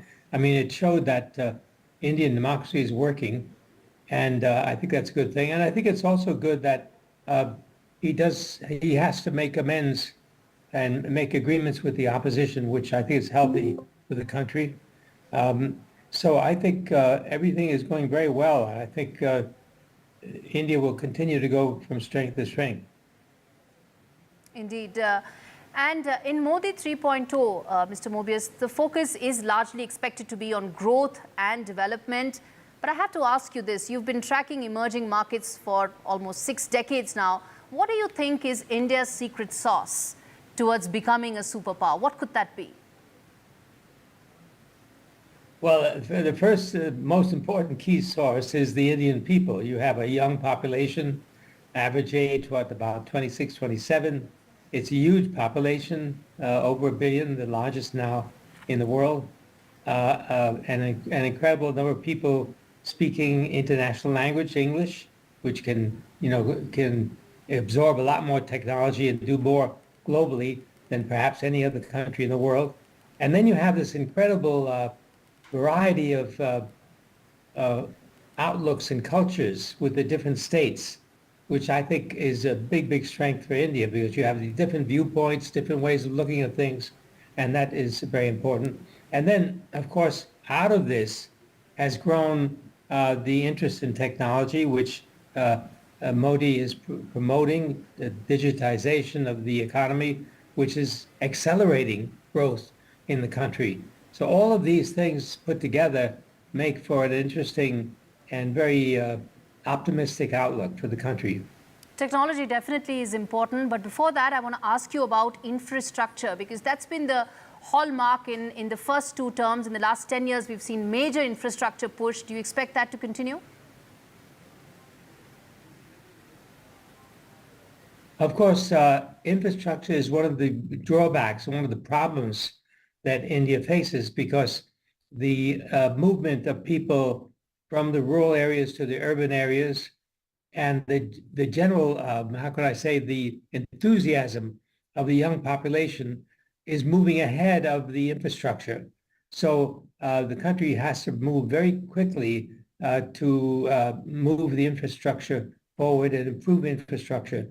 And that includes roads, it includes railroads, it includes power. I mean, India needs more and more power and power distribution. So all of these things must be accelerated. And I'm happy to see that a lot is being done in that direction, but more needs to be done. It's quite a big task. All right, Mr. Mobius, thanks much for speaking to NDTV. Specific areas where India needs to focus for its ascent. On to the Tech Tracker, where we take a look at the big technology stories that are coming out of the world and impacting all of us. First up, the age at which children get their first phone has now been advancing. An Ofcom report says 28% of children get a phone between the age of 5 and 7, and 17% even earlier as a toddler. Now, this raises the need for governments to regulate phone usage and social media usage amongst kids. And for that, New York has passed landmark laws, the first being the Safe Addictive Feeds Exploitation for Kids Act, or the SAFE Act, which prohibits social media companies from showing addictive feeds to children under the age of 18. The New York Child Data Protection Act bars online platforms from collecting or selling personal data from children below the age of 18. As big tech comes under greater scrutiny, more governments may follow suit. Next up, well, Elon Musk has locked horns with Apple over the safety of consumer data on the company's platform. Apple forged a partnership with ChatGPT maker OpenAI and launched its tech roadmap titled AI, or Apple Intelligence, with much fanfare. For Apple product owners, this will mean AI on their iPhones, iPads, and Macs. But for Musk, Apple devices will have unacceptable security violation, so much so that Elon Musk claims that Apple has no clue about what's actually going on once they hand customers' data over to OpenAI. And Musk has also threatened to ban Apple devices at his companies over alleged security fears. It seems the privacy debate over AI is just getting started. All right, as we wrap up and come to the end of this show, let's take a look at the video of this week. Well, it comes from the G7 summit, where world leaders got to witness awkward moments when American President Joe Biden was seen to be wandering off until Italian Prime Minister Giorgia Meloni brought him back. Take a look.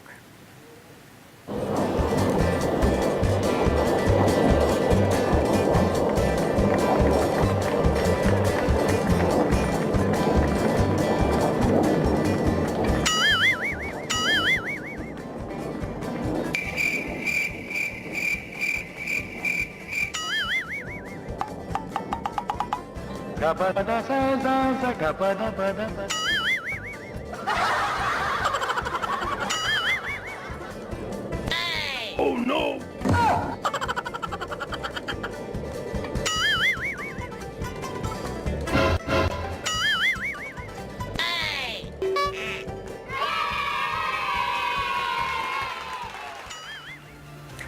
Awkward indeed.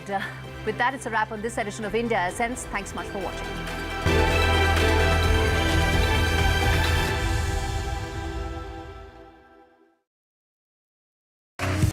Stay informed and entertained with the new and updated NDTV News app. You can watch all our channels live, listen to podcasts, read breaking and exclusive news from around the world and more. Download the NDTV app today and get access to the best journalism and storytelling on your smartphone or tablet. The NDTV app. News that matters to you.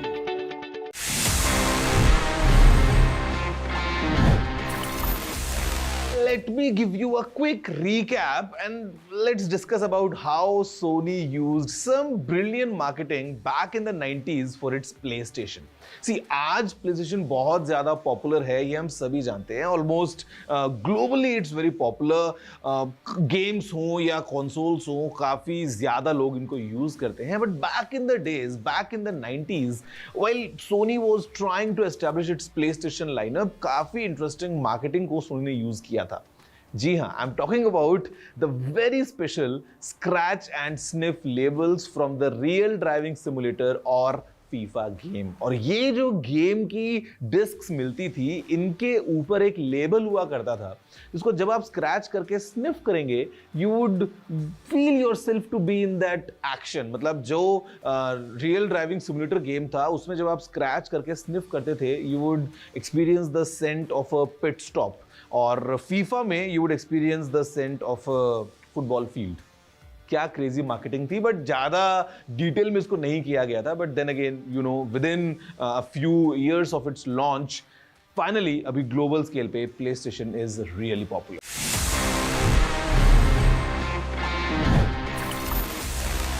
Hello and welcome. We are in Rome, Italy, on our way to Apulia in the south of Italy, where the G7 summit is going to be held. The Prime Minister will be here tomorrow. It's his first international visit since the NDTV government came into power. Why is G7 important? Because it is a collection of the world's most powerful.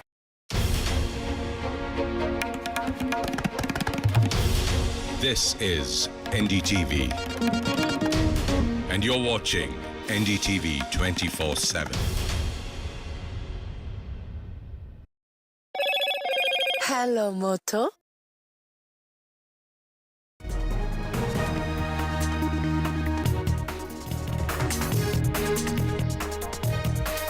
Darshan arrest case. The latest is that the victim's autopsy report is now out.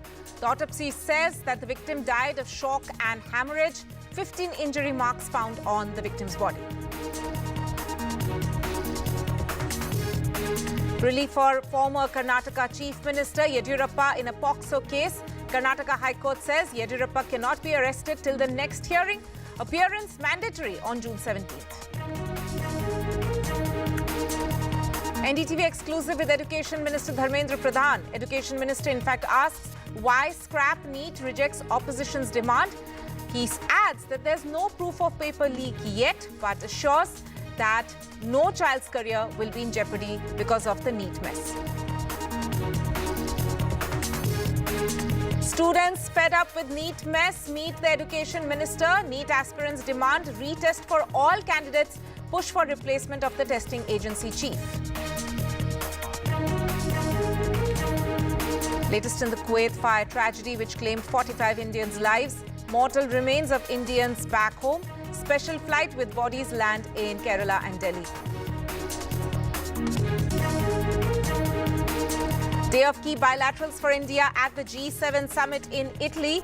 Prime Minister meets UK Prime Minister, French President as well as the Italian Prime Minister. Modi Zelensky meet on sidelines of summit. At the same time, the Prime Minister also meets Pope Francis in Italy. Putin promises a ceasefire in Ukraine if Kiev withdraws troops from occupied regions and renounces plans to join NATO.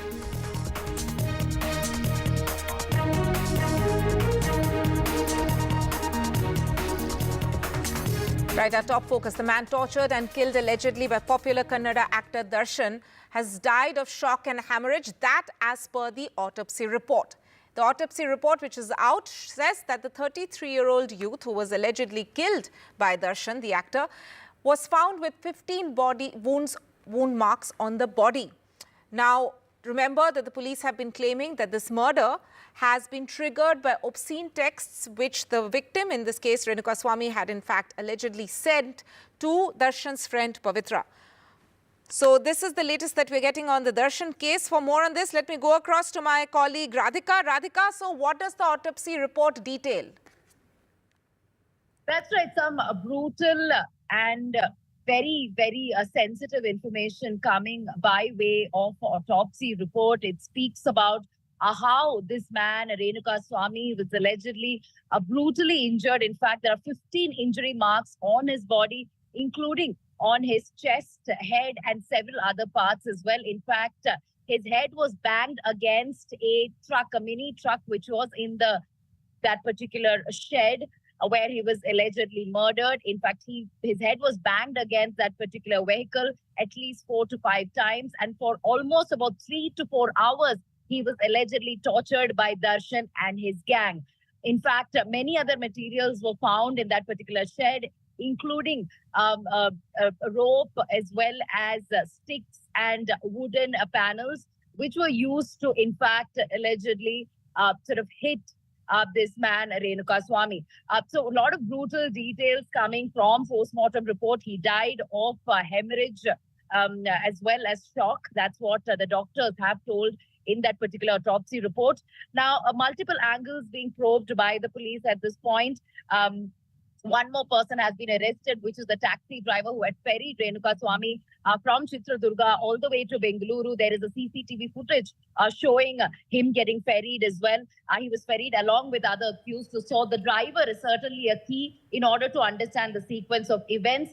All the accused are in police custody, including Darshan. They will be produced before the court in just about few days. At this point, police analyzing, scrutinizing CCTV footage as well as phone records and also, witness accounts as well. Right. Radhika, stay with us as we will be needing you on the following story as well. Staying with Karnataka, former Karnataka Chief Minister, slight relief for B.S. Yediyurappa as the Karnataka High Court, which is hearing his bail plea, has said there'll be no action against the former Chief Minister till the next hearing. Now remember, Yediyurappa is accused in a molestation case, which of course is a POCSO case, and he has of course denied all the charges, but the POCSO court had in fact issued a non-bailable warrant against him, following which he had filed for this bail plea. For more on this, let me again go across to my colleague Radhika. But prior to that, let's listen in to what the lawyer, one of the lawyers attached to this case, had to say. We had approached the Honorable High Court. We had brought the petition challenging the malified action on the part of the investigating agencies. And the court was today of the opinion that since Mr. Yediyurappa, being a former chief minister, keeping in mind his age and also his conduct of having taken part in the investigation, this is not a case where the investigator should have gone to court and got a warrant. There should not be any kind of arrest as he is cooperating. So therefore, any such warrant or otherwise is put on hold. And any coercive steps also the investigator cannot take from now on. Right, let me go across to my colleague Radhika for more on this. Radhika, so what were the key highlights of the arguments in court today? That's right. Some relief for former Chief Minister of Karnataka, B.S. Yediyurappa. In fact, he will not be arrested until June 17. Of course, the investigation agency, the CID, had been seeking his arrest. Of course, the non-bailable warrant had been issued by a special court. Of course, this was challenged by B.S. Yediyurappa. He had sought an anticipatory bail and also quashing of FIR. This is, of course, in connection to sexual assault case. As far as the arguments are concerned, the court did question the investigation agency about the necessity of the arrest and why they were in such a big hurry to arrest. Of course, the CID, they're pointing to the court that there was one notice that was issued to Yediyurappa. In fact, he had complied with that particular notice. However, the second notice was not complied with, and that immediately after the issuance of the second notice, he had booked a flight to Delhi and had been untraceable. This is, of course, the argument made by the prosecution. The court, of course, not buying the argument, saying that if he had complied with the notice in the initial time, in the beginning, then he would comply once again. It doesn't mean that he's going to flee the country. And also, he's a former chief minister of the state. He's not Tom, Dick or Harry. These are the words used by the judge. I'm going to just repeat that. He's not some Tom, Dick or Harry. He is a former chief minister. Is it your case he will flee the country? What can he do by leaving to Delhi from Bangalore? And we cannot immediately jump to conclusion that a case is made for arrest and detention for custodial interrogation. So these are, of course, the details at this point as far as this entire argument in court is concerned. So the court not buying prosecution side, stating that let's wait and watch. Let's give him time till June 17 to appear before the court, and therefore no coercive action can be taken till then. For now, at this point, we'll have to see what happens on June 17, whether he'll appear before This, of course, the agency is an interim and relief. whether the prosecution will once again, in fact, whether the CID will once again go before the court, seek. Right, Radhika, this is, of course, an interim relief which has come across for Yediyurappa. Thank you so much for joining us with the latest on that story. Shifting focus now to another one of our top stories, and that is on the Kuwait fire tragedy, in which the mortal remains of the 45 Indians who unfortunately died in that incident, they have been brought back.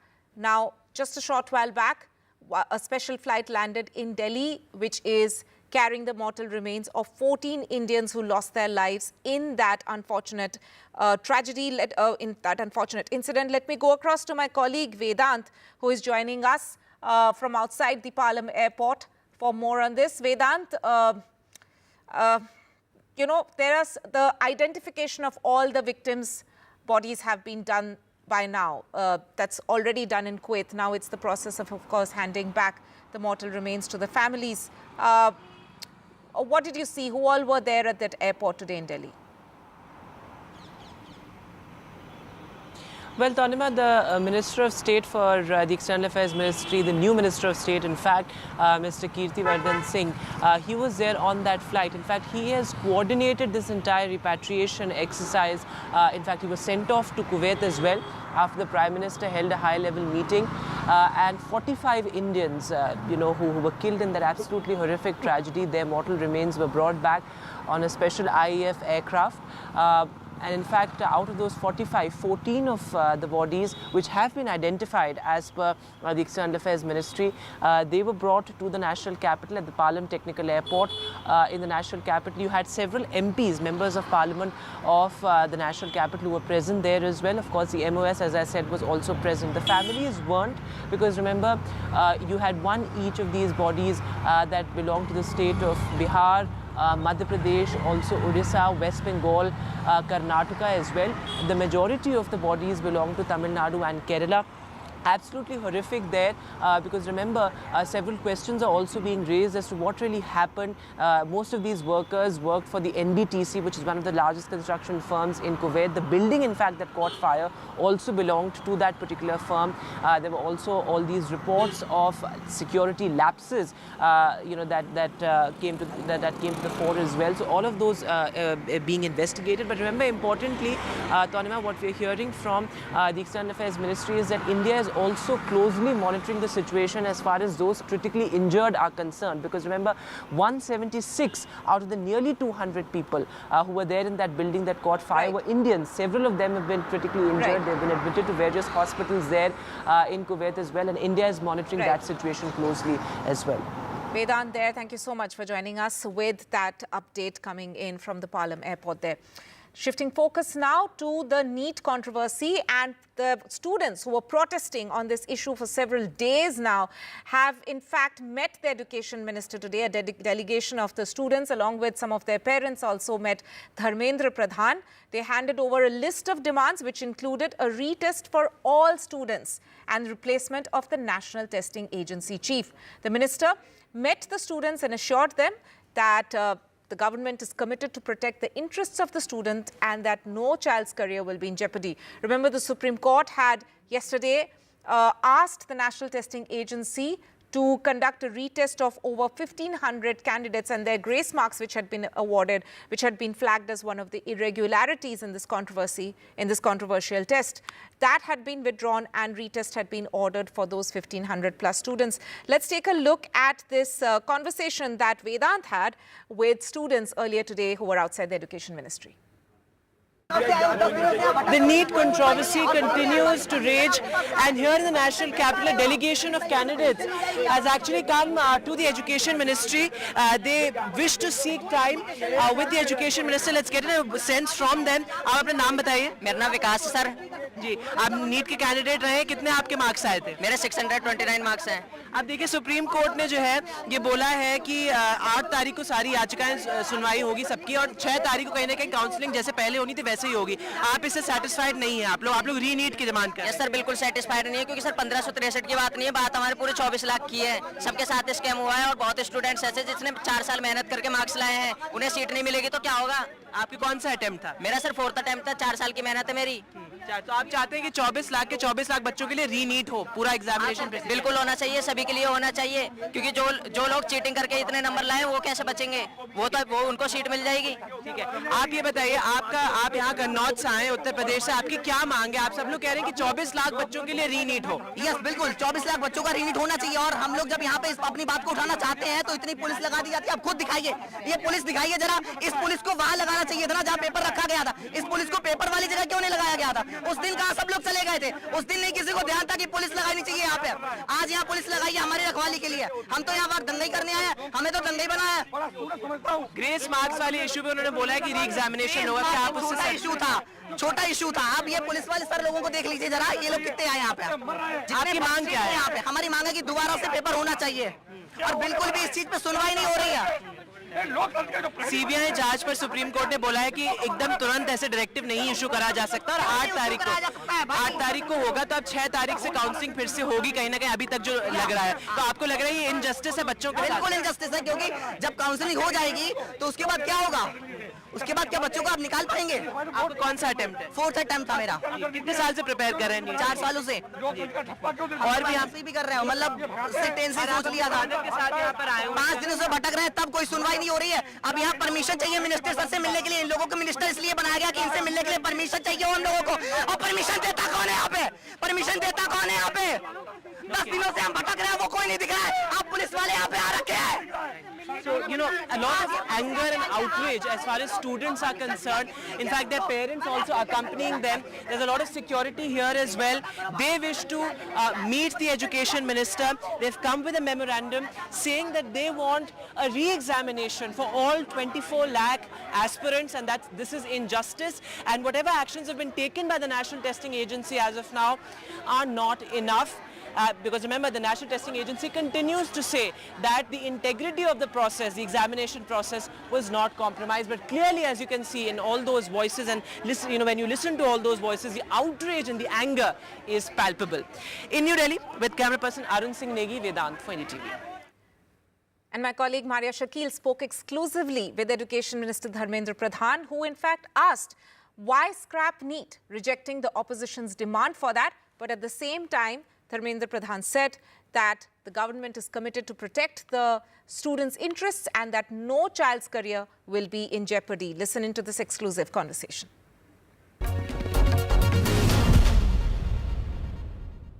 Mr. Pradhan, really appreciate your time. You're back from Odisha after a lot of hard work there, and you're back in the midst of a crisis. How will you restore faith of students in NTA and also in NEET as an institution, as an examination? I assure all the students through you, there should not be any panic among the students. Some anomalies has come in front of government. We are aware about the issue, we are concerned about the issue. Honorable Supreme Court has given some beautiful judgment yesterday only. There should not be any confusion after that. 1563 students will be get opportunity to reappear in the NEET. This one part has been covered and one part has been solved. Those who are interested, they can out for the retest in the specific 6 center where the allegation was they did not get any proper time. They will be given proper time, they will be given an opportunity for the re-examination. That has been given, the direction has been given by Honorable Supreme Court, that is covered. We should wait for how many students are coming for the re-examination. Mr. Pradhan, one view is that the NTA acted only after Supreme Court's intervention. Otherwise, students were protesting all over the country and there was nobody to listen to them. No, I don't think the information is not so correct, because NTA has come after this anomaly, not given proper time. NTA has come out with a formula. That formula has also given by one of the judgment in Supreme Court regarding the CLAT entrance examination. They come out with some grace mark formula, which has been little bit Some anomalies came out through that because 6 students came out as the highest scorer in the list. That became eyesore from the among the students. Then there was a protest against that decision. Then NTA and government intervened and government directed NTA to come out with some transparent policy. They formed an academic committee.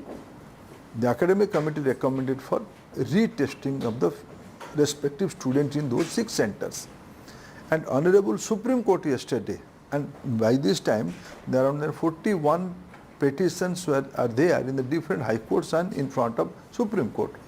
Clubbing all together, Honorable Supreme Court has yesterday given those 1563 students should given opportunity, those who lost time in the 5th May, they should give an opportunity for the retesting, and they are given the opportunity for the retesting.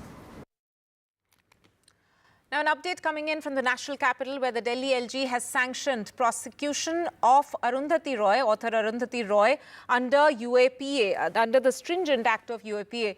And this is with regard to a provocative speech that Roy made in 2010. For more on this, let me go across to my colleague Ishika. Ishika, what are the details of this case? And, you know, has it been dragging for so long that And of course, it's very important that now prosecution sanction has been granted under UAPA. But take us through the background of this case and the significance of this order from the LG. Well, yes, Sonima, now the Delhi Lieutenant Governor V.K. Saxena has given prosecution sanction against Arundhati Roy under UAPA for an alleged provocative speech that she made at an event in 2010. Now, in fact, as per the Rajnivas sources, which we are getting to know that it was, in a conference that was organized on October 21st, 2010, under the banner of Azadi, the only way, where in fact Arundhati Roy was one of, the speakers at that event. And she allegedly made a provocative speech, after which an FIR was, filed against her and the other speakers that were present at that conference. So now, based on that, now the Lieutenant Governor has in fact given this prosecution, sanctioned the prosecution of Arundhati Roy under the UAPA. Over to you. Ishika, thank you so much for joining us with that. Now, Adani's Tanzania foray, as the Gautam Adani and Adani Group, in fact, tie up with Tanzania in a strategic partnership. In fact, Gautam Adani met President of Tanzania today and posted about this on the social media handle, saying they discussed possibilities of long-term ties with Tanzania. Also mentioned that Tanzania is one of Africa's most promising nations. He added that the Adani Group is excited about leveraging expertise in multiple sectors. And remember, Adanis have also bagged a deal to operate a terminal in Tanzania and to help build a world-class infrastructure in Tanzania.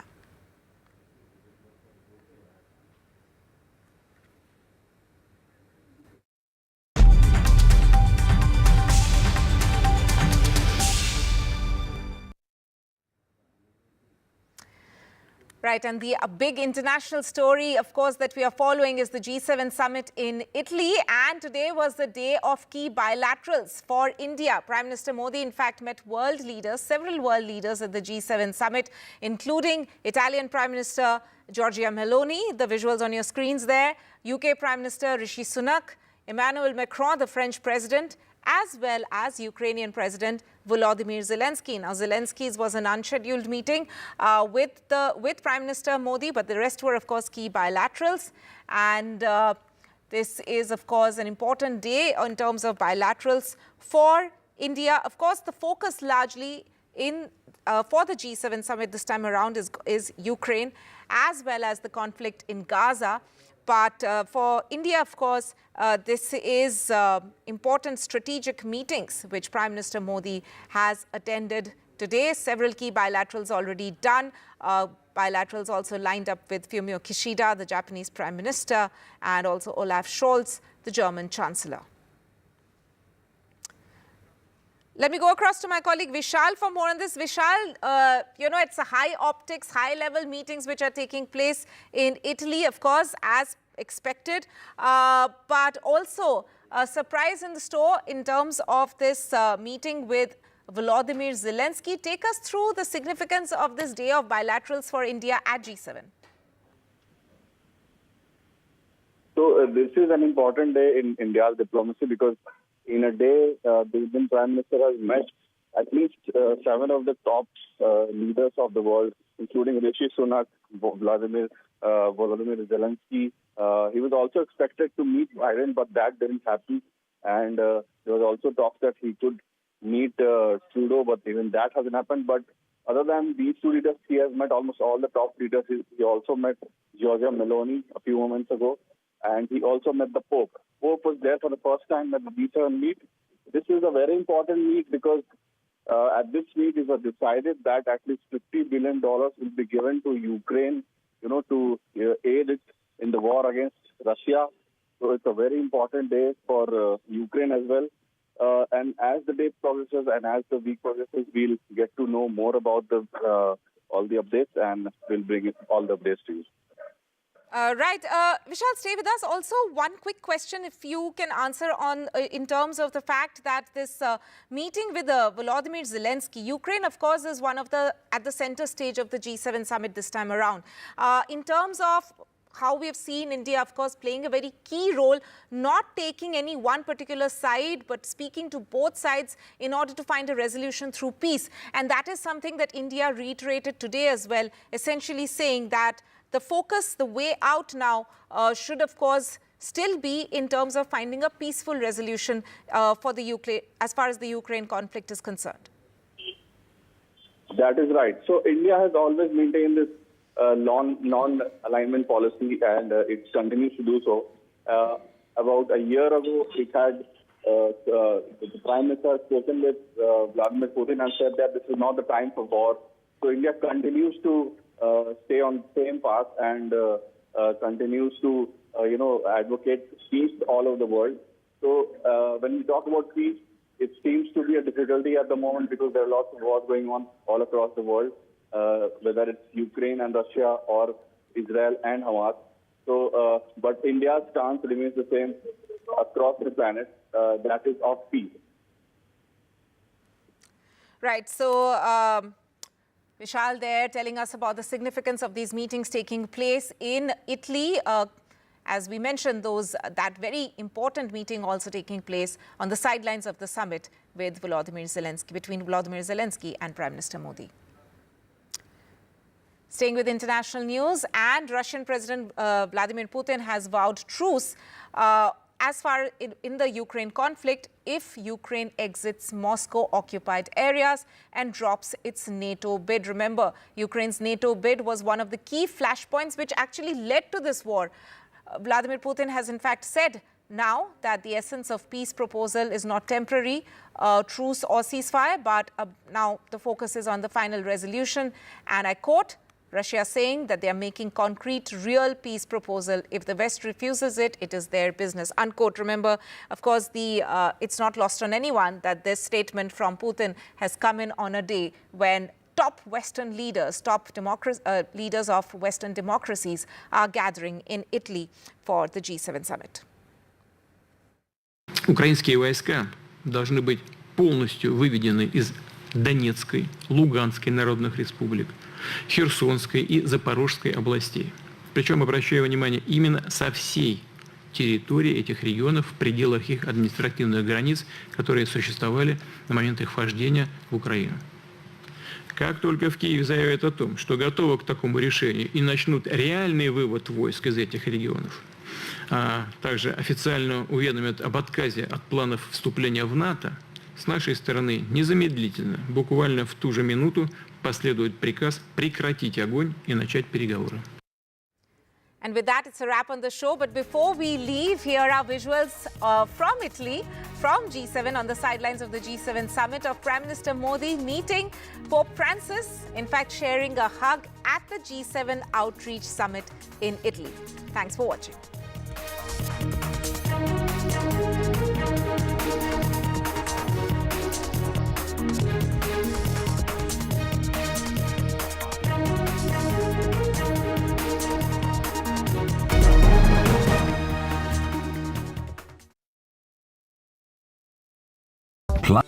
Stay informed and entertained with the new and updated NDTV News app. You can watch all our channels live, listen to podcasts, read breaking and exclusive news from around the world and more. Download the NDTV app today and get access to the best journalism and storytelling on your smartphone or tablet. The NDTV app. News that matters to you. Some people say the metaverse will only be virtual. One day this lecture hall will be made of code. And driverless cars would be trapped in intersections. But even in this maze of the future, you can't wish away health. It's time to become more resilient.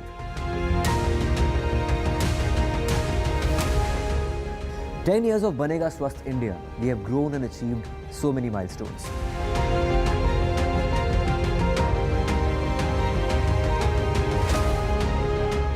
And now I have a plan to beat the urgency, to stop breathing with difficulty, to relieve getting choked with inactivity.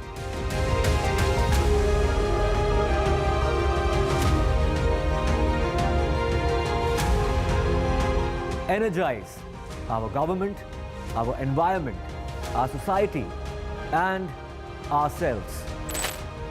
Everyone, everywhere, every day.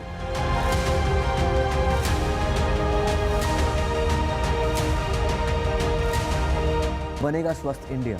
One world hygiene.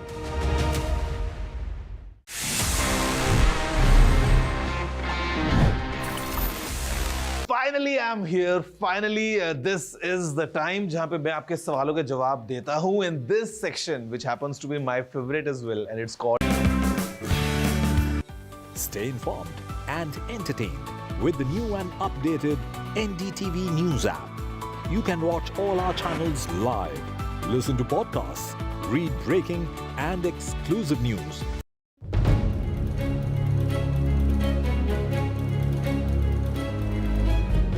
In the very first cabinet meeting of NDA 3.0 chaired by Prime Minister Narendra Modi, the newly formed government approved the construction of 3 crore homes under Pradhan Mantri Awas Yojana or PMAY. Out of this, 1 crore homes are to be provided under PMAY Urban or in cities of India. Now, there's no doubt PMAY Urban has achieved far better housing for low-income families than any other scheme which preceded it under the UPA tenure. According to a comprehensive report by researcher and journalist team of Chintan Patel and Vaibhav Jain, the NDA has delivered nearly 10 times as many homes since 2015-16. This is commendable, but the massive shortage of housing for those at the bottom of the pyramid living in any of India's top cities remains quite stark. So how much of a difference will additional 1 crore homes sanctioned by the cabinet make? This is Sangam Vihar, Asia's largest unauthorized colony in South Delhi. Narrow kacha-pakka roads, haphazard layout, unstable housing structures on tiny plot of land, open sewage, cattle, bikes jostling with humans for space, waste dumps and very scarce water resources. The reason why we are showing you Sangam Vihar is because that's where my house help Husna Bano and many like her want to buy a tiny one-bedroom set for their families. But for an unauthorized construction, she will have to withdraw all her life savings, cobble up loans from friends and employers to come up with the 18 lakh rupees she needs. PMAY Urban leaves out lakhs of families like Husna Bano who've moved to Delhi decades ago to earn a livelihood. Is this a fixable problem? Under the newly sanctioned 1 crore homes, joining me to get to the bottom of it, Vaibhav Jain, independent researcher, Dr. Niranjan Hiranandani, founder and MD of Hiranandani Group, and Dr. Partha Mukhopadhyay, Senior Fellow, Center for Policy Research. This time, I'm going to go to the youngest on the panel, Vaibhav. Excellent report on PMAY. My question is, you've captured a lot of what went missing in the previous PMAY Urban. New 1 crore homes have got sanctioned. What do you think they will achieve? And what do you think they won't? Manisha, first of all, thanks for having me. And the newly sanctioned 1 crore homes, that's really welcome news because with the previously sanctioned 1.2 crore homes, we were only going to address about 37% of the real housing need in India. And that's based on a very conservative estimate of about 3.18 crore homes that are needed. And that's per the Ministry of Home and Urban Affairs estimates. So this newly sanctioned 1 crore homes, they'll put the actual sort of demand, housing demand met to about 70%. But if you look at a more reasonable estimate that's been put out by the ICRIER, this will address just about 50% of the real demand, even with the additional 1 crore home sanctioned, because the actual urban affordable housing shortage is to the tune of 5 crore houses. So less than 50%. In fact, you're saying if it's 5 crores and we are going to achieve about 2.18 crores, is even less than 50%. All right. Yeah. So a long way to travel. We'll come to how do we meet that shortage and whether we can do it in the next 5 years. What do we need to step up? Mr. Hiranandani, your reaction first to what are we going to achieve with these new 1 crore sanctioned homes? Anisha, happy to be with you on the panel again. Thank you for inviting me. I'm very excited. Can you imagine one of the first decisions in the first cabinet meeting has been relating to housing.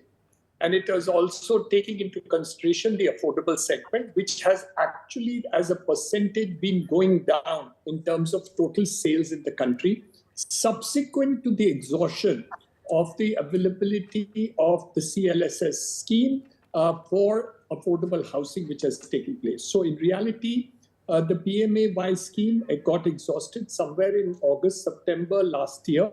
And subsequent to that, we have seen a steep fall in the sales of affordable housing units. So I think this is the first thing which they have been able to address, and this should actually bring back the demand for affordable housing, because with interest rates going up from 6.5% to 8.6, 8.7% on an average of most of the banks and financial institutions, the affordability of these housing had actually come down. And that is why this coming back with the scheme is extremely important. Of course, if RBI reduces the interest rates, that's going to be a second whammy. And hopefully during the course of the year, that should start coming down. And over a period of time, interest rates should come down to 6.5%, 7% at the most. I think once the international situation does.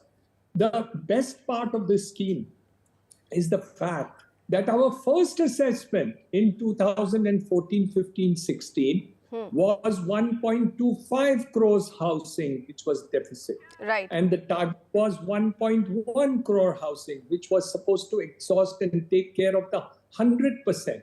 But now Weber has corrected us completely and has shown us that it was not correct. The original assessment the numbers are much larger, Mr. Hiranandani, and certainly not going to take place. You know, we don't really need an ICRIER to tell us. I mean, look at the number of people who are without homes, and it's not just, you know, house help that works with us. It's also people who are starting out in their careers and are not, you know, bankers and in very high-flying professions. They're not able to afford homes till very late in their life. But I'll come back to you, sir. You know, you mentioned something which is very interesting, and I'd like to just remind the audience of what's happened on affordable housing that Mr. Hiranandani has mentioned. Affordable housing, which is houses under 40 lakh rupees, have continued to decline in terms of launches by private developers. They've come down to 18% of total launches in 2023, down from 26% in 2021. And a significant 40% in 2018. So 40% of homes in 2018 used to be launched by private developers, which were 40 lakh rupees and slightly below. But by 2023, this number has come down to 18%. Partha Mukhopadhyay, as an economist who studies cities, give us your sense of PMAY. It is a global problem. I mean, affordable housing is an issue that even United States is dealing with. It's not just India. We, unfortunately, are sitting on a very rapidly growing young population and very rapid urbanization together. It's not as bad as it seems.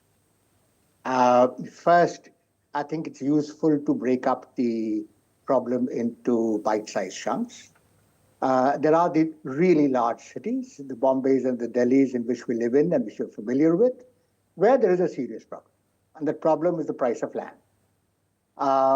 And that sort of is what leads developers like Mr. Hiranandani, quite rightly from their point of view, to first focus on making sure that, especially after the COVID slump and so on and so forth, that you move into reclaim the elite segment, the high-end segment, and then sort of come back into the mid-range and the lower segments, which are now sort of, as you said, has dropped off.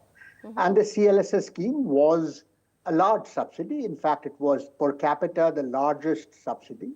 So the middle class got quote-unquote more, but middle class is hard to define because you said your help who works in would be somebody who could qualify. But that person will most probably not be able to get a CLSS. Not because she is not qualified, but because the banks and the credit ratings and structures would not be able to put that structure in place, right? So let's take the big cities aside. In all the other smaller cities, which is like 2-3 million downwards, you're looking at most of this problem being solved, and it's been solved in two ways. One, we must remember that the housing shortage is not just a problem of the government. The supply comes from the public sector as well as enormous supply from the private sector. Right. You'll see the sort of redevelopment that's happening across even Delhi's colonies, 2 floors becoming 4 floors in structures. And so the 1 crore houses which have been built, especially under BLC, those are the houses that you will see most probably a number of them growing a 2nd floor, putting it out for rent. The same thing will happen with the new stock that's coming in. I'm going to come back to Vaibhav because Vaibhav has really broken down PMAY very interestingly into different verticals. 2 verticals which we've already discussed because they've been very successful, which is beneficiary-led individual house construction or enhancement where, you know, the family already has land and then the central government offers 1.5 lakh assistance, and additional assistance of 1 lakh is offered by state governments for the person or the family to build homes. And the second is CLSS, which is credit-linked subsidy scheme, where you buy a unit, but you already have some credit worthiness, you have regular income coming in, and again you get some part of your loan as subsidy upfront. Vaibhav, break it down for us and tell us how well have BLC and CLSS worked versus what has not worked actually? Who's not benefited? Manisha, before I do that, if I can take a quick couple of seconds to go over one statistic called the price to income ratio, which for India stands at 11, which means that it would take an average Indian family 11 years of 100% of its income to be able to afford a home. And mind you, this is an average for the whole of India, and the big cities that Dr. Mukhopadhyay and Dr. Hiranandani mentioned. For them, for those cities like Delhi, Mumbai, this statistic is likely to be much worse. And to sort of give you a baseline figure for the US, this number is less than 4. It's 3.6. And now coming to your question 11 years about of your entire income, 100% of your That's income right. going before you can repay your loan or own a home in India versus 4 years in the US. This number was reported by the CSEP. But yeah, coming back to your question about the different verticals. So yes, as you mentioned, we have discussed CLSS and BLC. These are the 2 most successful verticals of the PMAY Urban. In fact, close to 85% of all the houses that were sanctioned by the scheme fall under these 2 verticals. But the problem with these 2 verticals, as you also alluded to, is that they benefit that segment of the urban poor which already have access to either land or capital, whereas the poorest of the poor who have no credit worthiness, at least on paper, and who don't have access to land, they get completely left out. The ISSR, which is the in situ slum redevelopment, and AHP, which is the affordable housing in partnership vertical, these 2 primarily address that segment of the population, and just about 15% of homes under PMAY have been sanctioned for them. So that's the real gap. And I hope the new 1 crore homes that have been sanctioned, they lay more emphasis on these 2 verticals of the scheme. Which is really for people who don't have access to capital and who do not have access to land. But let me come back and I'm going to ask both our other guests on how can we make that possible, because both of them are big thinkers when it comes to housing and urbanization. Stay with us.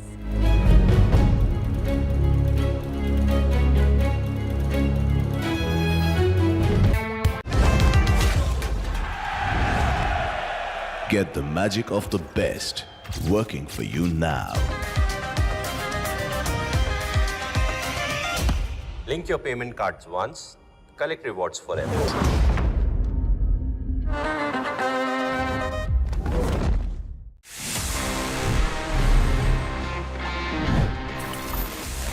Our life is anyway quite easy these days because हमको वो cash carry नहीं करना पड़ता है. We can make the payments just using UPI. हमारे phone से instant एक QR scan करके हम payment कर देते हैं. But the question is कि अगर आपके पास में आपका wallet नहीं है और आप UPI के भरोसे घर से निकल गए, let's say you don't get internet signal as well. Sometimes ऐसा होता है और आपको अगर वहाँ पे UPI से payment करना है, how would you do it?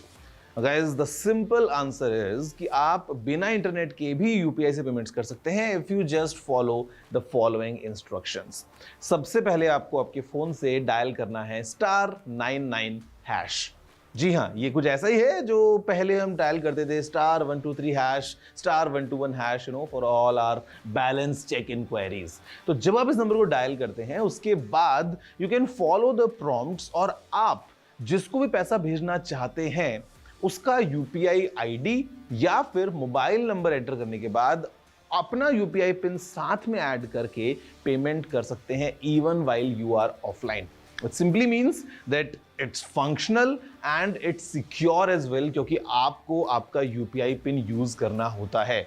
So next time you're in the mountains, next time you are stuck somewhere with no internet and you want to make an payment कहीं पे भी, तो आप कर सकते हैं with the help of offline technique जो मैंने आपको बताया.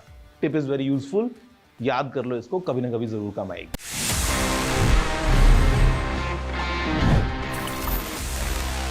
Stay informed and entertained with the new and updated NDTV news app.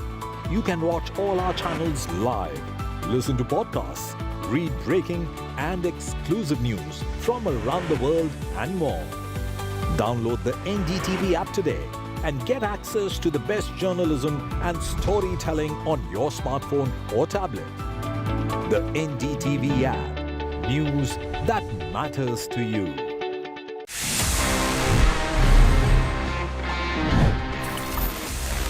Let me give you a quick recap and let's discuss about how Sony used some brilliant marketing back in the 90s for its PlayStation. See, आज PlayStation बहुत ज़्यादा popular है, ये हम सभी जानते हैं. Almost globally it's very popular. Games हों या कंसोल्स हों, काफ़ी ज़्यादा लोग इनको यूज़ करते हैं. But back in the days, back in the 90s, while Sony was trying to establish its PlayStation lineup, काफ़ी इंटरेस्टिंग मार्केटिंग को सोनी ने यूज़ किया था. जी हाँ, I am talking about the very special scratch and sniff labels from the real driving simulator और FIFA game. और ये जो गेम की डिस्क्स मिलती थी, इनके ऊपर एक लेबल हुआ करता था जिसको जब आप स्क्रैच करके स्निफ करेंगे you would feel yourself to be in that action. मतलब जो रियल ड्राइविंग सिमुलेटर गेम था उसमें जब आप स्क्रैच करके स्निफ करते थे you would experience the scent of a pit stop, और फीफा में you would experience the scent of a football field. क्या क्रेजी मार्केटिंग थी, बट ज़्यादा डिटेल में इसको नहीं किया गया था. But then again you know within a few years of its launch finally अभी ग्लोबल स्केल पे PlayStation is really popular.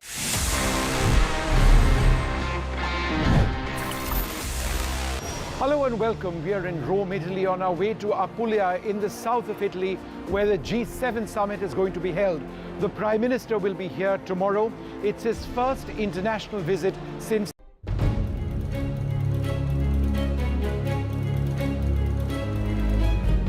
The very first decision taken by the newly formed cabinet of ministers this week was to sanction 3 crore homes under PMAY or Pradhan Mantri Awas Yojana. On a Twitter post following the cabinet announcement, Prime Minister Modi posted, "This decision also reflects our commitment to make the living standards of the people easier. This will not only fulfill the need of people for houses, but will also provide them a quality of life The expansion of PMAY also brings out our determination for development of all and social justice, Sabka Vikas or Samaj Kalyan. That's precisely what we are focusing on, PMAY, but urban. It is the urban agenda, and how do we close the wide gap of affordable housing in India's top cities? Mr. Hiranandani, you talked about CLSS and you said, yes, if interest rates come down, there will, affordability per se will increase. But my question to you is, sir, and which is why developers are also shrinking their addition of affordable homes which are priced between 25 and 40 lakh rupees, because below that, I think developers don't enter that segment. What about land prices which are skyrocketing? Is there a solution to that, or do you believe that that ship has sailed in top cities, for top cities? Manisha, we can solve all the problems if we look at addressing it and taking care of it. Let's look at all the situations that we've had. Take, for instance, slums, for instance. We've solved the problem of land as far as slums in Mumbai is concerned. We have a policy in place by which the value of the land is actually, in fact, made zero and then brought about to use the value of the land for the purposes of rehabilitation free of cost for the slum. There again, our achievement has been only 5% of the total amount of slums redevelopment that is there. And so we have a long way to go. I mean, 500,000 houses is our target as far as the next 5 to 7 years is concerned. And I don't know whether the PMAY scheme is really going to assist it. Last time, Maharashtra took very little share in using the PMAY slum policy part of it for the purpose of rehabilitation for Mumbai is concerned. But I believe a new policy is expected from Maharashtra government in the next fortnight for the purposes of Mumbai slums. So I think something on that end could be a possibility. So there we will solve the land problem. The second problem, which is a bigger problem, is the fact that the cost of FSI, additional FSI given by the state government and the ready-reckoner values have been increased so badly that there is no possibility in Mumbai having an affordable house if you look at the ready-reckoner value, construction cost, and the FSI cost which is available to you. So in reality, this is not possible. Again, they have a solution. We did it in COVID. In COVID, we reduced the stamp duty and the other costs by 50%, and suddenly the sale of affordable housing shot up. I mean, we increased it by 2 times in that short period where the total land values were, the construction and additional FSI plus stamp duty was reduced. So we had a solution for that also. Very interesting points you've made, because the least successful has been the in situ slum redevelopment vertical under PMAY, and that's about 2.5%. So that definitely needs to change in a very big way. Partha, is that what you also feel, that, focus now probably on the ones who do not have land and capital this time around, shift the focus? ISSR and IHP are not going to work. It will not work. They are not meant to work. Fundamentally, the structure is the kind of schemes that they are. When you want a house, you need a certain degree of aspiration. So let's say your house help, let's go back to her, 18 lakhs. She most probably makes about 20, 25. Maybe her family makes more. So automatically about 3 lakhs, essentially the price to income ratio of 6, which is about half of what Weber was talking about. And that's in Delhi, right? So there is private supply at a very different level. There is no financing. So one of the issues that would need to be figured is we have banks who won't touch things with a barge pole because of the way the RBI regulates them. We have variety of housing finance companies that have come up. We have now enormous improvement in credit scores because of UPI and other such digital tracking. And we need to start thinking about how do we get more credit into people who actually have these kinds of things. Okay, so we have two very, very varying points on at least the slum redevelopment, not the AHP program or AHP vertical. Looking forward to what's happening in Bombay. Very quickly, I have literally 30 seconds to get a concluding remark from you. Yes, I just want to make couple of quick points. One, for AHP and ISSR, even with the currents that have happened, there's 5.6 lakh such homes that have remained unoccupied because, as the parliamentary standing committee found out, they were built with substandard material. The quality of construction was lacking. Very poor. So that's another thing to look into as we move forward into the next segment. And the last point that I want to make, which Dr. Mukhopadhyay referred to, was about the rental situation. There's another fifth sort of hidden vertical of this scheme, which is called the affordable rental housing complexes. Yes. And this was added only during COVID. And under this vertical, just about 35,000 houses have been sanctioned or have been made available.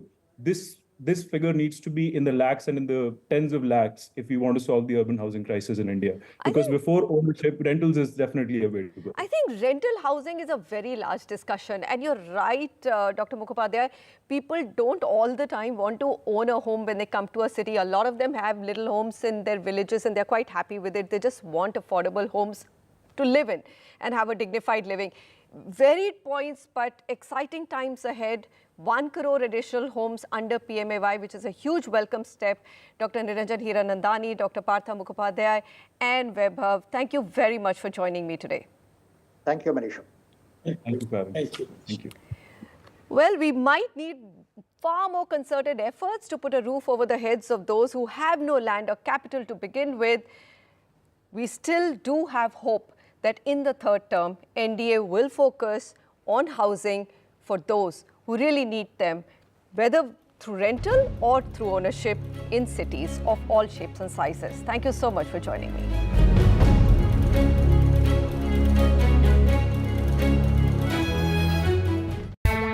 Stay informed and entertained with the new and updated NDTV News app. You can watch all our channels live, listen to podcasts, read breaking and exclusive news from around the world and more. Download the NDTV app today and get access to the best journalism and storytelling on your smartphone or tablet. The NDTV app. News that matters to you. Some people say the metaverse will only be virtual. One day this lecture hall will be made of code, and driverless cars would be trapped in intersections. But even in this maze of the future, you can't wish away health. It's time to become more resilient.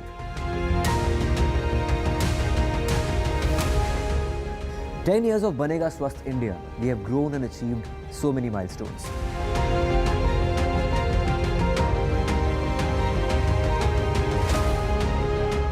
And now I have a plan to beat the urgency, to stop breathing with difficulty, to relieve getting choked with inactivity.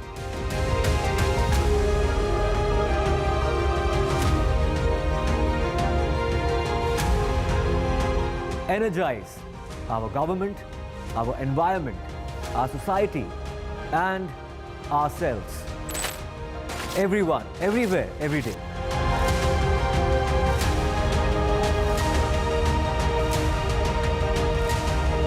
Banega Swasth India. One world hygiene.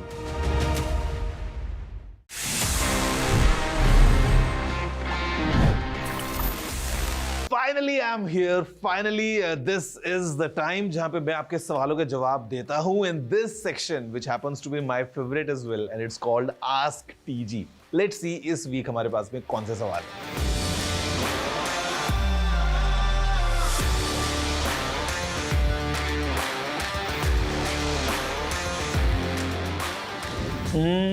To be honest, in Android TV, we don't have any such features जहाँ पे आपको live जो सामने speech आ रहा है उसके captions screen पे दिखाई दे जाएं. We are expecting this feature to come कभी भी जब Google इसको unveil करता है, but as of now we don't have it. Samsung, however, in their latest AI TVs जो Samsung ने launch किए थे उसमें demonstrated that how using AI they were able to put some captions for the text. जो भी dialogues या जो भी speech television में उस time पे है वो सामने captions के form में visible है. Now I'm not sure कि how exactly this functions. Now मैं आपको एक और recommendation दे सकता हूँ, which is to try these bone conducting headphones or earphones, because sometimes what I have noticed is कि जहाँ पे hearing loss की हम बात करते हैं, because they use the mechanism of bone conduction, आप वहाँ से audio directly अपने inner ear के through सुन सकते हैं. So you can give them a try and then pair the earphones with the TV so that आप directly जो TV में dialogues हैं उनको आप सुन सकते हैं. But sadly, as of now in Android TV, we don't have any such feature of live captions. Is it safe to leave a pen drive or an SSD in the car during this summer heat? Ideally, you shouldn't do it. And the simple reason is कि ये जो gadgets हैं, all these electronics, जो हम एक laptop की बात करते हैं, let's say talk about a smartphone, SSD or a pen drive, could be anything.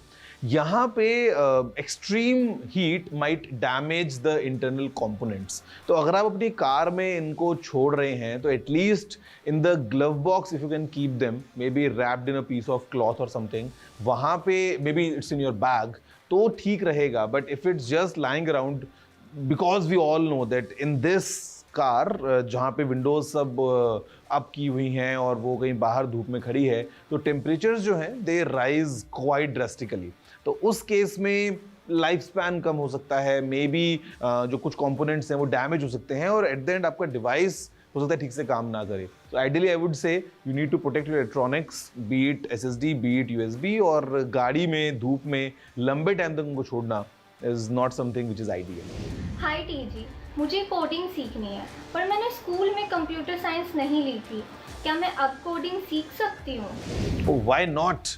In fact अभी तो कोडिंग काफ़ी ज़्यादा और आसान भी हो गई है.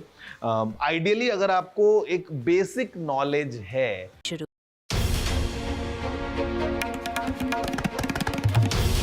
This is NDTV and you're watching NDTV 24/7. Hello, Moto.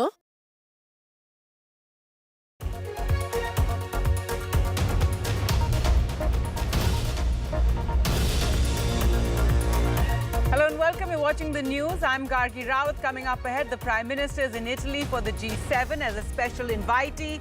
Also, NEET aspirants today met with the Education Minister and demanded a re-exam for all.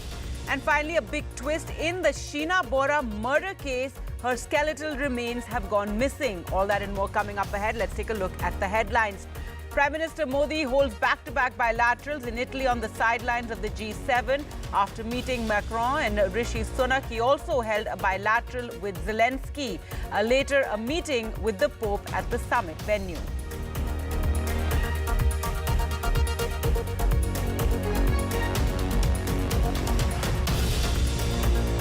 Union Education Minister Narendra Modi met with students who appeared for the NEET exam, who demanded that the exam be held again for everyone. The minister assured them no injustice would be done.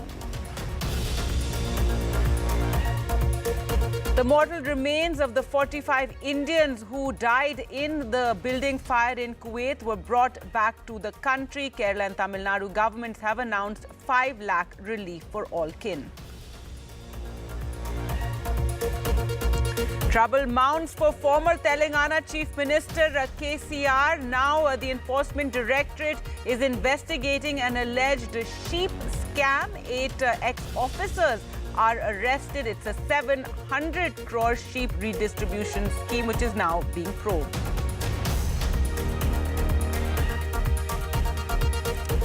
And more developments in the murder case involving Kannada actor Darshan. Now it's revealed that the victim in the case, Renuka Swamy, died of shock and hemorrhage. That's what the post-mortem report reveals, that there were 15 wounds found on his body. Also, the belt and rope used to torture the victim has been recovered.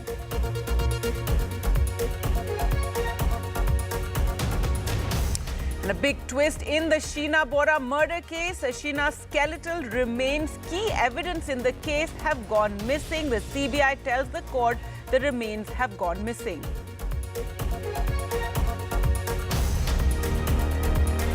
North India sizzles under extreme heat and the heat alert will continue till next week. This as the monsoon has stalled. The maximum temperatures recorded across Bihar and UP have hit between 45 to 47 degrees.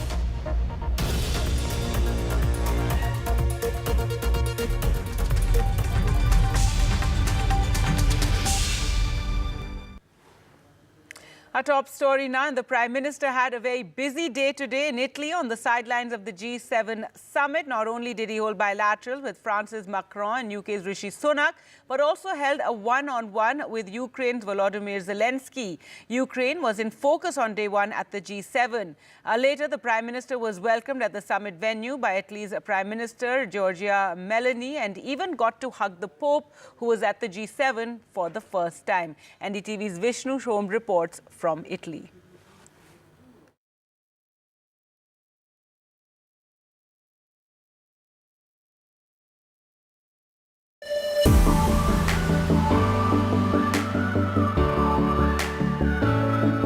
An unexpected highlight at the G7 summit in Fasano in Italy. Prime Minister Narendra Modi meeting the Ukrainian President Volodymyr Zelensky at a time when Ukraine is center stage in talks here. By meeting the Ukrainian President Volodymyr Zelensky over here in Italy, the Prime Minister has sent a strong message. While India does have excellent relations between Russia, we've also got great ties with Ukraine. India is equidistant. The focus is absolutely clear. It's only through dialogue and diplomacy that the Ukraine war can come to an end. But there have been other key meetings as well. The Prime Minister meeting France's Emmanuel Macron. That meeting comes shortly after Macron announced snap polls back home and also comes at a time when New Delhi and France are negotiating for 26 more Rafale fighter jets, this time for the Indian Navy, in a deal worth more than 50,000 crores. In his meeting with the British Prime Minister Rishi Sunak, another leader who faces election soon, Prime Minister Modi focused on defence, security, trade and economic collaboration. India and the United Kingdom are also in the middle of negotiations for a free trade agreement. This isn't the first time that an Indian Prime Minister has been called to G7. In fact, it's the 11th occasion. Each one very important, but this one particularly significant because it's the first foreign trip being made by the Prime Minister after he was sworn in for a record third term. It is also an important occasion for the Prime Minister to reach out to some of his closest Western allies, the United States, the United Kingdom, France, Italy, Germany, and to the east, to the Prime Minister of Japan as well. Other key meetings, Prime Minister Modi in talks with Japan's Prime Minister Kishida and Germany's Chancellor Olaf Scholz and Italy's Prime Minister Giorgia Meloni. There is respect for what India is today in terms of the dynamism, the technology adoption, the fast trajectory towards a quality growth, I would say. So this is perceived as something to be respected, to be admired, and I would say also a great opportunity to draw investments from India to Italy. In addition to the high-level G7 engagements, India has also been involved in focused conversations on the Indo-Pacific region, Africa, climate change, migration, and artificial intelligence. What has, however, been missing from this short 24-hour visit of the Prime Minister is a mega diaspora event. This has been a Modi signature event in all parts of the world. This time around, he was greeted by officials at Brindisi Airport. When he arrived at 11:30 p.m. last night, he departs at 11:30 p.m. tonight. India isn't a member of the G7. However, India has been called because we are increasingly seen as a voice of the global south. When the G7 was formed, it was essentially a grouping of the world's most powerful economies. But that's changed substantially. India is now the world's 5th largest economy. As an economy, we are larger than the host nation, Italy, France, and Canada as well. This visit, however, is important because it does set the agenda for Prime Minister Narendra Modi's foreign policy. In Bari, with camera person Rakesh Singh, Vishnu Shom for NDTV. Now, the latest developments on the NEET controversy as protests continue over the medical entrance exam. Union Education Minister Dharmendra Pradhan today met with students who had appeared for the NEET exam to address their concerns. They presented him with a list of demands which included that the exam be held again for all the students and that the National Testing Agency chief be removed. The minister assured them no injustice would be done.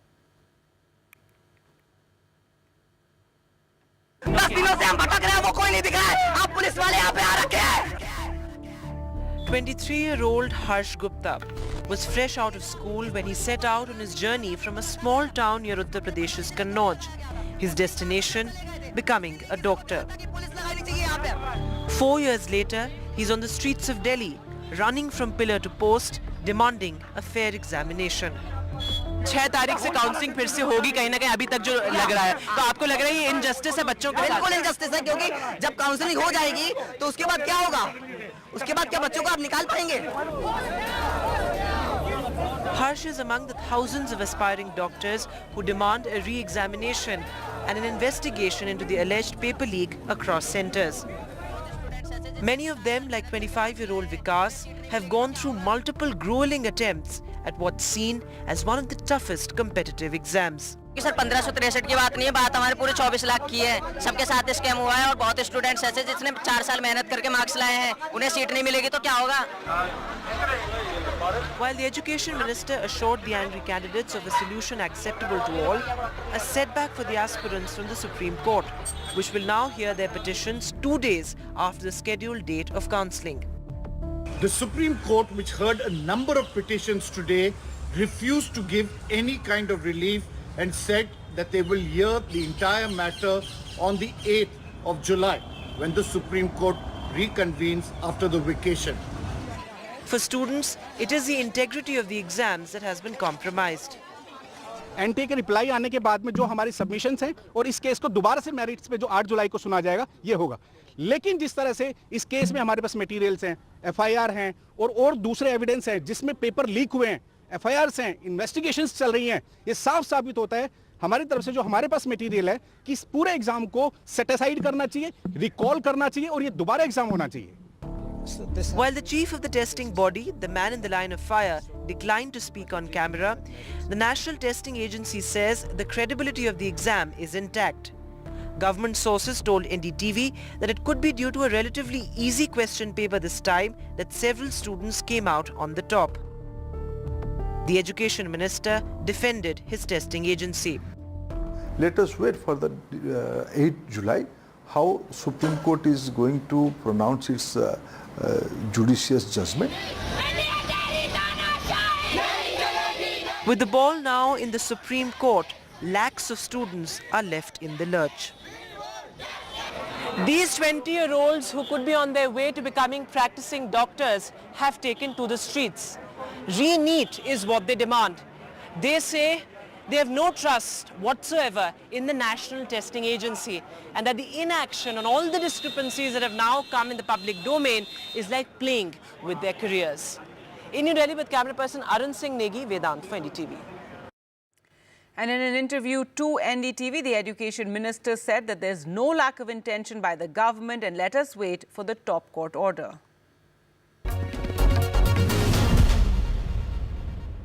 Mr. Pradhan, really appreciate your time. You're back from Odisha after a lot of hard work there and you're back in the midst of a crisis. How will you restore faith of students in NTA and also in NEET as an institution, as an examination? I assure all the students through you, there should not be any panic among the students. Some anomalies has come in front of government. We are aware about the issue, we are concerned about the issue. Honorable Supreme Court has given some beautiful judgment yesterday only. There should not be any confusion after that. 1563 students will get opportunity to reappear in the NEET. This one part has been covered and one part has been solved. Those who are interested, they can out for the retest in the specific 6 center where the allegation was they did not get any proper time. They will be given proper time, they will be given an opportunity for the re-examination. That has been given, the direction has been given by Honorable Supreme Court, that is covered. We should wait for how many students are coming for the re-examination. Mr. Pradhan, one view is that the NTA acted only after Supreme Court's intervention. Otherwise, students were protesting all over the country and there was nobody to listen to them. No, I don't think the information is not so correct because NTA has come after this anomaly. not given proper time, NTA has come out with a formula. That formula has also given by one of the judgment in Supreme Court regarding the CLAT entrance examination. They come out with some grace mark formula, which has been little bit, some anomalies came out through that because 6 students came out as the highest scorer in the list. That became eyesore from the among the students. Then there was a protest against that decision. Then NTA and government intervened and government directed NTA to come out with some transparent policy. They formed an academic committee. The academic committee recommended for retesting of the respective students in those 6 centers. And Honorable Supreme Court yesterday, and by this time there are 41 petitions are there in the different high courts and in front of Supreme Court. Clubbing all together, Honorable Supreme Court has yesterday given those 1563 students should given opportunity, those who lost time in the 5th May, they should give an opportunity for the retesting, and they are given the opportunity for the retesting. The RSS chief, Mohan Bhagwat, is in UP's Gorakhpur, where he's attending a Karyakarta camp. Now, UP Chief Minister Yogi Adityanath will be in Gorakhpur, that is, remember, his bastion, and will be meeting with the Sangh chief tomorrow. That's what's expected. Let's go across to Akhilesh now for more. And Akhilesh, a very interesting meeting coming, just after the elections and the BJP's poor performance, in a sense, in Uttar Pradesh. So, an interesting meeting between the UP Chief Minister and the Sangh chief. That's correct. In fact, Mr. Bhagwat is there in Gorakhpur area for the past 5 days, and he'll be there tomorrow as well. And in the afternoon, Mr. Yogi Adityanath, who belongs to Gorakhpur only, he's likely to have a meeting with Mr. Bhagwat. And we've been told by the sources that the recent election results and also the setback BJP suffered, especially in Uttar Pradesh, may come up for discussion. Remember, a few days back on Monday, Mr. Bhagwat addressed RSS workers in Nagpur, where he made several comments about the election results and also about the Manipur situation. Today, the RSS sources have clarified that he did not mean anything indicated towards the BJP or the Prime Minister Narendra Modi. In fact, his was a general comment about the decorum which should have been maintained in the Lok Sabha election campaign, and he made similar remarks during the previous election results also. So there's nothing to be related to the BJP or his performance as far as the comments are concerned, and there's no rift as far as BJP-RSS relationship is concerned. In fact, by the end of August, there will be a meeting of the coordination committee between the RSS and the BJP and other RSS affiliates organizations in Palakkad in Kerala, where the recently held elections of the Lok Sabha's results, they will be discussed, and the future course of action will be chalked out. So there's no difference. This is what the RSS are indicating, and his comments were not against anybody or any party. In fact, RSS executive member Mr. Indresh has made some remarks about the election results, and RSS sources have clarified that they do not subscribe to those views. All right, so an interesting meeting coming after those results and the comments, about arrogance and decorum made by the RSS chief. Thanks so much, Akhilesh, for joining us with those details. An Indian Air Force transport plane carrying the remains of the 45 Indians who died in the building fire in Kuwait returned to India today, at first stopping in Kerala, where a majority of the workers were from, and then later to Delhi. Union Minister of State V.K. Singh accompanied the bodies on the flight back to India. There are several allegations by families and those who managed to escape of violations, how accommodation was overcrowded and access to the terrace was locked. Here's a report.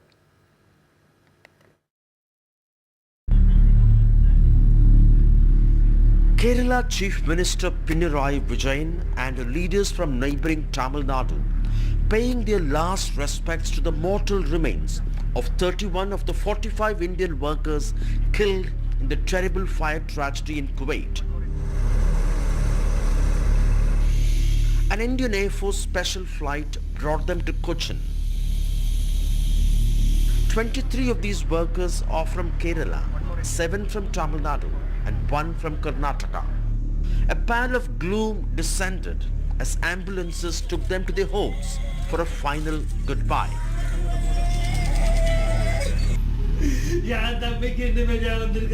This man in Tamil Nadu's Kadalur district lost his brother Chinnadurai. He and his elderly mother are shattered.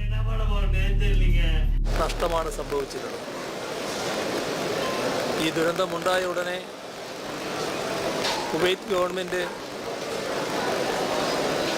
ഫലപ്രദമായതും ശക്തമായതുമായ നടപടികൾ സ്വീകരിച്ചിട്ടുണ്ട് എന്നാണ് മനസ്സിലാക്കുന്നത്. ആ ഗവൺമെൻറ്റിൻ്റെ തുടർ നടപടികൾ കുറ്റമറ്റ രീതിയിൽ ഉണ്ടാകുമെന്നാണ് നാം എല്ലാവരും പ്രതീക്ഷിക്കുന്നത്. ഇത്തരമൊരു ദുരന്ത വിവരം അറിഞ്ഞപ്പോൾ ഇന്ത്യ ഗവൺമെൻറ്റും ശരിയായ രീതിയിൽ തന്നെ ഇടപെട്ടിട്ടുണ്ട്. தமிழகத்திலிருந்து உயிரிழந்த 7 நபர்களுடைய உடலை பெற்றுக் கொடுப்பதற்காக தமிழ்நாடு முதலமைச்சர் மக்கள் முதல்வர் தளபதியினுடைய ஆணைக்கேற்ற நானும் துறை சார்ந்த ஆணையரும் இங்கே வருகை தந்தோம். அதில் கேரள அரசும் இங்கே முதலமைச்சரும் நேரடியாக வருகை தந்து அந்த மரியாதை செலுத்தியதை நாங்கள் உண்மையிலே வரவேற்கிறோம். Nearly 50 others are being treated in 5 Kuwait hospitals, some in ICU. The fire on the ground floor after a gas leak triggered explosion of cylinders and spread to upper floors. It was early morning. Most of them were asleep. Many alleged serious violations. The accommodation was overcrowded. The access to terrace locked. Workers even jumped through windows. Union Minister Kirti Pradhan Singh, deployed by the Centre for Early Repatriation, says the safety issue will be addressed. The Kuwaiti government is taking this incident very seriously and they're taking all possible steps. They're making inquiries as to how it happened so that this kind of a tragic incident is never repeated again. And they assured us that they will take all possible steps. They have also assured us that all the paperwork regarding the insurance that is to be paid to the families, the compensation will be done as immediately as possible. For India, the Kuwait fire tragedy is yet another eye-opener on the unsafe living conditions of Indian workers in the Middle East. For Kuwait, it's a huge embarrassment. While the centre has ensured early repatriation of the dead, the larger challenge for the new government, many say, would be to ensure at least safe accommodation for Indian workers in the Gulf, who also contribute huge foreign remittances. With SP Babu in Kerala, in Chennai, with Suresh, Sam Daniel, Find TV. In a bizarre development, the CBI has told a special Mumbai court that the bones and bodies of Mumbai executive Sheena Bora, recovered by the Raigad police after her murder 12 years ago, are now missing and untraceable. The revelation came up during examination of a witness, Dr. Zeba Khan, a forensic expert at the Sir JJ Hospital, who was the first person to confirm that the bones and other remains found were of a human being. Now, this at the time was a shocking and sensational case. Sheena Bora was allegedly eliminated by her mother and her ex-husband in connivance with her driver in April 2012. But the shocking killing came to light only around August 15th. So a shocking development in this case with crucial evidence missing. Sheena's mother, Indrani, remember, is out on bail. More gruesome details have emerged in the murder case involving a Kannada actor Darshan, who is the accused. The murdered man, Renuka Swamy, who was allegedly tortured and killed, died of shock and hemorrhage. According to the autopsy report, the autopsy also found 15 wounds on the body of Renuka Swamy, who was allegedly beaten to death by the actor and his aides. Radhika with the details. Brutal and shocking details have emerged in Renuka Swamy murder case in which actor Darshan is allegedly involved. In fact, Darshan, his girlfriend and his aides have been arrested and they are in police custody. Investigations are going on. They are being questioned. But several details emerging as far as the post-mortem report of Renuka Swamy is concerned. In fact, he had suffered 15 wounds on his body, including wounds on his abdomen, chest and many other parts. In fact, post-mortem report also reveals that he died of shock and hemorrhage. He was allegedly beaten up for at least about 3 to 4 hours in that shed in Bengaluru. His head was banged multiple times against a mini truck. In fact, the mini truck has also been seized by the police at this point. Several evidence being collected, CCTV footage being seized as well as examined by the police. There is also a CCTV footage showing this man, Renuka Swami, being ferried from Chitradurga all the way to Bengaluru. In fact, the driver of that vehicle, Ravi, has surrendered before the police just earlier today. So he has in fact been arrested by the police. In fact, a spot inquest was also carried out just last night. The police in fact took one of the main accused to Chitradurga in order to understand the circumstances leading to the death, the sequence of events, him of course narrating what exactly transpired in Chitradurga and how Renuka Swami was allegedly abducted from Chitradurga and taken to Bengaluru. So multiple people being questioned, several angles being looked into at this point. However, very, very shocking details emerging of the death of Renuka Swami. He suffered multiple wounds. He was miserably, allegedly beaten to death by Darshan and his gang. Of course, they will be produced before a court in a few days from now. There's more trouble for former Telangana Chief Minister KCR as the Enforcement Directorate will now investigate a 5,000 crore sheep rearing development scheme promoted by his government in 2012 after allegations of corruption and funds being siphoned. A 5,000 crore rupees sheep rearing development scheme that former Telangana Chief Minister K. Chandrasekhar Rao started in June of 2017 to boost rural incomes will now be investigated by the Enforcement Directorate that has sought district-wise details of beneficiaries, their bank accounts, names of sellers and buyers, bank accounts from which beneficiaries contributed, payments to transport agencies, procurement and distribution of sheep feed, and any internal reports highlighting instances of fraud. Telangana's Anti-Corruption Bureau has named 10 people as accused in what it estimates to be a 700 crore rupees fraud. Among the 8 arrested are those officers who were dealing with the sheep rearing development scheme. And that includes the OSG of former Animal Husbandry Minister Talasani Srinivas Yadav. The Controller and Auditor General had pointed out glaring irregularities in all aspects of its implementation. Transport is just one example.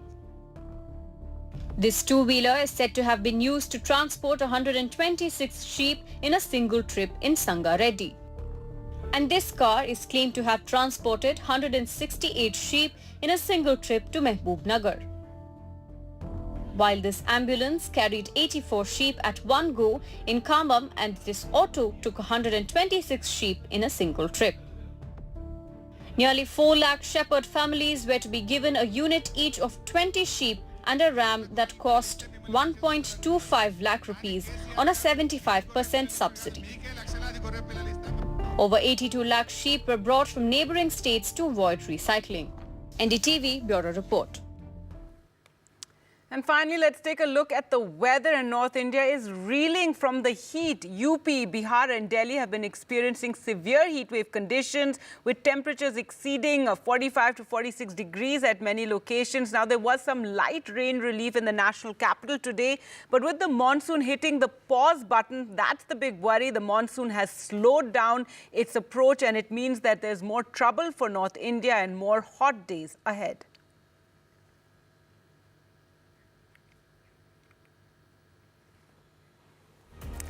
Well, that's it from me for the moment. Thanks for watching. Goodbye.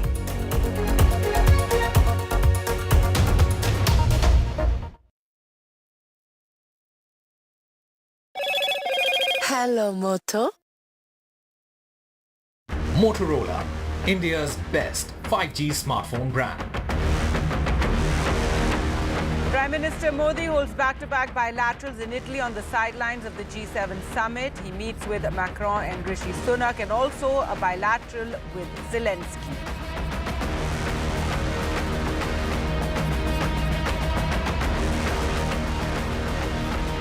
NEET aspirants meet the Education Minister. Dharmendra Pradhan assures the students there's some anomalies due to grace marks. The NEET aspirants have demanded a paper leak probe.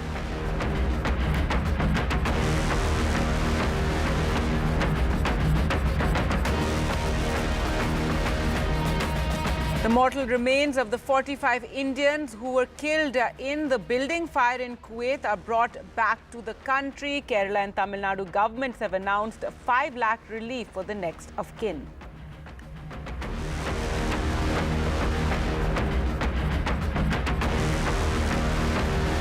A big twist in the Sheena Bora murder case. Sheena's skeletal remains go missing, the CBI tells the court.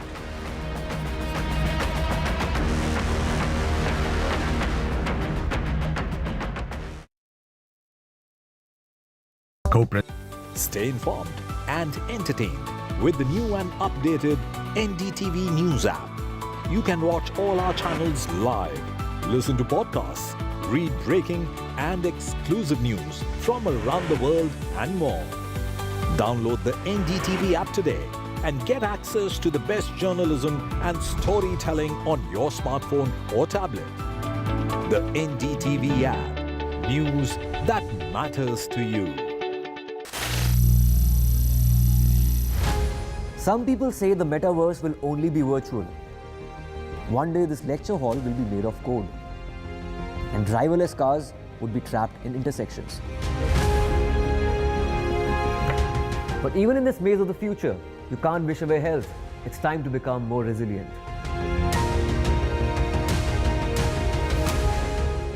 10 years of Banega Swasth India, we have grown and achieved so many milestones.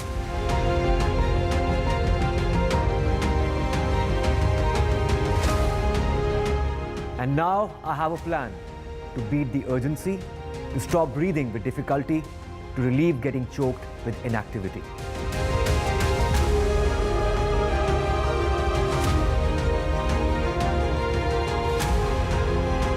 Energize our government, our environment, our society, and ourselves. Everyone, everywhere, every day.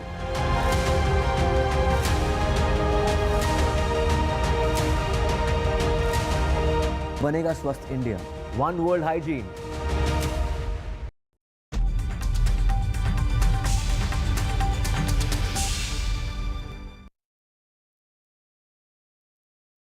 Hello and welcome to a very special program. We've been broadcasting from the southeastern part of Italy, looking at the G7 summit. It's been an important G7 summit, but also one that is important for India with the attendance of the Prime Minister over here. The big focus at this particular meet has been on Ukraine at so many levels. Today, Prime Minister Narendra Modi met the Ukrainian President Volodymyr Zelensky as well. It's an important meeting, one that sends an important signal that India, while we are extremely close friends with Russia, also have a big stake as far as the peace process in Ukraine is concerned. In his meeting with the Ukrainian President, Prime Minister Narendra Modi made it clear that dialogue and diplomacy alone can solve the crisis in Ukraine.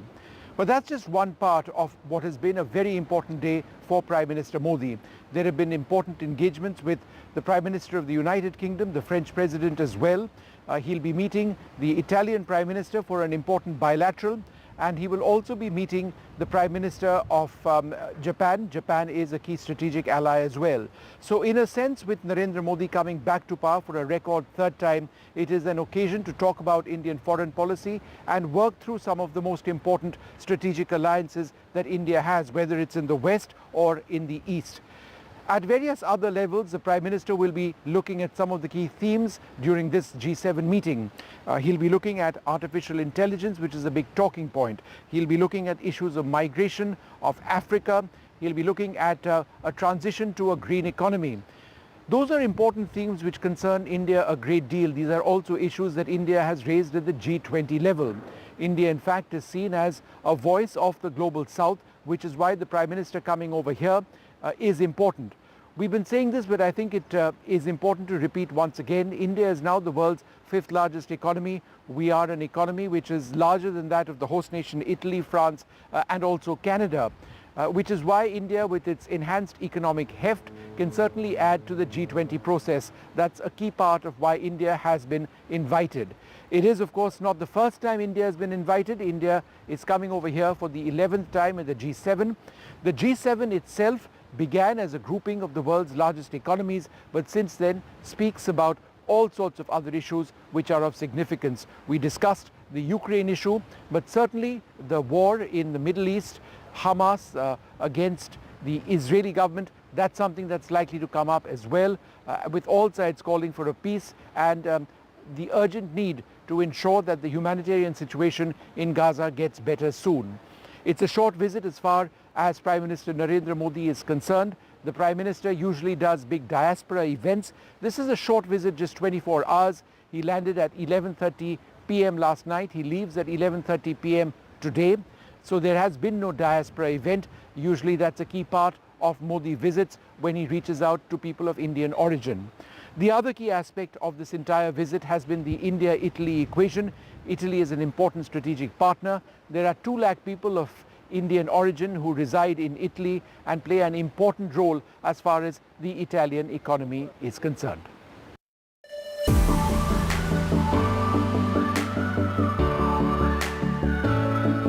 An unexpected highlight at the G7 summit in Fasano in Italy. Prime Minister Narendra Modi meeting the Ukrainian President Volodymyr Zelensky at a time when Ukraine is center stage in talks here. By meeting the Ukrainian President Volodymyr Zelensky over here in Italy, the Prime Minister has sent a strong message.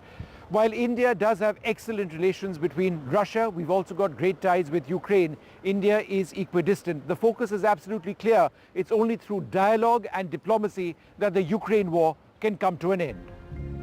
But there have been other key meetings as well. The Prime Minister meeting France's Emmanuel Macron. That meeting comes shortly after Macron announced snap polls back home, and also comes at a time when New Delhi and France are negotiating for 26 more Rafale fighter jets, this time for the Indian Navy, in a deal worth more than 50,000 crores. In his meeting with the British Prime Minister Rishi Sunak, another leader who faces election soon, Prime Minister Modi focused on defence, security, trade and economic collaboration. India and the United Kingdom are also in the middle of negotiations for a free trade agreement.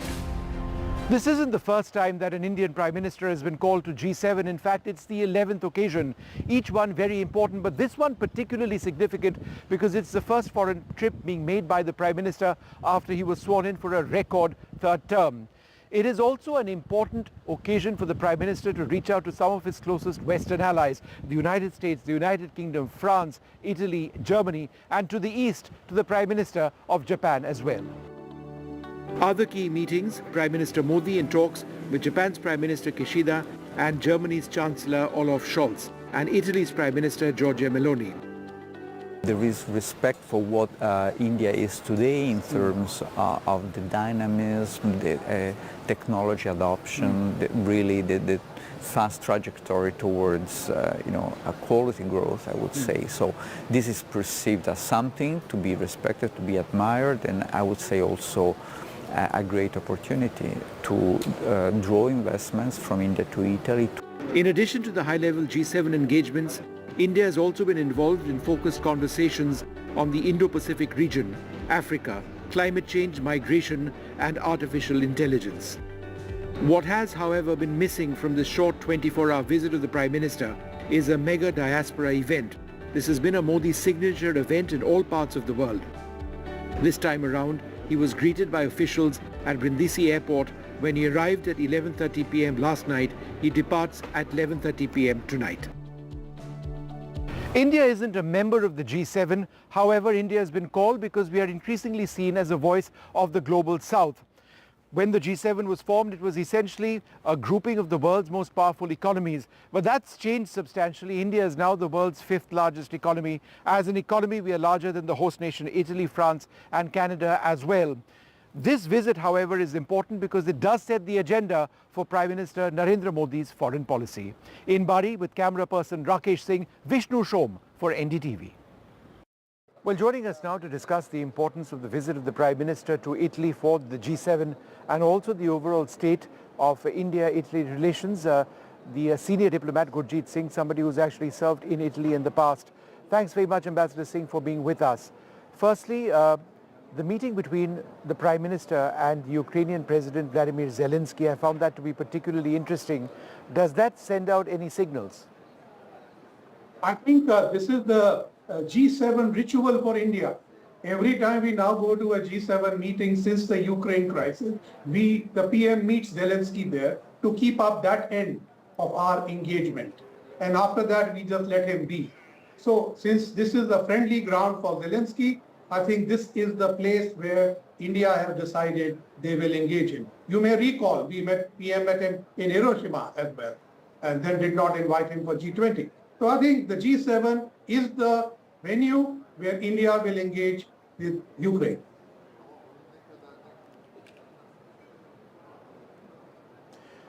Ukraine is also very much the center stage over here at the G7 meeting. There are efforts by the Western allies to try and stitch up $50 billion in terms of funding through seized Russian assets.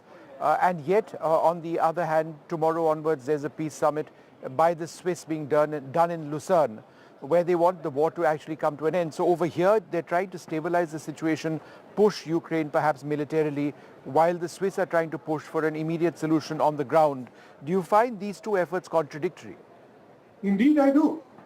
And in fact, I think India does well to meet with Zelensky in Apulia, but attend the Swiss effort at official level. Because I don't think the two are going in tandem. I mean, on one hand, they are pushing Zelensky, as you said, to we'll arm you more, you can use bigger weapons to attack the Russians in Crimea and wherever. And then in Switzerland, you say, no, let's make peace. So it is basically make peace on my terms. And the Russians are not invited. So I think it's not a happy moment.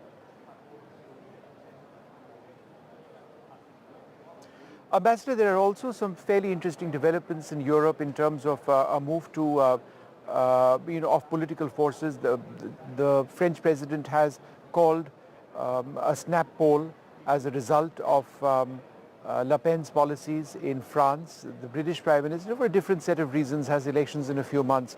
And then the US has elections as well coming up. These are the strongest supporters of Ukraine. Is there a sense that the West and the leaders currently in power are trying to shore up Ukraine because nobody really knows what that support is going to be going forward?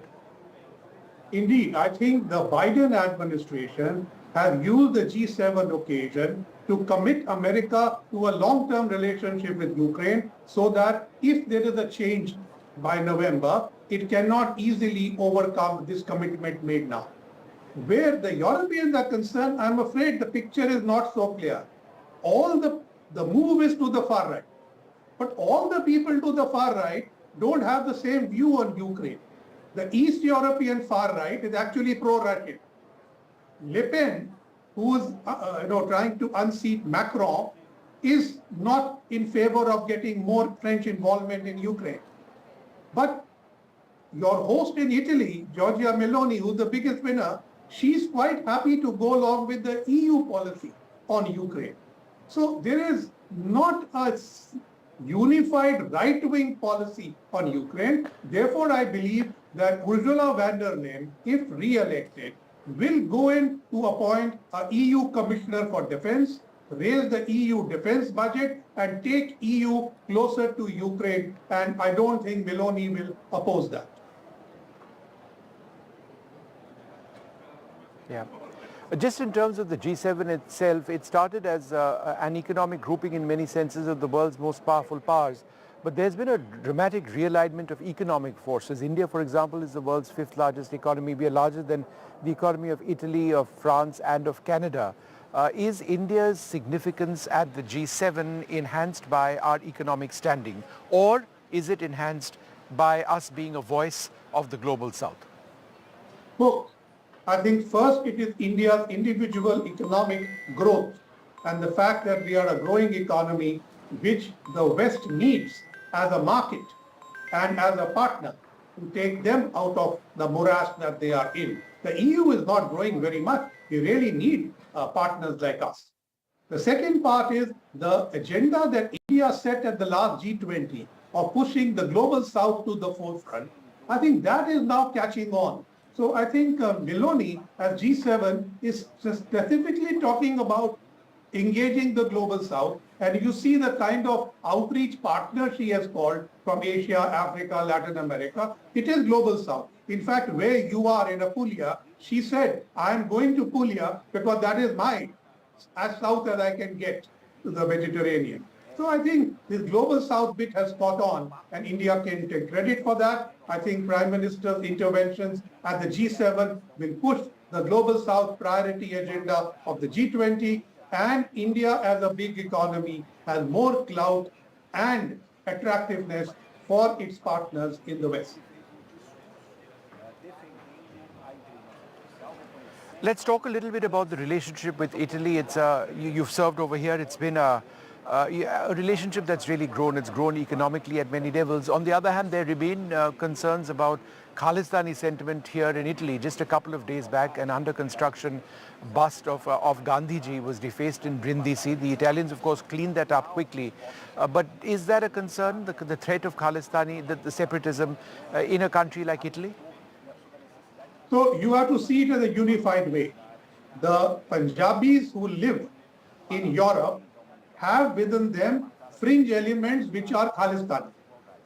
They dominate some parts of the UK, they dominate some parts of the Netherlands, Austria and Germany, and then they cross over into Italy. So wherever there are large populations of people from Punjab and lot of Gurdwaras, there are these fringe elements coming up and expanding because they are getting economic backing from some of these countries that I have mentioned. Now, Italy needs to be more vigilant. I think they have not taken this issue seriously because no major thing has happened from there. But I do know that certain efforts in Punjab where people shot at other people, the arms training was actually done in Italy. So I think Italy needs to take this much more serious. And a final question, at many levels, the relationship now between India and Italy is based on people-to-people associations. People from the Sikh community have done tremendously well, for example, in the Parma ham and cheese industry, number one. Number two, Indians have invested $400 million plus in Italy when it comes to all sorts of sectors, from IT to engineering to pharma. How is this an economic relationship which is really growing? So, Italy is a big opportunity for Indian enterprises to enter Europe. And this they have done very effectively. You mentioned some other areas, but there are more. In manufacturing, they've taken over many places. So what happens is that we all tend to talk about the Khalistan issue, but that is not the dominant narrative between the India-Italy people-to-people relationship. So, but while it is not dominant, it has a difficult streak which must be curtailed. The economic engagement with Italy is also now growing because of the defense partner. So that element is coming in more. So it is no more only a private sector, but Italian government agencies are engaging India more. Confindustria, unlike the time that I was there, is far more open to engaging India. Their defense industry is engaging India. So I think we are looking at a period of robust Indo-Italian growth.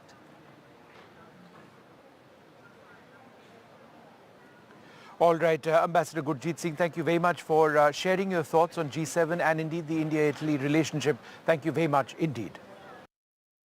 Well, the G7 summit is well and truly underway over here in Italy, in the southeast of the country. There are multiple areas that all of the countries are focusing on. It's not just G7 in the sense that there are so many other partner nations which are part of the G20 process, which have also been called over here. We're joined by a very special guest. He's the editor of Della Sera. Thank you very much, sir, for being with us, Federico Fubini. And I just wanted to ask you first up, the biggest focus this time around, some would suggest, is Ukraine. In your opinion, is that the case?